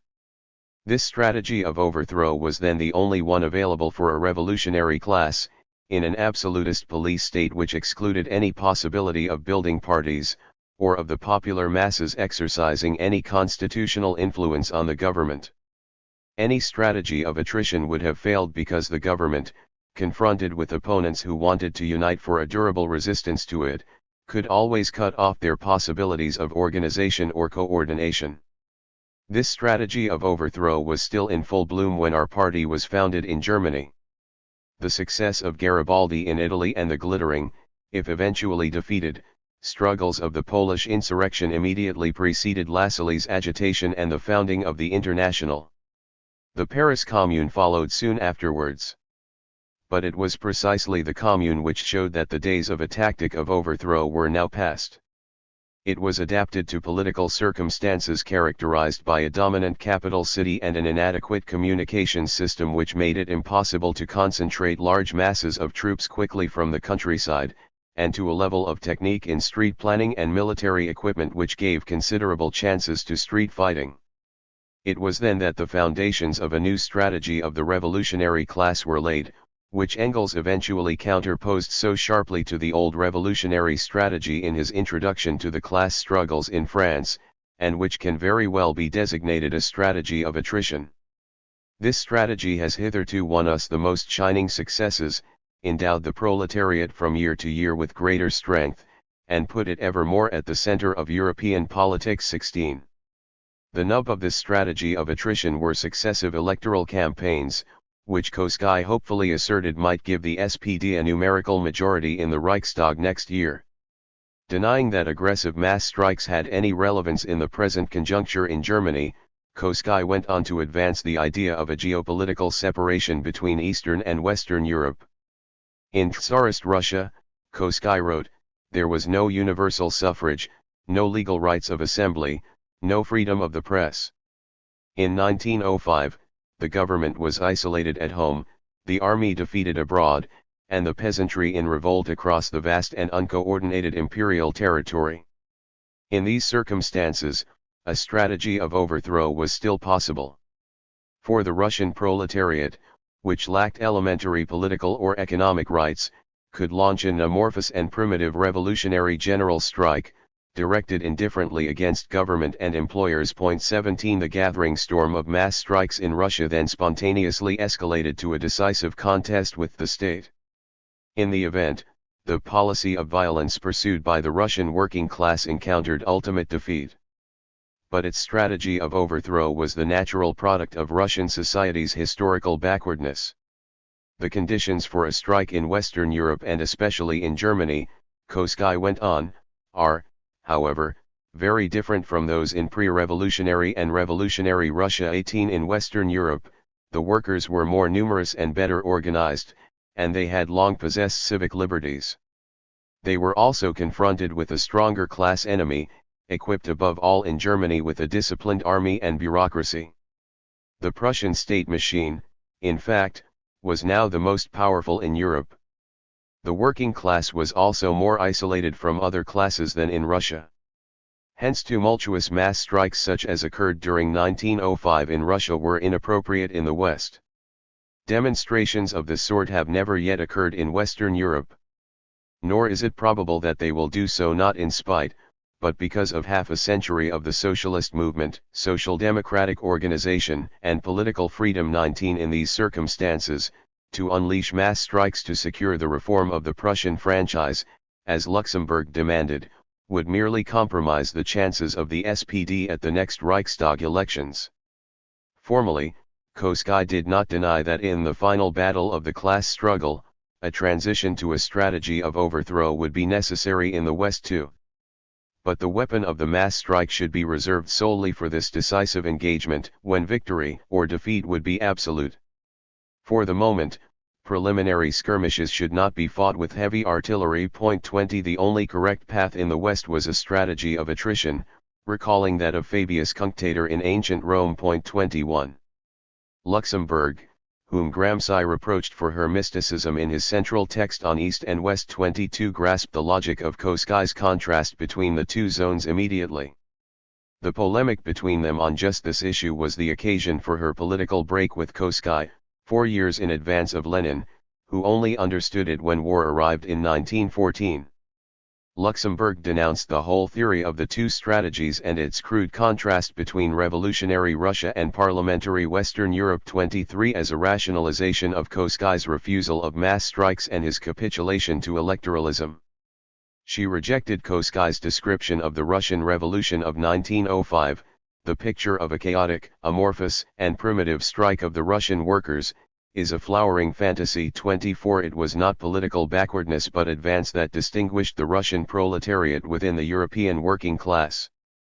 The Russian strikes and mass strikes, which gave form to so audacious a creation as the famous Petersburg Soviet of Workers' Delegates for the unitary leadership of the whole movement in the enormous empire, were so little amorphous and primitive that in daring, strength, solidarity, persistence, material achievements, progressive goals and organizational successes, they can calmly be set by the side of any West European trade union movement. 25 Luxemburg dismissed Koschei's circumspect assessment of the Prussian state, retorting that he had confused its police crudity and brutality with political strength, for the purposes of justifying timidity towards it. Koschei's avowed retention of the use of a mass strike for the single apocalyptic contingency of a final battle in the distant future was a token clause, designed to absolve the SPD from any commitment to serious struggles in the concrete present, allowing it to settle for the most mundane opportunism. Luxemburg's political instinct led her to isolate the ultimate drift of Koschei's arguments unerringly. In practice, Comrade Koschei directs us insistently towards the coming Reichstag elections. These are the basic pillars of his strategy of attrition. It is from the Reichstag elections that salvation is to be expected. They will surely bring us an overwhelming victory, they will create a wholly new situation, they will immediately put in our pocket the key to this tremendous historical situation. In a word, there are so many violins in the heaven of the next Reichstag elections that we would be criminally light-minded to think of any mass strike when we have before us such a certain victory, put in our pocket by the voting slip. 26 Luxemburg's own position in these debates was not without its flaws. She made no adequate reply to Koschei's characterization of the Russian state, as opposed to the Russian working class, evading the genuine problem of its structural difference from the Western states of the time, which Koschei had not been wrong to emphasize. Nor did she possess, here or elsewhere, Any etched theory of the conquest of power by the proletariat, her conception of mass strikes as continuous exercises in working-class autonomy and combativity blurring the inevitably discontinuous rupture of a revolutionary rising against the capitalist state itself, necessarily transcending the level of a strike. 27 However, these limitations were secondary when compared with the acuity of her insight into the dynamics of Koskai's theory. Her prescience about its evolution is all the more impressive when it is compared with Lenin's complaisance towards Koskai. For the debate within German social democracy had a revealing sequel within Russian social democracy. A few weeks later, Martov wrote an article in Die Neue Zeit on the Prussian debate and Russian experience. 28 Warmly approving Koskai's overall theses, Martov argued that Russia was actually in no way exempt from their lessons. Luxembourg should not be allowed to utilize the Russian Revolution of 1905 as her trump card against official SPD policy in Germany, nor her account of it be conceded by Western socialists, in the name of the privilegium odiosum of Russian exceptionalism. Russian experience was now similar in every way to European experience as a whole. Where it had diverged in 1905, it had ended in disaster. The blending of economic with political strikes, vaunted by Luxembourg, was a weakness rather than a strength of the Russian proletariat. The Moscow uprising was the calamitous result of an artificial propulsion of the movement towards a decisive clash with the state. For Koskai's sagacity was then unknown in Russia, the idea of a strategy of attrition occurred to no one. Now, however, after the failure of the extremism of 1905, it was the responsibility of the Russian labor movement to adopt it. The proletariat must strive, not merely to struggle, but to win. 29. Martov's prompt utilization of Koskai's theses to justify Menshevik policies in Russia duly provoked a reply from the Polish Bolshevik Marchlowski in Die Neue Zeit. Marchlowski's response appears to have preempted Lenin's own reply, the latter desisting from a draft after Koskai had accepted a prior article on the same subject from the former. Lenin, however, wrote to Marchlowski with suggestions for inclusion in his answer to Martov, most of which were integrated into the published text. The two documents are of the greatest interest. For the burden of Marchlowski's argument was that the Bolsheviks in Russia had, contrary to Martov's distortions, never deviated from the logic of Koskai's precepts. On the contrary, Marchlowski wrote, Lenin's recommendations were, if you like, the same as Koskai's, due application of a strategy of overthrow and of a strategy of attrition at the appropriate times for them. 30 Now, in the long Tsarist reaction after the revolution of 1905, it was the time for a strategy of attrition. Russian social democracy must at present learn to speak German. Lenin himself, meanwhile, in his letter to Marchlowski, endorsed the validity of Koskai's claims of final intransigence in his polemic with Luxembourg, indeed emphatically reiterated them, despite the alacrity of Martov's appropriation of Koskai's arguments for a vindication of Menshevism in Russia.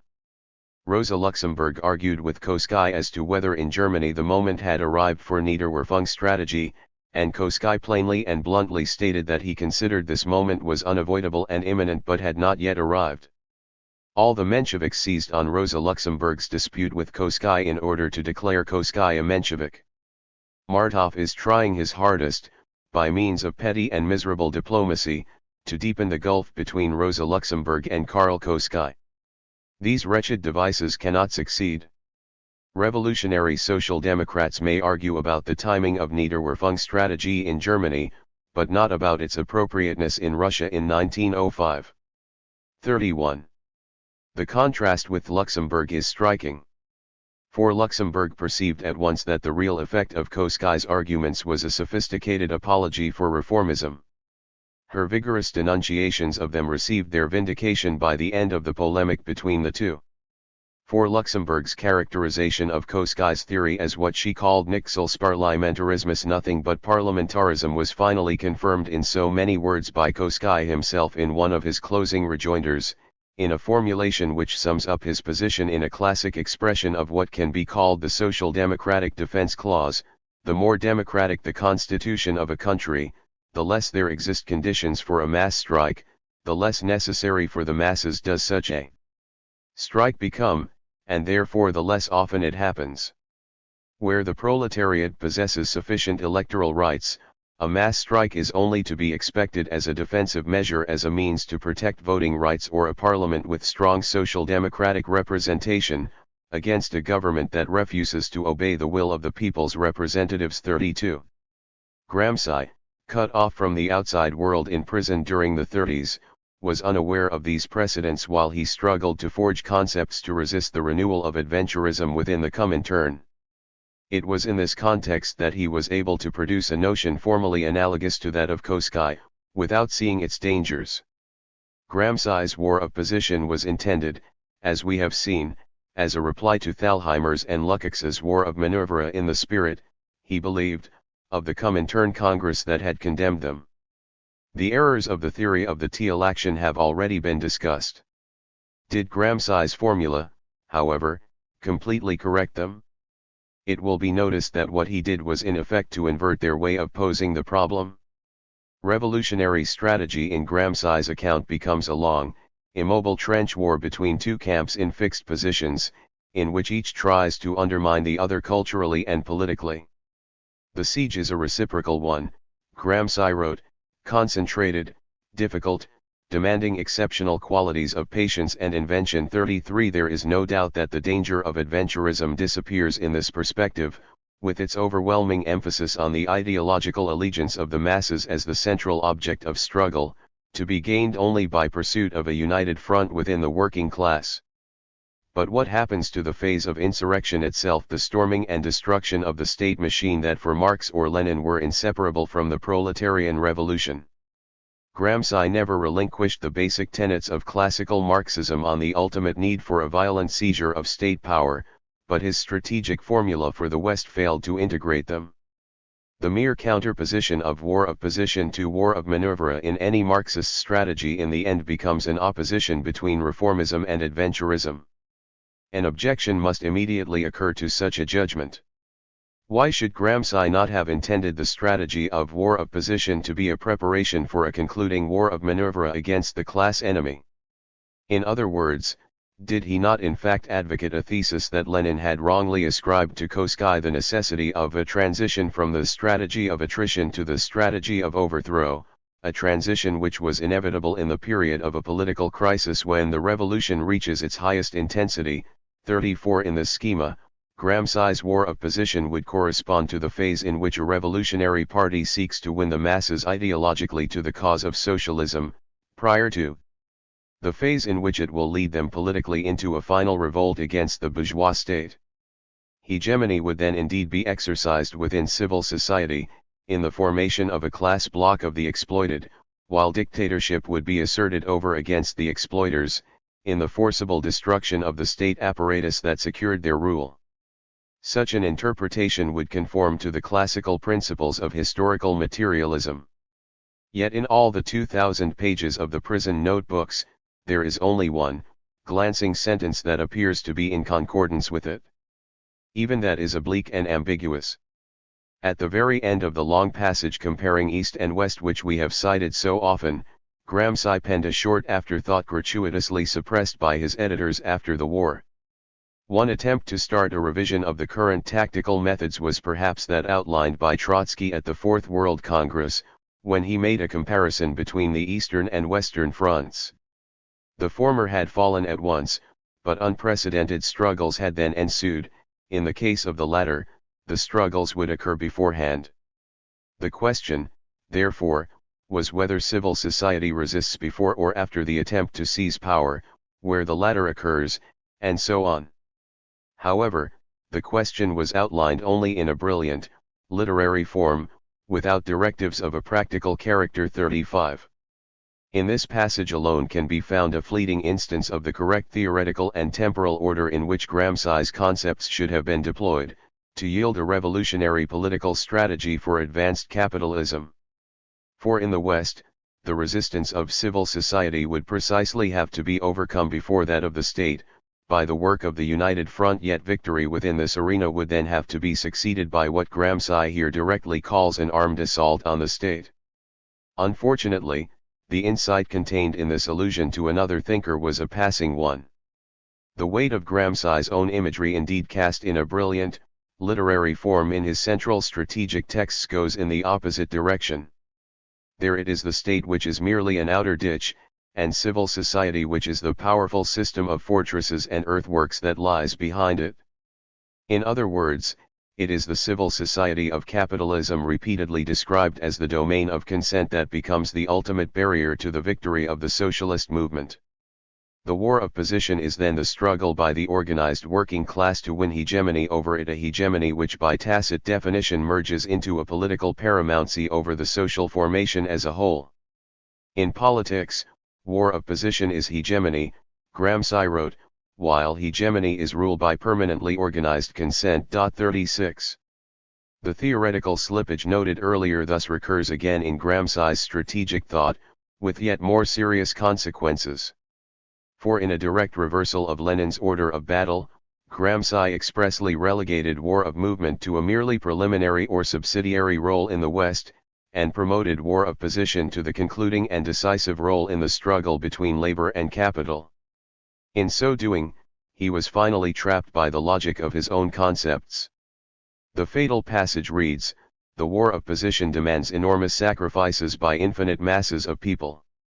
So an unprecedented concentration of hegemony is necessary, and hence a more interventionist government, which will take the offensive more directly against oppositionists and organize permanently the impossibility of internal disintegration with controls of every kind, political, administrative and other, reinforcement of the hegemonic positions of the dominant group, and so on."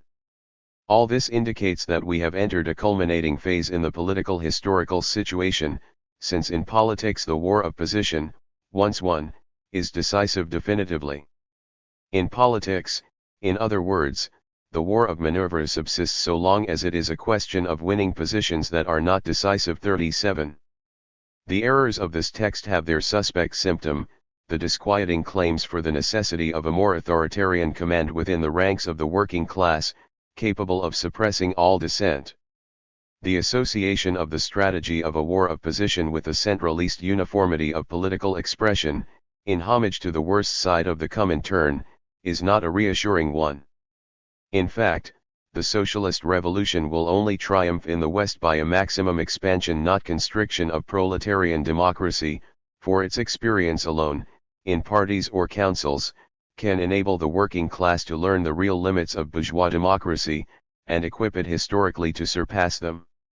For a Marxist strategy within advanced capitalism to settle on a war of position and an ethos of command to achieve the final emancipation of labor is to ensure its own defeat. When the hour of reckoning in the class struggle arrives, proletarian liberty and insurgency go together.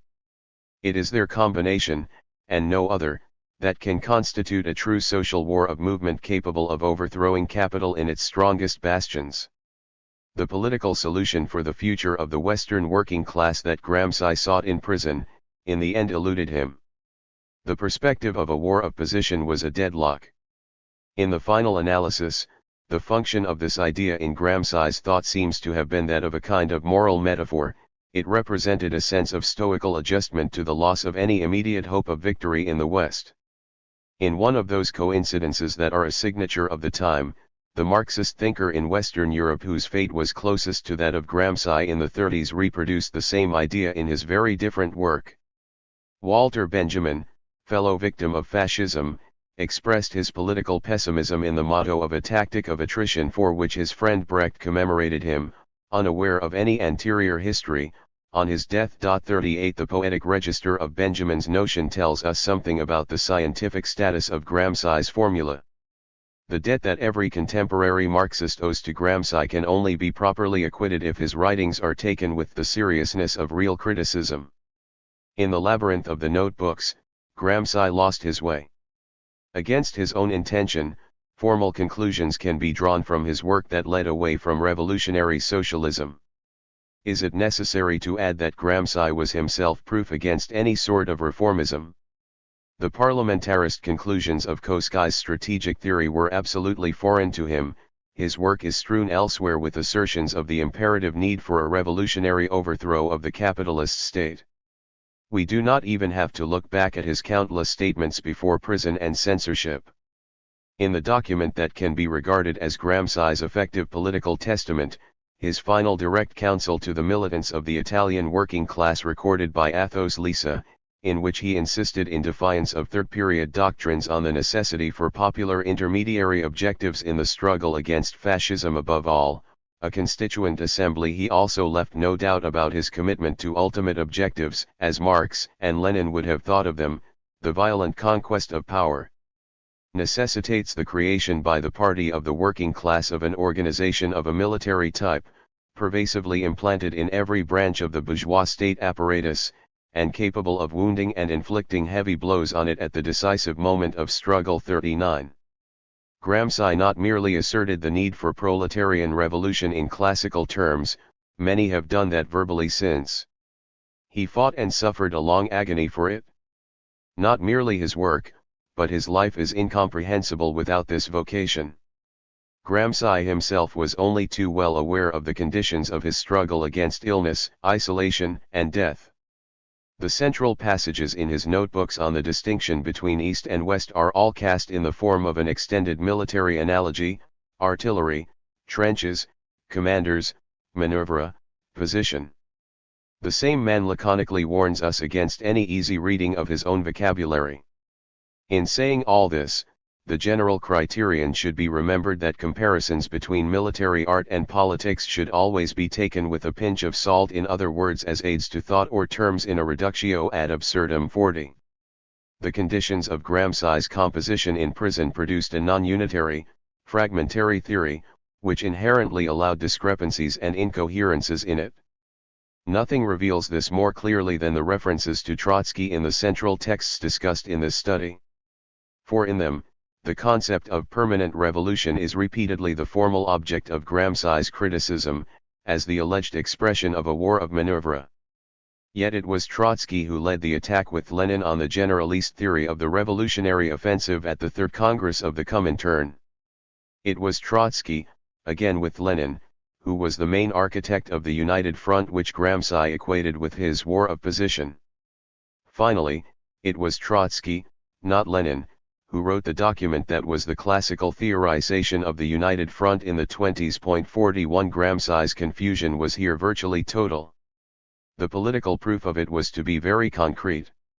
For during the height of the third period in 1932, Gramsci in the prison of Turri de Bari and Trotsky on the island of Principe developed effectively identical positions on the political situation in Italy, in diametric contrast to the official line of the PCI and of the Comintern. Prisoner and exile alike called for a united front of working-class resistance to fascism, including the social democratic parties, and a transitional perspective including the possibility of a restoration of bourgeois democracy in Italy after the fall of fascism. 42. Neither, of course, was aware of the other, in this convergence in the political night of the time. There is a further irony in Gramsci's confusion, beyond even this. For in point of fact, it was above all Trotsky who provided the working class movement, East or West, with a scientific critique of both the ideas of war of manœuvre and war of position, in the field where they really obtained military strategy proper.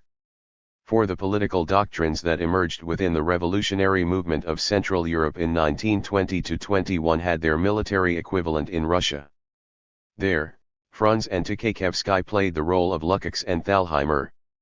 In the great military debates in the USSR after the Civil War, Franz, Tukhachevsky, Gusev and others had argued that the essence of revolutionary warfare was permanent attack, or war of manœuvre.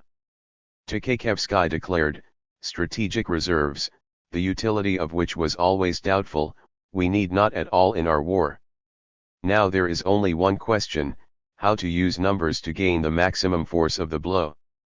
There is one answer: release all troops in the attack, not holding in reserve a single bayonet. 43. Franz claimed that the lessons of the Civil War demonstrated that the primacy of the offensive for a revolutionary strategy coincided with the social nature of the proletariat itself. The tactics of the Red Army were and will be inspired with activity in the spirit of bold and energetically conducted offensive operations.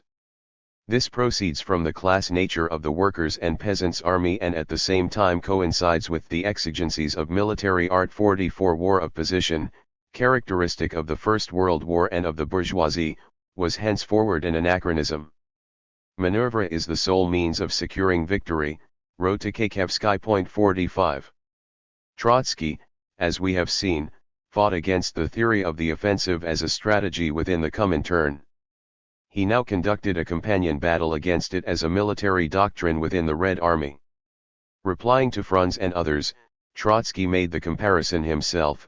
Unfortunately, there are not a few simpletons of the offensive among our new-fashioned doctrinaires who, under the banner of a military theory, are seeking to introduce into our military circulation the same unilateral leftist tendencies which at the Third World Congress of the Comintern attained their fruition in the guise of the theory of the offensive. Inasmuch as we are living in a revolutionary epoch, therefore the Communist Party must implement the policy of the offensive. To translate leftism into the language of military doctrine is to multiply this error many times over. 46. Combating these conceptions, Trotsky exposed the fallacy of generalizing from the experience of the Civil War, in which both sides had primarily used manœuvre, because of the backwardness of the social organization and military technique of the country. Let me point out that we are not the inventors of the maneuverist principle. Our enemies also made extensive use of it, owing to the fact that relatively small numbers of troops were deployed over enormous distances and because of wretched means of communication. 47. But above all, Trotsky repeatedly criticized any strategic theory that fetishized either maneuver or position into an immutable or absolute principle. All wars would combine position and maneuver, and any strategy that unilaterally excluded one or the other was suicidal. It is possible to state with certainty that even in our supermaneuverist strategy during the Civil War the element of positionalism did exist and in certain instances played an important role. 48. Therefore, Trotsky concluded, defense and offense enter as variable moments into combat. Without the offensive, victory cannot be gained. But victory is gained by him who attacks when it is necessary to attack and not by him who attacks first. 49. In other words, position and maneuver had a necessarily complementary relationship in any military strategy. To dismiss either one or the other was to invite defeat and capitulation. Having disposed of false analogies or extrapolations whether in the Red Army or in the Comintern, Trotsky then went on to make the prediction that in a genuinely military conflict between classes, in other words an actual, not a metaphorical, civil war, there would in all probability be a greater positionalism in the West than there had been in the East. All internal wars were naturally more maneuverist, because of the size they effected within state and nation, compared with external wars between nations. In this respect, maneuverability is not peculiar to a revolutionary army but to civil war as such. 50. However, the greater historical complexity of economic and social structures in the advanced West would render future civil wars there more positional in character than in Russia. In the highly developed countries with their huge living centers, with their white guard cadres prepared in advance, civil war may assume and in many cases undoubtedly will assume a far less mobile, a far more compact character, that is, one approximating to positional war. 51. In the final, dwindling moments of Gramsci's life, Europe was visited by just such a conflict. The Spanish Civil War was to vindicate Trotsky's judgment arrestingly. Fought on the Manzanares and the Ebro, the battle for the Republic proved a long positional ordeal lost in the end because the working class could never regain the initiative of maneuver essential to victory. If Trotsky's analysis was to be confirmed in Spain, it was because of its pertinence to its object. It was a technical, not a metaphorical, theory of war. Trotsky's military accuracy, the product of his experience in the Russian Civil War, did not necessarily confer an equivalent privilege on his political strategy. His knowledge of Germany, England, and France was in point of fact greater than that of Gramsci. His writings on the three major social formations of Western Europe in the interwar period are commensurately superior to those in the prison notebooks. They contain indeed the only developed theory of a modern capitalist state in classical Marxism, in his texts on Nazi Germany. Yet while Trotsky's historical command of the specific socio-political structures of capitalism in the central countries of Western Europe had no equal in his own time, he never posed the problem of a differential strategy for making the socialist revolution in them, unscheduled by that in Russia, with the same anxiety or lucidity as Gramsci. In this essential respect, his questions were less troubled. 5. Implications. Gramsci's answers to his problems did not, as we have seen, resolve them. The lessons of the debate between Koski and Luxemburg, the contrast between Lukács and Gramsci, can however today at least yield two simple and concrete propositions. To formulate proletarian strategy in metropolitan capitalism essentially as a war of maneuver is to forget the unity and efficacy of the bourgeois state and to pit the working class against it in a series of lethal adventures. To formulate proletarian strategy as essentially a war of position is to forget the necessarily sudden and volcanic character of revolutionary situations, which by the nature of these social formations can never be stabilized for long and therefore need speed and mobility of attack if the opportunity to conquer power is not to be missed. Insurrection, Marx and Engels always emphasized, depends on the art of audacity. In Gramsci's case, the inadequacies of the formula of a war of position had a clear relationship to the ambiguities of his analysis of bourgeois class power. Gramsci equated war of position with civil hegemony, it will be remembered. Thus just as his use of hegemony often tended to imply that the structure of capitalist power in the West essentially rested on culture and consent, so the idea of a war of position tended to imply that the revolutionary work of a Marxist party was essentially that of ideological conversion of the working class, hence its identification with the United Front, whose aim was to win a majority of the Western proletariat to the Third International. In both cases, the role of coercion repression by the bourgeois state, insurrection by the working class tends to drop out. The weakness of Gramsci's strategy is symmetrical with that of his sociology. What is the contemporary relevance of these past debates over Marxist strategy? Any real discussion of the problems of the present would involve many questions to which there has been no allusion here. The limits of a philological survey have dictated these inevitable restrictions. Such central issues as the interconnection of economic and political struggles in the labor movement, the alliances of the working class in largely post-peasant societies, the contemporary nature of capitalist crises, the possible catalysts and forms of dual power, the development of more advanced institutions of proletarian democracy wider and freer than any past precedents are all omitted here. Yet to deliberate in isolation from them on the structures of the bourgeois state and the strategies necessary for the working class to overthrow it, can lead to an irresponsible abstraction unless these necessary other elements of any Marxist theory of the socialist revolution in the West are always recollected. If we accept this limitation, what can be concluded from the heritage reconstructed in this essay? There is space, and occasion, here for only two comments, confined to the subjects of its debate. The logic of Marxist theory indicates that it is in the nature of the bourgeois state that, in any final contest, the armed apparatus of repression will displace the ideological apparatuses of parliamentary representation, to reoccupy the dominant position in the structure of capitalist class power. This coercive state machine is the ultimate barrier to a workers' revolution, and can only be broken by preemptive counter-coercion. In the 19th century, barricades provided the traditional symbol of the latter. Yet Lenin long ago pointed out that these fortifications often had a moral rather than military function, their purpose was classically as much a fraternization with soldiers as a weapon against them. For in any revolution, the task of a proletarian vanguard, in Lenin's words, is not merely to fight against the troops but for the troops. This does not mean, he emphasized, mere verbal persuasion to join the camp of the proletariat, but of physical struggle by the masses to win them over to the side of the revolution. 1. An insurrection can only succeed if the repressive apparatus of the state itself divides or disintegrates as it did in Russia, China, or Cuba. The consensual convention that holds the forces of coercion together must, in other words, be breached. The armies of Western Europe, North America, and Japan today are composed of conscripts or recruits from the exploited classes, who possess a potential capacity to paralyze counter-revolutionary mobilization in a general crisis. A key objective of political struggle is thus always to act on the enlisted men with class audacity and resolve, to break the unity of the repressive apparatus of the state. In other words, a proletarian rising is always a political operation, whose fundamental aim is not to inflict casualties on the enemy, but to rally all the exploited masses together, whether in overalls or in uniform, women as well as men, for the creation of a new popular power.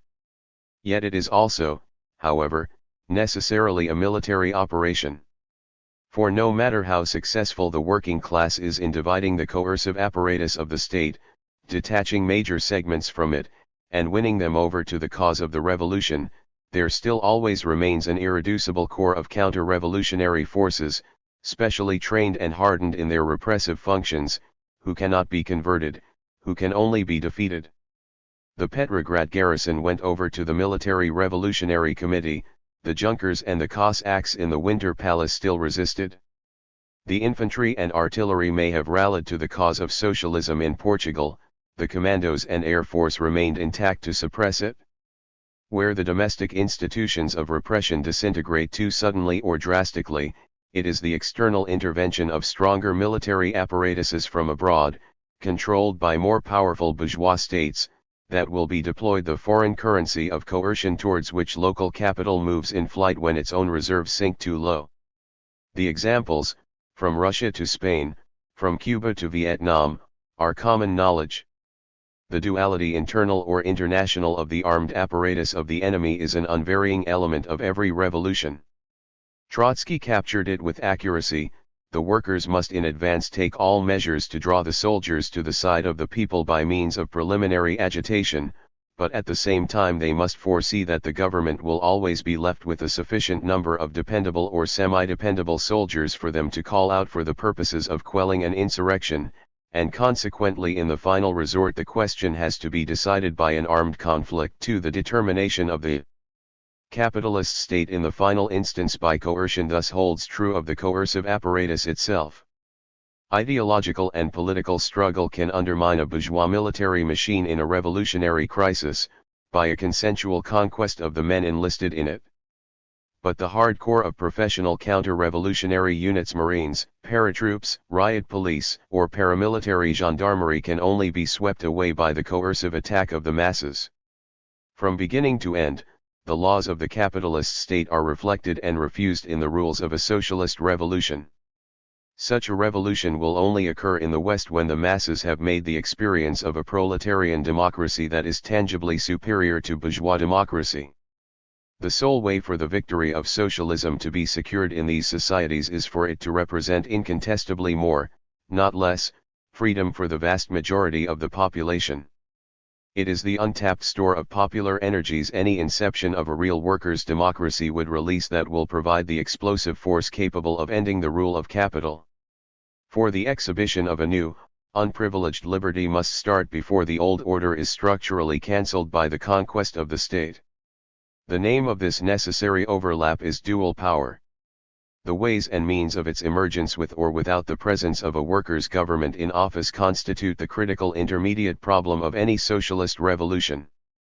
For the moment, however, the working class movement in most of the countries of the West is some distance away from this threshold.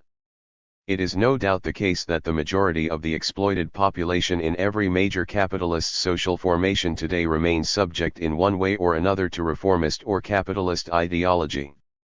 It is here that the most durable political theme of Gramsci's notebooks acquires its sense. For the task that the United Front was designed to acquit is still unsolved 50 years later. The masses in North America, Western Europe, and Japan have yet to be won over to revolutionary socialism. Therefore, the central problematic of the United Front, the final strategic advice of Lenin to the Western working class movement before his death, the first concern of Gramsci in prison, retains all its validity today. It has never been historically surpassed. The imperative need remains to win the working class before there can be any talk of winning power. The means of achieving this conquest not of the institutions of the state, but of the convictions of workers, although in the end there will be no separation of the two, are the prime agenda of any real socialist strategy today. The international disputes which united and divided Luxemburg, Lenin, Lukács, Gramsci, Bordiga or Trotsky on these issues represent the last great strategic debate in the European workers' movement. Since then, there has been little significant theoretical development of the political problems of revolutionary strategy in metropolitan capitalism that has had any direct contact with the masses. The structural divorce between original Marxist theory and the main organizations of the working class in Europe has yet to be historically resolved. The May-June revolt in France, the upheaval in Portugal, the approaching denouement in Spain, presage the end of this long divorce, but have not accomplished it. The classical debates, therefore, still remain in many respects the most advanced limit of reference we possess today. It is thus not mere archaism to recall the strategic confrontations which occurred 4 or 5 decades ago. To reappropriate them, on the contrary, is a step towards a Marxist discussion that has the necessarily modest hope of assuming an initial shape of correct theory today. Regis Debray has spoken, in a famous paragraph, of the constant difficulty of being contemporary with our present. In Europe at least, we have yet to be sufficiently contemporary with our past. Anixe, Athos Lisa's report. Introductory note. In the autumn of 1930, Gramsci gave a series of talks in the courtyard of the jail at Turi near Bari where he was held, in which he expressed his political ideas directly to his fellow prisoners without having to resort to the prudent ciphers and allusions of his notebooks, composed under the eye of censors. That we have a record of what he said is due to one of his listeners, who at the time strongly disagreed with him. Athos Lisa, an almost exact contemporary, he was born in 1890, Gramsci a few months later was a railway worker from Pisa. Originally a socialist, after escaping from the police to France he joined the Communist Party in 1924, returning to Italy and working in its underground until his arrest in late 1926. Sentenced to 9 years in prison, after spending 2 of these in the harshest confinement on the islands of Santo Stefano and Pianosa, he was transferred to Turi a few weeks after Gramsci started giving his lectures, remaining there till the autumn of 1931, when he was invalided out to another prison in Lazio, returning to Turi a year later. In October 1932 he was included in an amnesty, and on his release made his way to Paris, where the exiled leadership of the PCI was based. There in February 1933 he wrote a report for it on the imprisoned Gramsci's political views, for which Togliatti thanked him and told him never to speak of it to anyone. In France he served in Red Aid, the communist organization for support of political prisoners, and did relief work for victims of the Spanish Civil War, before joining the resistance in the Alpes Maritimes during the Second World War. After liberation he helped the CGT produce a paper for Italian workers in France.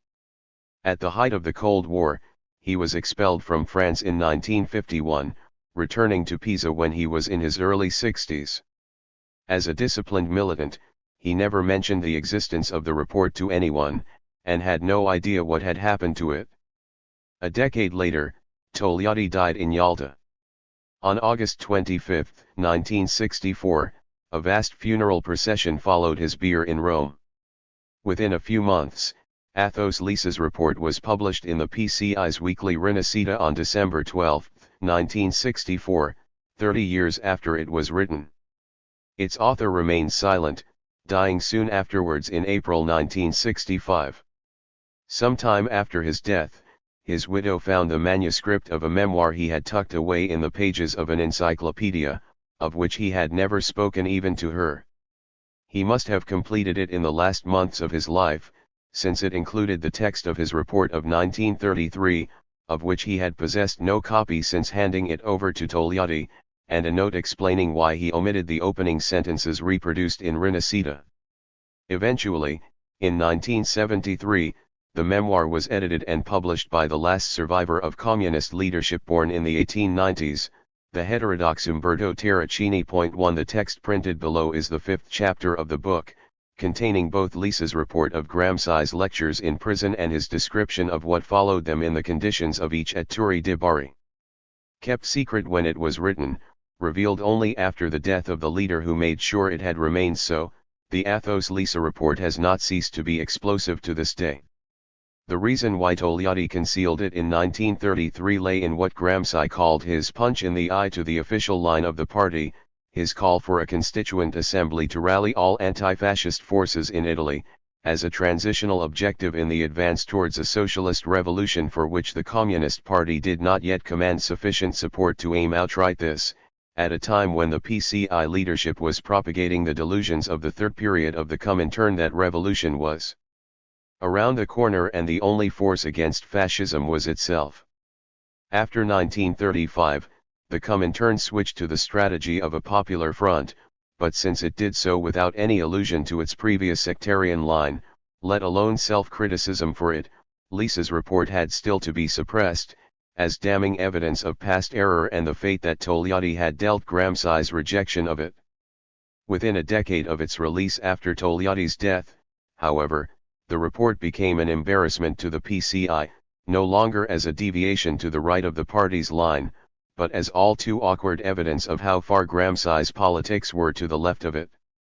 Now proclaiming a peaceful, parliamentary road to a better future ever more vaguely defined, references to socialism giving way to talk simply of a more advanced democracy, indistinguishable from traditional social democratic parlance, the party had no less reason to want to occlude the report, since it made plain that Gramsci was fully committed to a violent overthrow of the capitalist state, setting out the kind of military organization the party needed to create for this purpose, and treating hegemony in the classic Leninist acceptation of the term as the task of winning the peasantry and petty bourgeoisie as allies for the working class in its battle to sweep away the bourgeoisie.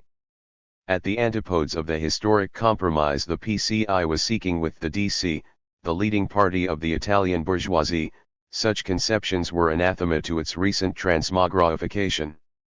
Athos Lisa's report had now either to be ignored, as if it had never existed, or subjected to risible glosses, presenting it as if read properly a virtual anticipation of the party's current line, or finally as the work of a dim, doubtfully reliable cotter whose primitive understanding of Gramsci's ideas was also in part a function of Gramsci's need to dumb these down for the low intellectual level of his fellow prisoners. Point 2. Ostensibly, in this cleansing of the past, the one idea in the Athos Lisa report to survive lustration is what originally made it too hot to handle in Paris. Gramsci had called for a constituent assembly in 1933, and in 1946 a constituent assembly there duly was, which wrote the Italian constitution that today's descendant of the PCI, the Democratic Party of Matteo Renzi, has sought but failed to whittle down as too radical. Still, it might be asked, is not the larger fact that Gramsci's best political idea was vindicated by history, in the creation of as post-war Italian democracy of which his party was a key founder? The reality is more bitter. Gramsci, as he explained to others in prison, not only saw a constituent assembly as a way station en route to a destination remote from anything envisaged by the party after the war. He stipulated that all who were heavily compromised by fascism should be excluded from its voting rolls.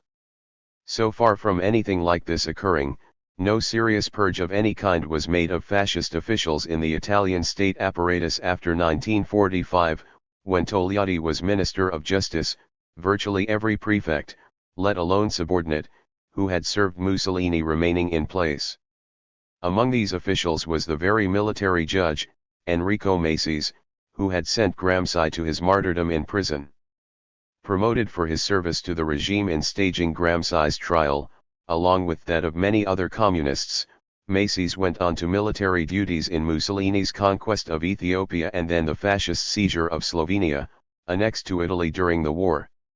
There he presided over deportations and repressions that earned him the highest praise of the generals in command of the Italian occupation, and a Slovene demand for his extradition as a war criminal after 1945. In post-war Italy, not a hair of his head was touched.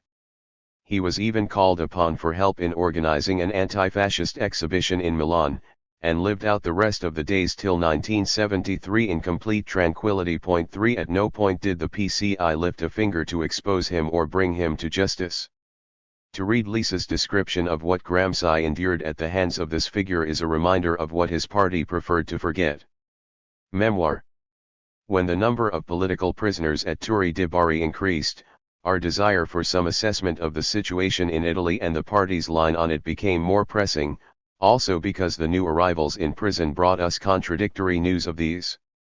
At first Gramsci didn't seem eager to express himself, not because he didn't have clear ideas on the subject but because of the objective difficulty of broaching such a complex subject in front of an audience as large as ours within a prison. To do so would have required many hours. Gramsci feared that this could draw the attention of the prison authorities, giving them an excuse for restrictive measures that would affect everyone. However, after having devised certain preventive measures to avoid alarming them, Gramsci finally decided to address the subject that was so close to his heart. For about a fortnight, during our time in the courtyard every morning, Gramsci spoke of Italy's political and economic situation, the relationship of forces and the international conjuncture, with such acuity and depth that he surprised even those who had heard him speak before his arrest. When Gramsci began his report on the Italian and international situation, he warned us that what he was about to tell us would be a kind of punch in the eye, since he would talk about the Constituent Assembly. Point 4 at the time, his abrupt formulation and schematic treatment of this subject, in isolation from a series of questions that I felt could not be ignored without turning an essentially political problem into an academic argument, gave me the impression of a casual boutade thrown out to animate our daily discussions. Later I realized that Gramsci had planned his punch in the eye quite deliberately, tackling many political problems both before and after he delivered it in the same spirit, with the same logic, to the same purpose. In fact, he told us that he had thought long and hard about the question of a constituent assembly, to which he attached the greatest political importance, since in his view it commanded the tactics the party should follow. The opposition he expressed on this issue was preceded by 2 talks on intellectuals and the party and the military problem and the party, whose basic ideas I will try to report since they struck me as closely connected with his conception of the Constituent Assembly, or at any rate allowed me to see the general train of his thought. In the first, Gramsci argued that intellectuals are absolutely necessary for the proletariat, both in historical periods when it is a class in itself and in those when it is a class for itself. Without intellectuals the proletariat could neither come to power nor consolidate or develop its power after winning it.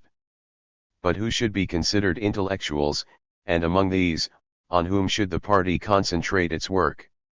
The intellectuals of the working class, Gramsci said, are the elements that make up the vanguard of the proletariat, the party.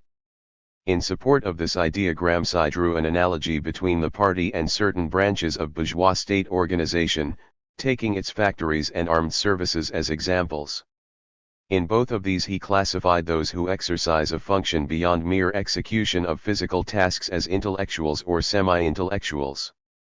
In factories, he considered intellectuals all those, for example, engineers or managers responsible for putting into practice plans laid down in general form by the owner of the enterprise or its board. He classed as semi-intellectuals those in charge of the technical or administrative oversight of labor, for example superintendents, foremen, team leaders, clerks at various levels. In the army, he considered intellectuals all senior officers to whom the general staff assigned the concretization of tactical or strategic plans, and semi-intellectuals all those NCOs and junior officers responsible for seeing that these are executed correctly by the troops. In Gramsci's view, the organization of the party, with its central committee above and its peripheral organizations below, followed the same model. Defining intellectuals in this way by particular activities, Gramsci wanted to establish a sharp distinction between different social categories, in order to separate the kind of intellectual that could be of interest to the party from bourgeois intellectuals. Thus, following Gramsci's analysis, the directors and chief executives of companies, generals, leaders of philosophical schools etc. should be considered the purest representatives of the bourgeoisie. Discussing the military problem and the party, Gramsci made it clear that the violent conquest of power necessitates the creation by the party of an organization of a military type, pervasively implanted within every branch of the bourgeois state apparatus, and capable of wounding and inflicting heavy blows on it at the decisive moment of struggle. The problem of military organization had to be understood, however, as part of the much wider work of the party, for this particular activity presupposed tight interdependence with the whole range of its practical actions and its ideological development. The purely technical aspect of military organization was not to be considered in isolation. Decisive for its capability and efficacy was its political direction. Those in charge of it needed unusual qualities, which were in many ways a function of the ideological level of the party. An unconditional requirement of the proletarian revolution, Gramsci said, is a shift in the relations of armed force in favor of the working class. But by military relations of force should be understood not just possession of weapons or combat units, but the ability of the party to paralyze the nerve centers of the bourgeois state apparatus. For example, a general strike can shift the military relations of force in favor of the working class. Accurate intelligence of the strength of the enemy was also an indispensable condition of waging civil war. In an overview of the Italian military, he listed regular troops and specialized forces like the Carabinieri, militia, state police, and retired officers. He attributed great importance to this last category as a military and political force. Given Italy's geographical configuration, amongst the most important offensive weapons of the enemy he noted armored trains. Running along the Adriatic or Ionian coast, these could immobilize and sow terror among the population, wherever the party had not created a military organization capable in some measure of paralysing the operation of these powerful instruments of bourgeois action. I mentioned that Gramsci presented his view of the issue of the Constituent Assembly because he wanted to hear our ideas about it.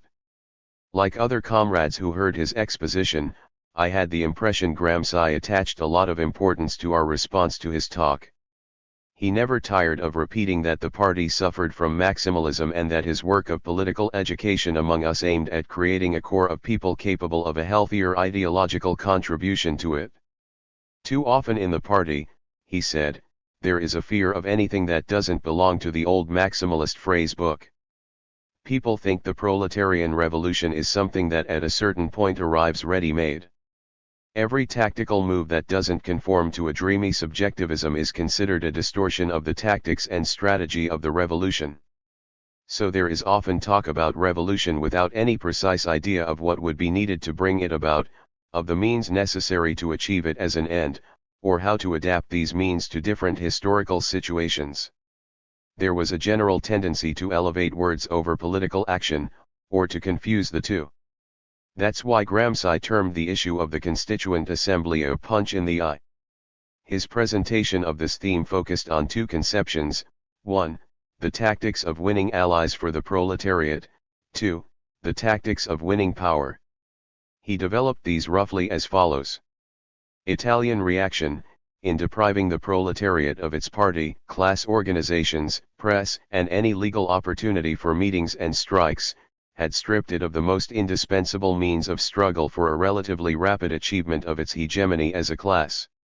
Italy was primarily an agricultural country marked by a great disparity between North and South in both its economic structures and social layers within the laboring classes. The industrial development in the South lagged behind that of the North even as capital became more centralist. For historical reasons the peasantry continued to be ideologically subordinate in some degree to petty bourgeois elements, who formed the best relay for the agrarian bourgeoisie to keep down the peasantry. The task for the Italian proletariat of winning over allied classes was therefore extremely delicate and difficult. But without gaining their support, the proletariat had no chance of building any serious revolutionary movement. Given the particular historical conditions that had cramped the political development of peasants and petty bourgeois in Italy, and the currently limited possibilities for the party greatly to alter their political and organizational backwardness, it was not hard to grasp that the party needed a line of action that, by unfolding in stages, became comprehensible and accessible to these social layers. In present conditions of popular life and struggle, the peasant, and especially the rural petty bourgeois, were not capable of identifying with the Communist Party, or its slogans and ultimate aims. These social strata could come to a direct struggle for power only by stages, that is, if the party led them step by step to see the justice of its program and the falsity of that of other political parties, in whose demagogy peasants and petty bourgeois still believed. Today it would be easy enough to convince a southern peasant that the king was superfluous, but much harder that he could be replaced by a worker, just as he doesn't believe it would be possible for him to replace his master. A petty bourgeois or junior officer in the army, frustrated by precarious living conditions or lack of promotion, will more easily believe his lot would improve in a republican regime than a Soviet system. The first step towards which these social strata needed to be guided was to express themselves on constitutional and institutional issues. Every worker, even the most backward peasant of Basilicata or Sardinia, now understood the uselessness of the monarchy. On this terrain the party could join forces with other parties fighting against fascism in Italy, but should not tail them. The aim of the party was the violent conquest of power and establishment of the dictatorship of the proletariat, to be achieved by tactical adjustment to its historical situation and the balance of class forces in successive phases of the struggle. Assuming the party could navigate these, its political ability would then depend on a passage beyond its intermediate demands, as so many stages in unblocking the social strata it had to win over for a shift in the balance of forces. Yet even if the pressure of reaction in Italy slackened in the immediate future, action by the party would still face great difficulties. At best, it could count on no more than 6,000 active members. Divide that by the number of regions in Italy and the limits to its efficacy leapt to the eye. In conditions like these there could be no talk of conquering power without passing through a period of transition, however relatively limited its duration. There were two scenarios for revolution in Italy, one more likely than the other. Gramsci held it that the most probable would involve a period of transition. The tactics of the party should envisage this without fear of appearing not very revolutionary. It should make the slogan of a constituent assembly its own, not as an end in itself but as a means, before any other anti-fascist party adopted it.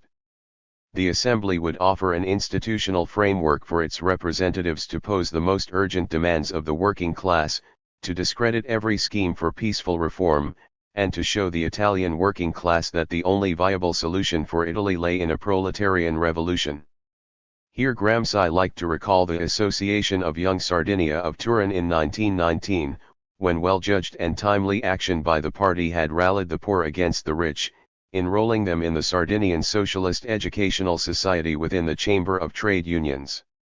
As a direct consequence, soldiers from the Sassari Brigade of the army had taken the side of Turin's working class. This, he said, was a bit like a small constituent assembly. He added that the first article in the Bolshevik program for government had included the demand for a constituent assembly. To reach an agreement with the anti-fascist parties from a position of political independence and superior strength, the party must lay claim to the same idea. In this way our tactics would lead us, without worrying about labels, to achieve the aims the party had set itself. Following a disagreement with me, Gramsci, who had so far not said at what point a constituent assembly could be realized, added he thought that as economic conditions in Italy worsened we would see sporadic but recurrent outbreaks of popular unrest, and this ferment would be the sign that a constituent assembly had become feasible in Italy.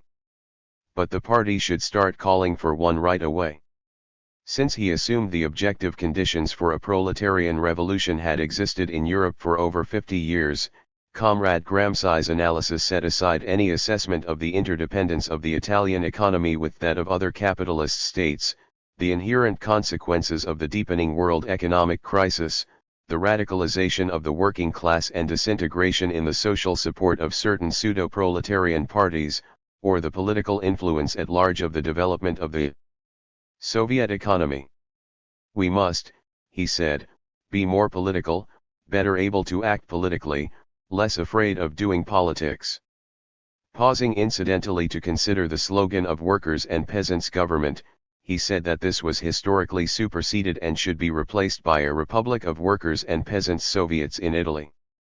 This argument was not developed by Gramsci, but as far as I remember the implication was that the slogan workers' and peasants' government had been appropriated by the pseudo-proletarian and democratic parties, suggesting a shift in their social base. I could not say whether Gramsci meant that this shift had pushed these parties to the left, or simply to a more demagogic phraseology. After Gramsci's presentation, we were invited to express our own opinions on the call for a constituent assembly.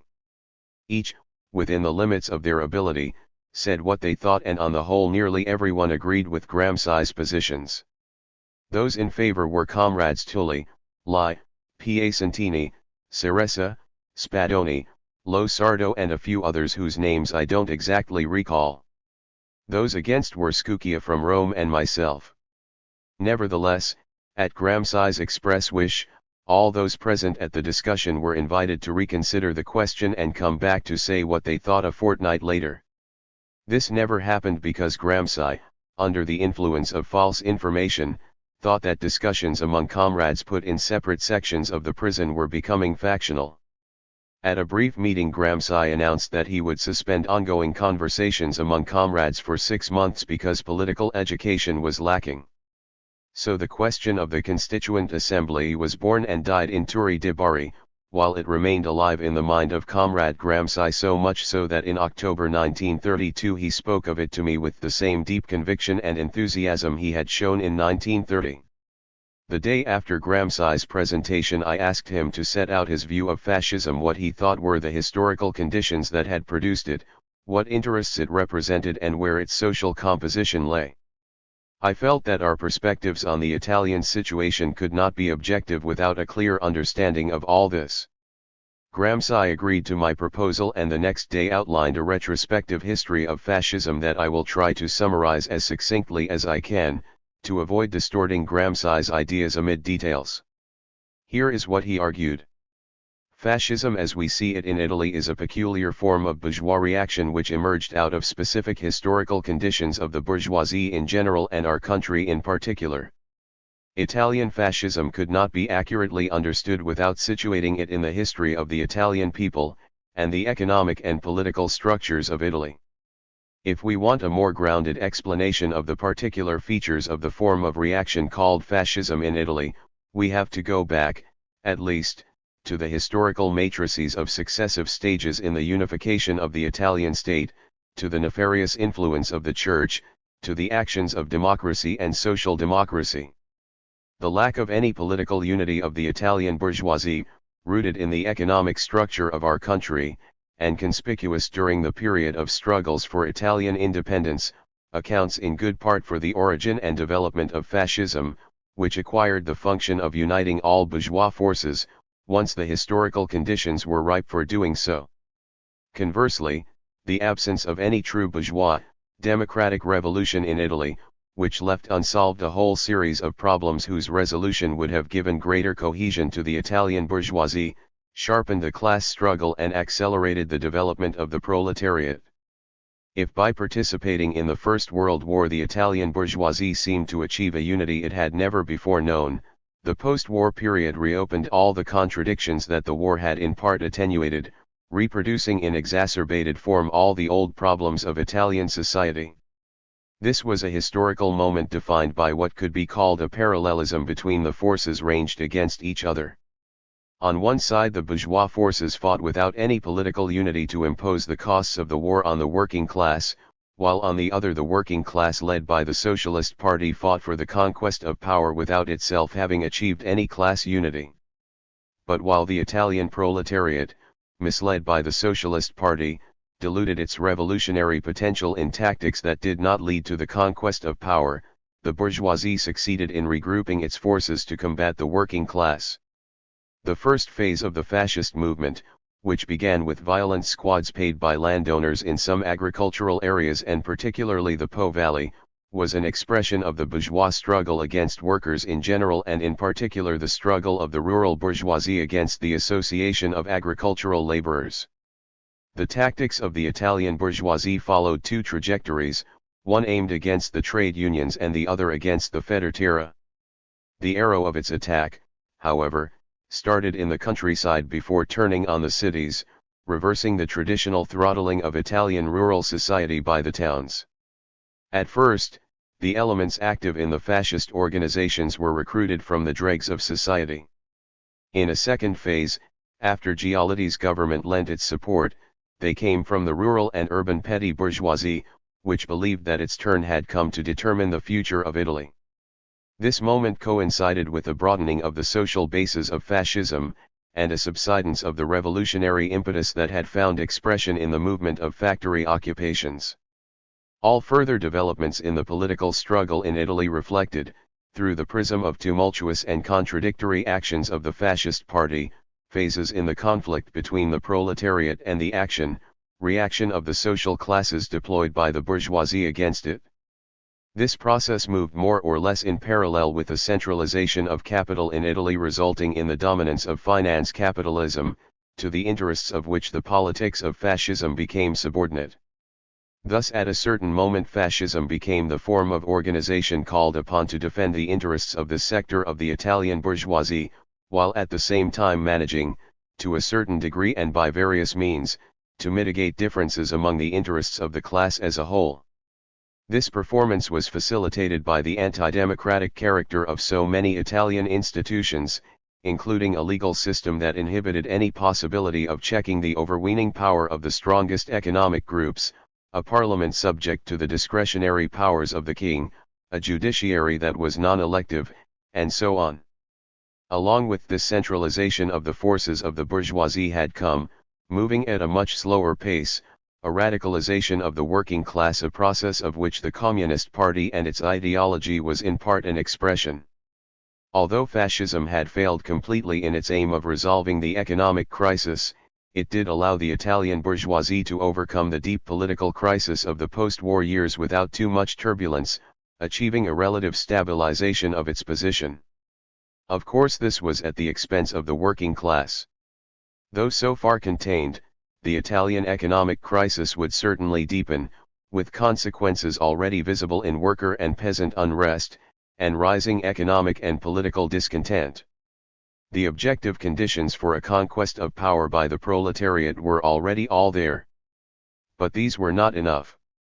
Wide layers of the masses, especially peasant, lacked the political maturity of workers. The influence of pseudo-proletarian socialist parties and cliques had not yet been destroyed. The party faced the urgent problem of achieving the hegemony of the proletariat, without which the conquest of power would be impossible. It should be prepared for the bourgeoisie to take extreme measures in its own defense, which in Italy might go as far as conceding land to the peasantry. The greatest problem remained the correlation of class forces. Taking account of its specificities in our country, the party's action should aim at rapidly shifting the balance of power in favor of the working class. In summarizing Gramsci's ideas, I have relied on the accuracy of my memory, setting aside any sectarian element and trying not to invalidate them with my own views. I cannot guarantee I have reported exactly everything Gramsci told us 2.5 years ago. Whoever reads and wants to discuss the findings in this report should bear that in mind. 5. I never heard Gramsci talk about the policies of the party. Whenever one asked him about these, he answered without hesitation, "I think the party's line is correct." Yet his analysis of the Italian situation implied it was not correct. That made us uneasy, leaving us with a deep disillusion rather than a stimulus to reflect and discuss. The obvious contrast between the political line pursued by the party and the course Gramsci proposed as the only effective way to fight fascism was unacceptable to some of us, despite our respect and affection for Gramsci. Lo Sardo, who had contracted nephritis in jail, was visibly declining. 6 Aware of his condition, he requested that he be allowed to die among his relatives. The Ministry of the Interior, through the prison authorities, let him know he could do so if he made an act of submission to the regime. The disdain with which this comrade, who was then about 75, treated that reply surprised those of us who loved him and would have forgiven him such an act, if it allowed him to live a couple more years. Lo Sardo chose to stay in prison and watch himself slowly die rather than ask for clemency. Lai, who was closest to him, took care of him like a loving son, but this could not be enough for someone as ill as Lo Sardo. At times during our hours in the courtyard, I would call him to play checkers with me. On a board we would draw on the stone bench with a piece of brick, and purposely let him win. This made Lo Sardo very happy because he took it to mean that his mental faculties were not diminished. But that was not so. Eventually he was taken to hospital, where this valiant fighter, of a stainless loyalty to the working class, died. Tully held a memorial for him in the courtyard of the prison where Gramsci and the rest of us stood in homage. Another fighter, the oldest among us, had left us forever. His legacy was the battles he had fought with an ardor typical of the noble land of Sicily, and the example he set of how to uphold an idea for which he sacrificed his life. Soon after our discussions of the Italian political situation, Bruno Tosin arrived in Turi de Bari. When a new comrade entered our prison, he was always greeted as a messenger from the outside world who for a few days brightened the life of those sentenced before him. We wanted to know so many things and ask so many questions, but above all we wanted news of what was happening in Italy, of the work of the party, and of the prospects for the fall of fascism. Tosin had been a party functionary, who before his arrest had worked together with Camilla Ravera in Turin. He was a well-trained comrade who had followed a course in the Leninist school and served as a party cadre for years.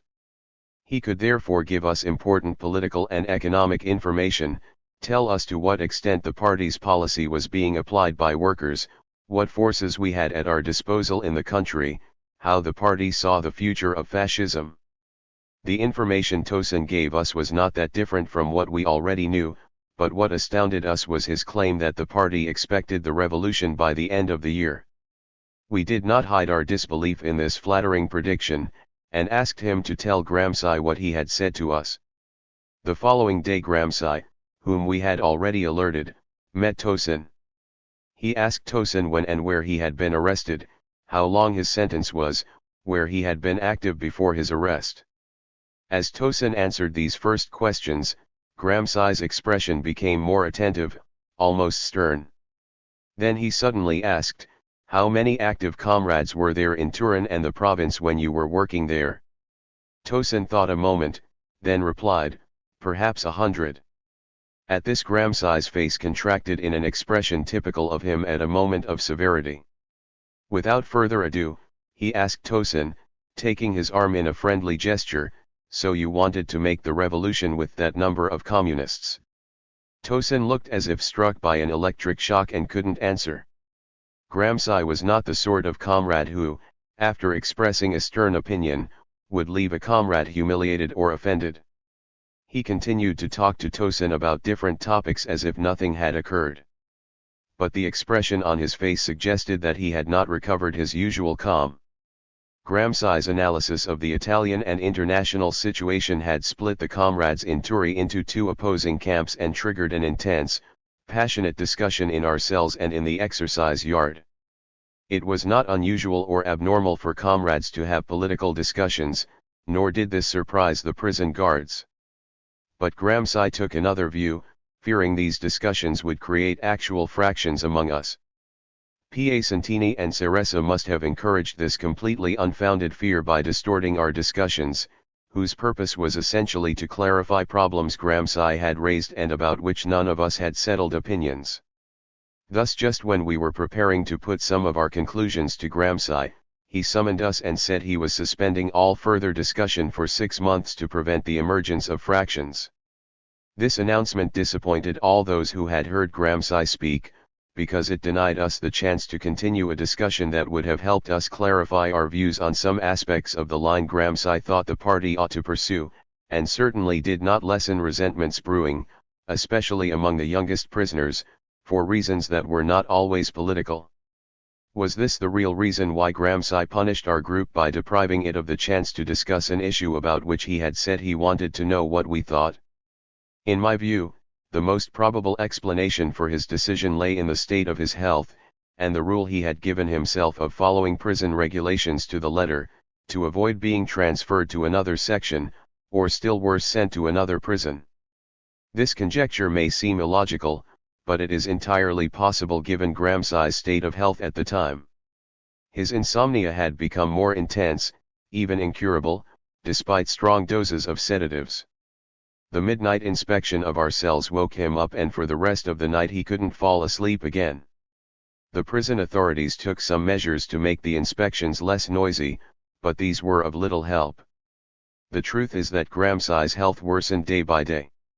The first signs of this deterioration came when he repeatedly started to cough up blood, against which the remedies available in prison could do very little.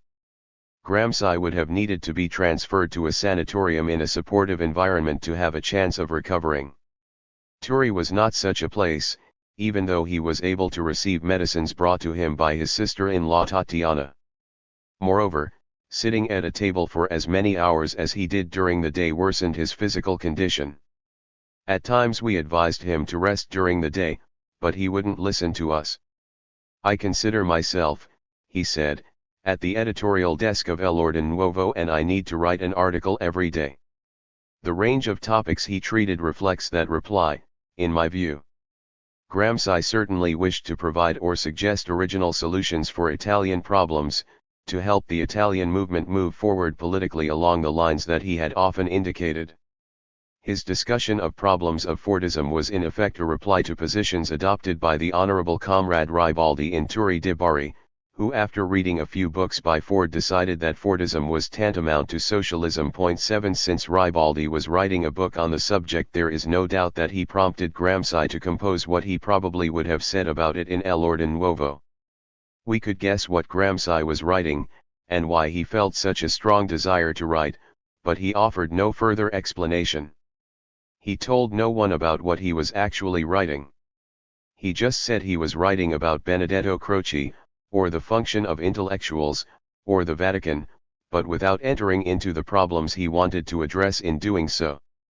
Did he consider his comrades ill-equipped to discuss them, or was he silent because he feared his work might be compromised by some indiscretion that could reach the ears of the prison authorities?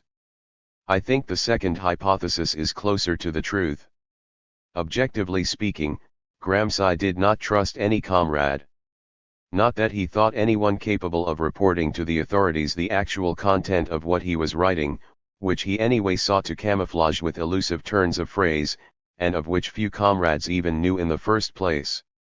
It was because the atmosphere in prison created systematic feelings of distrust towards everything, especially in Gramsci's case when his general physical condition and state of health were so precarious. Gramsci felt an absolute need to remain in Turi di Bari and didn't want to risk being transferred to another prison. He was the head of the Communist Party and knew how close was the surveillance which he was under and how many risks he ran every day. Looked at this way, we can understand and justify his diffidence towards men and things. I was struck down by a fever the two doctors in the prison diagnosed as typhoid.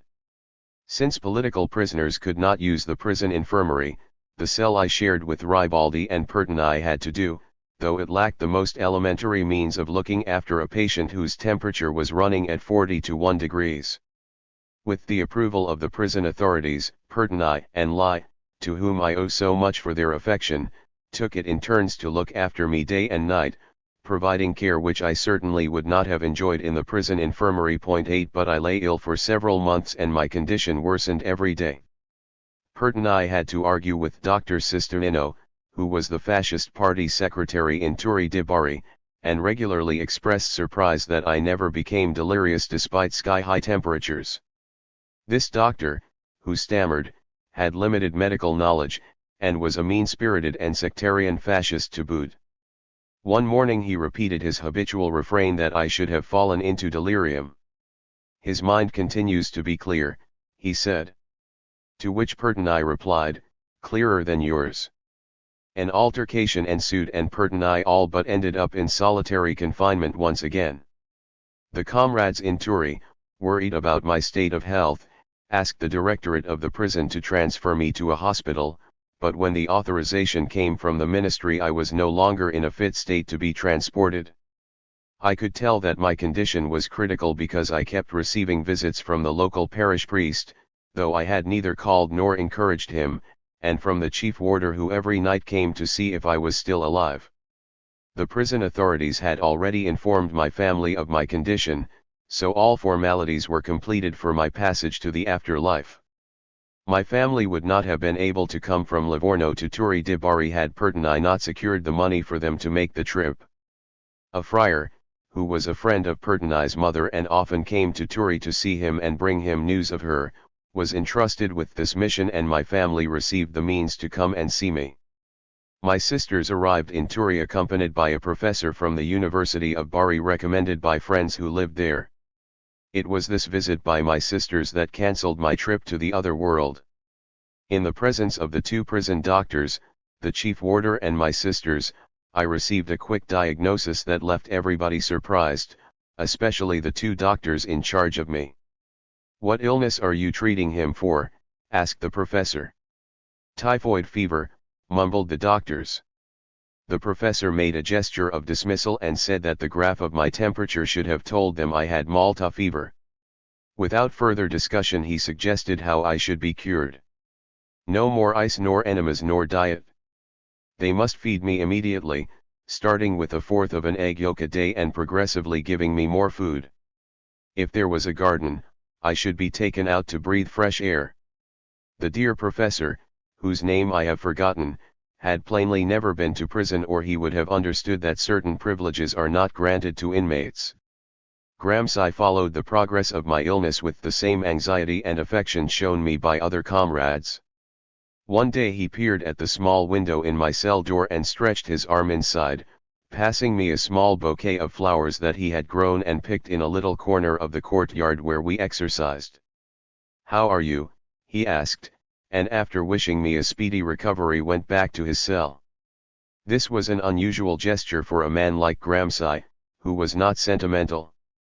But prison, rather than stifling or drying up affections, encourages their demonstration, especially towards comrades. It brings together those who have been deprived of liberty to defend the same idea, the same conception of the world. It is not true at all that a need to defend one's own life produces forms of selfishness that extinguish solidarity, which a common life in prison actually reinforces. My illness lingered a long time for all the cures I underwent. My fever dropped, but did not disappear, so that in the end I was transferred to another prison where I could benefit from a radical change of climate. Translated by Eleanor Chiari.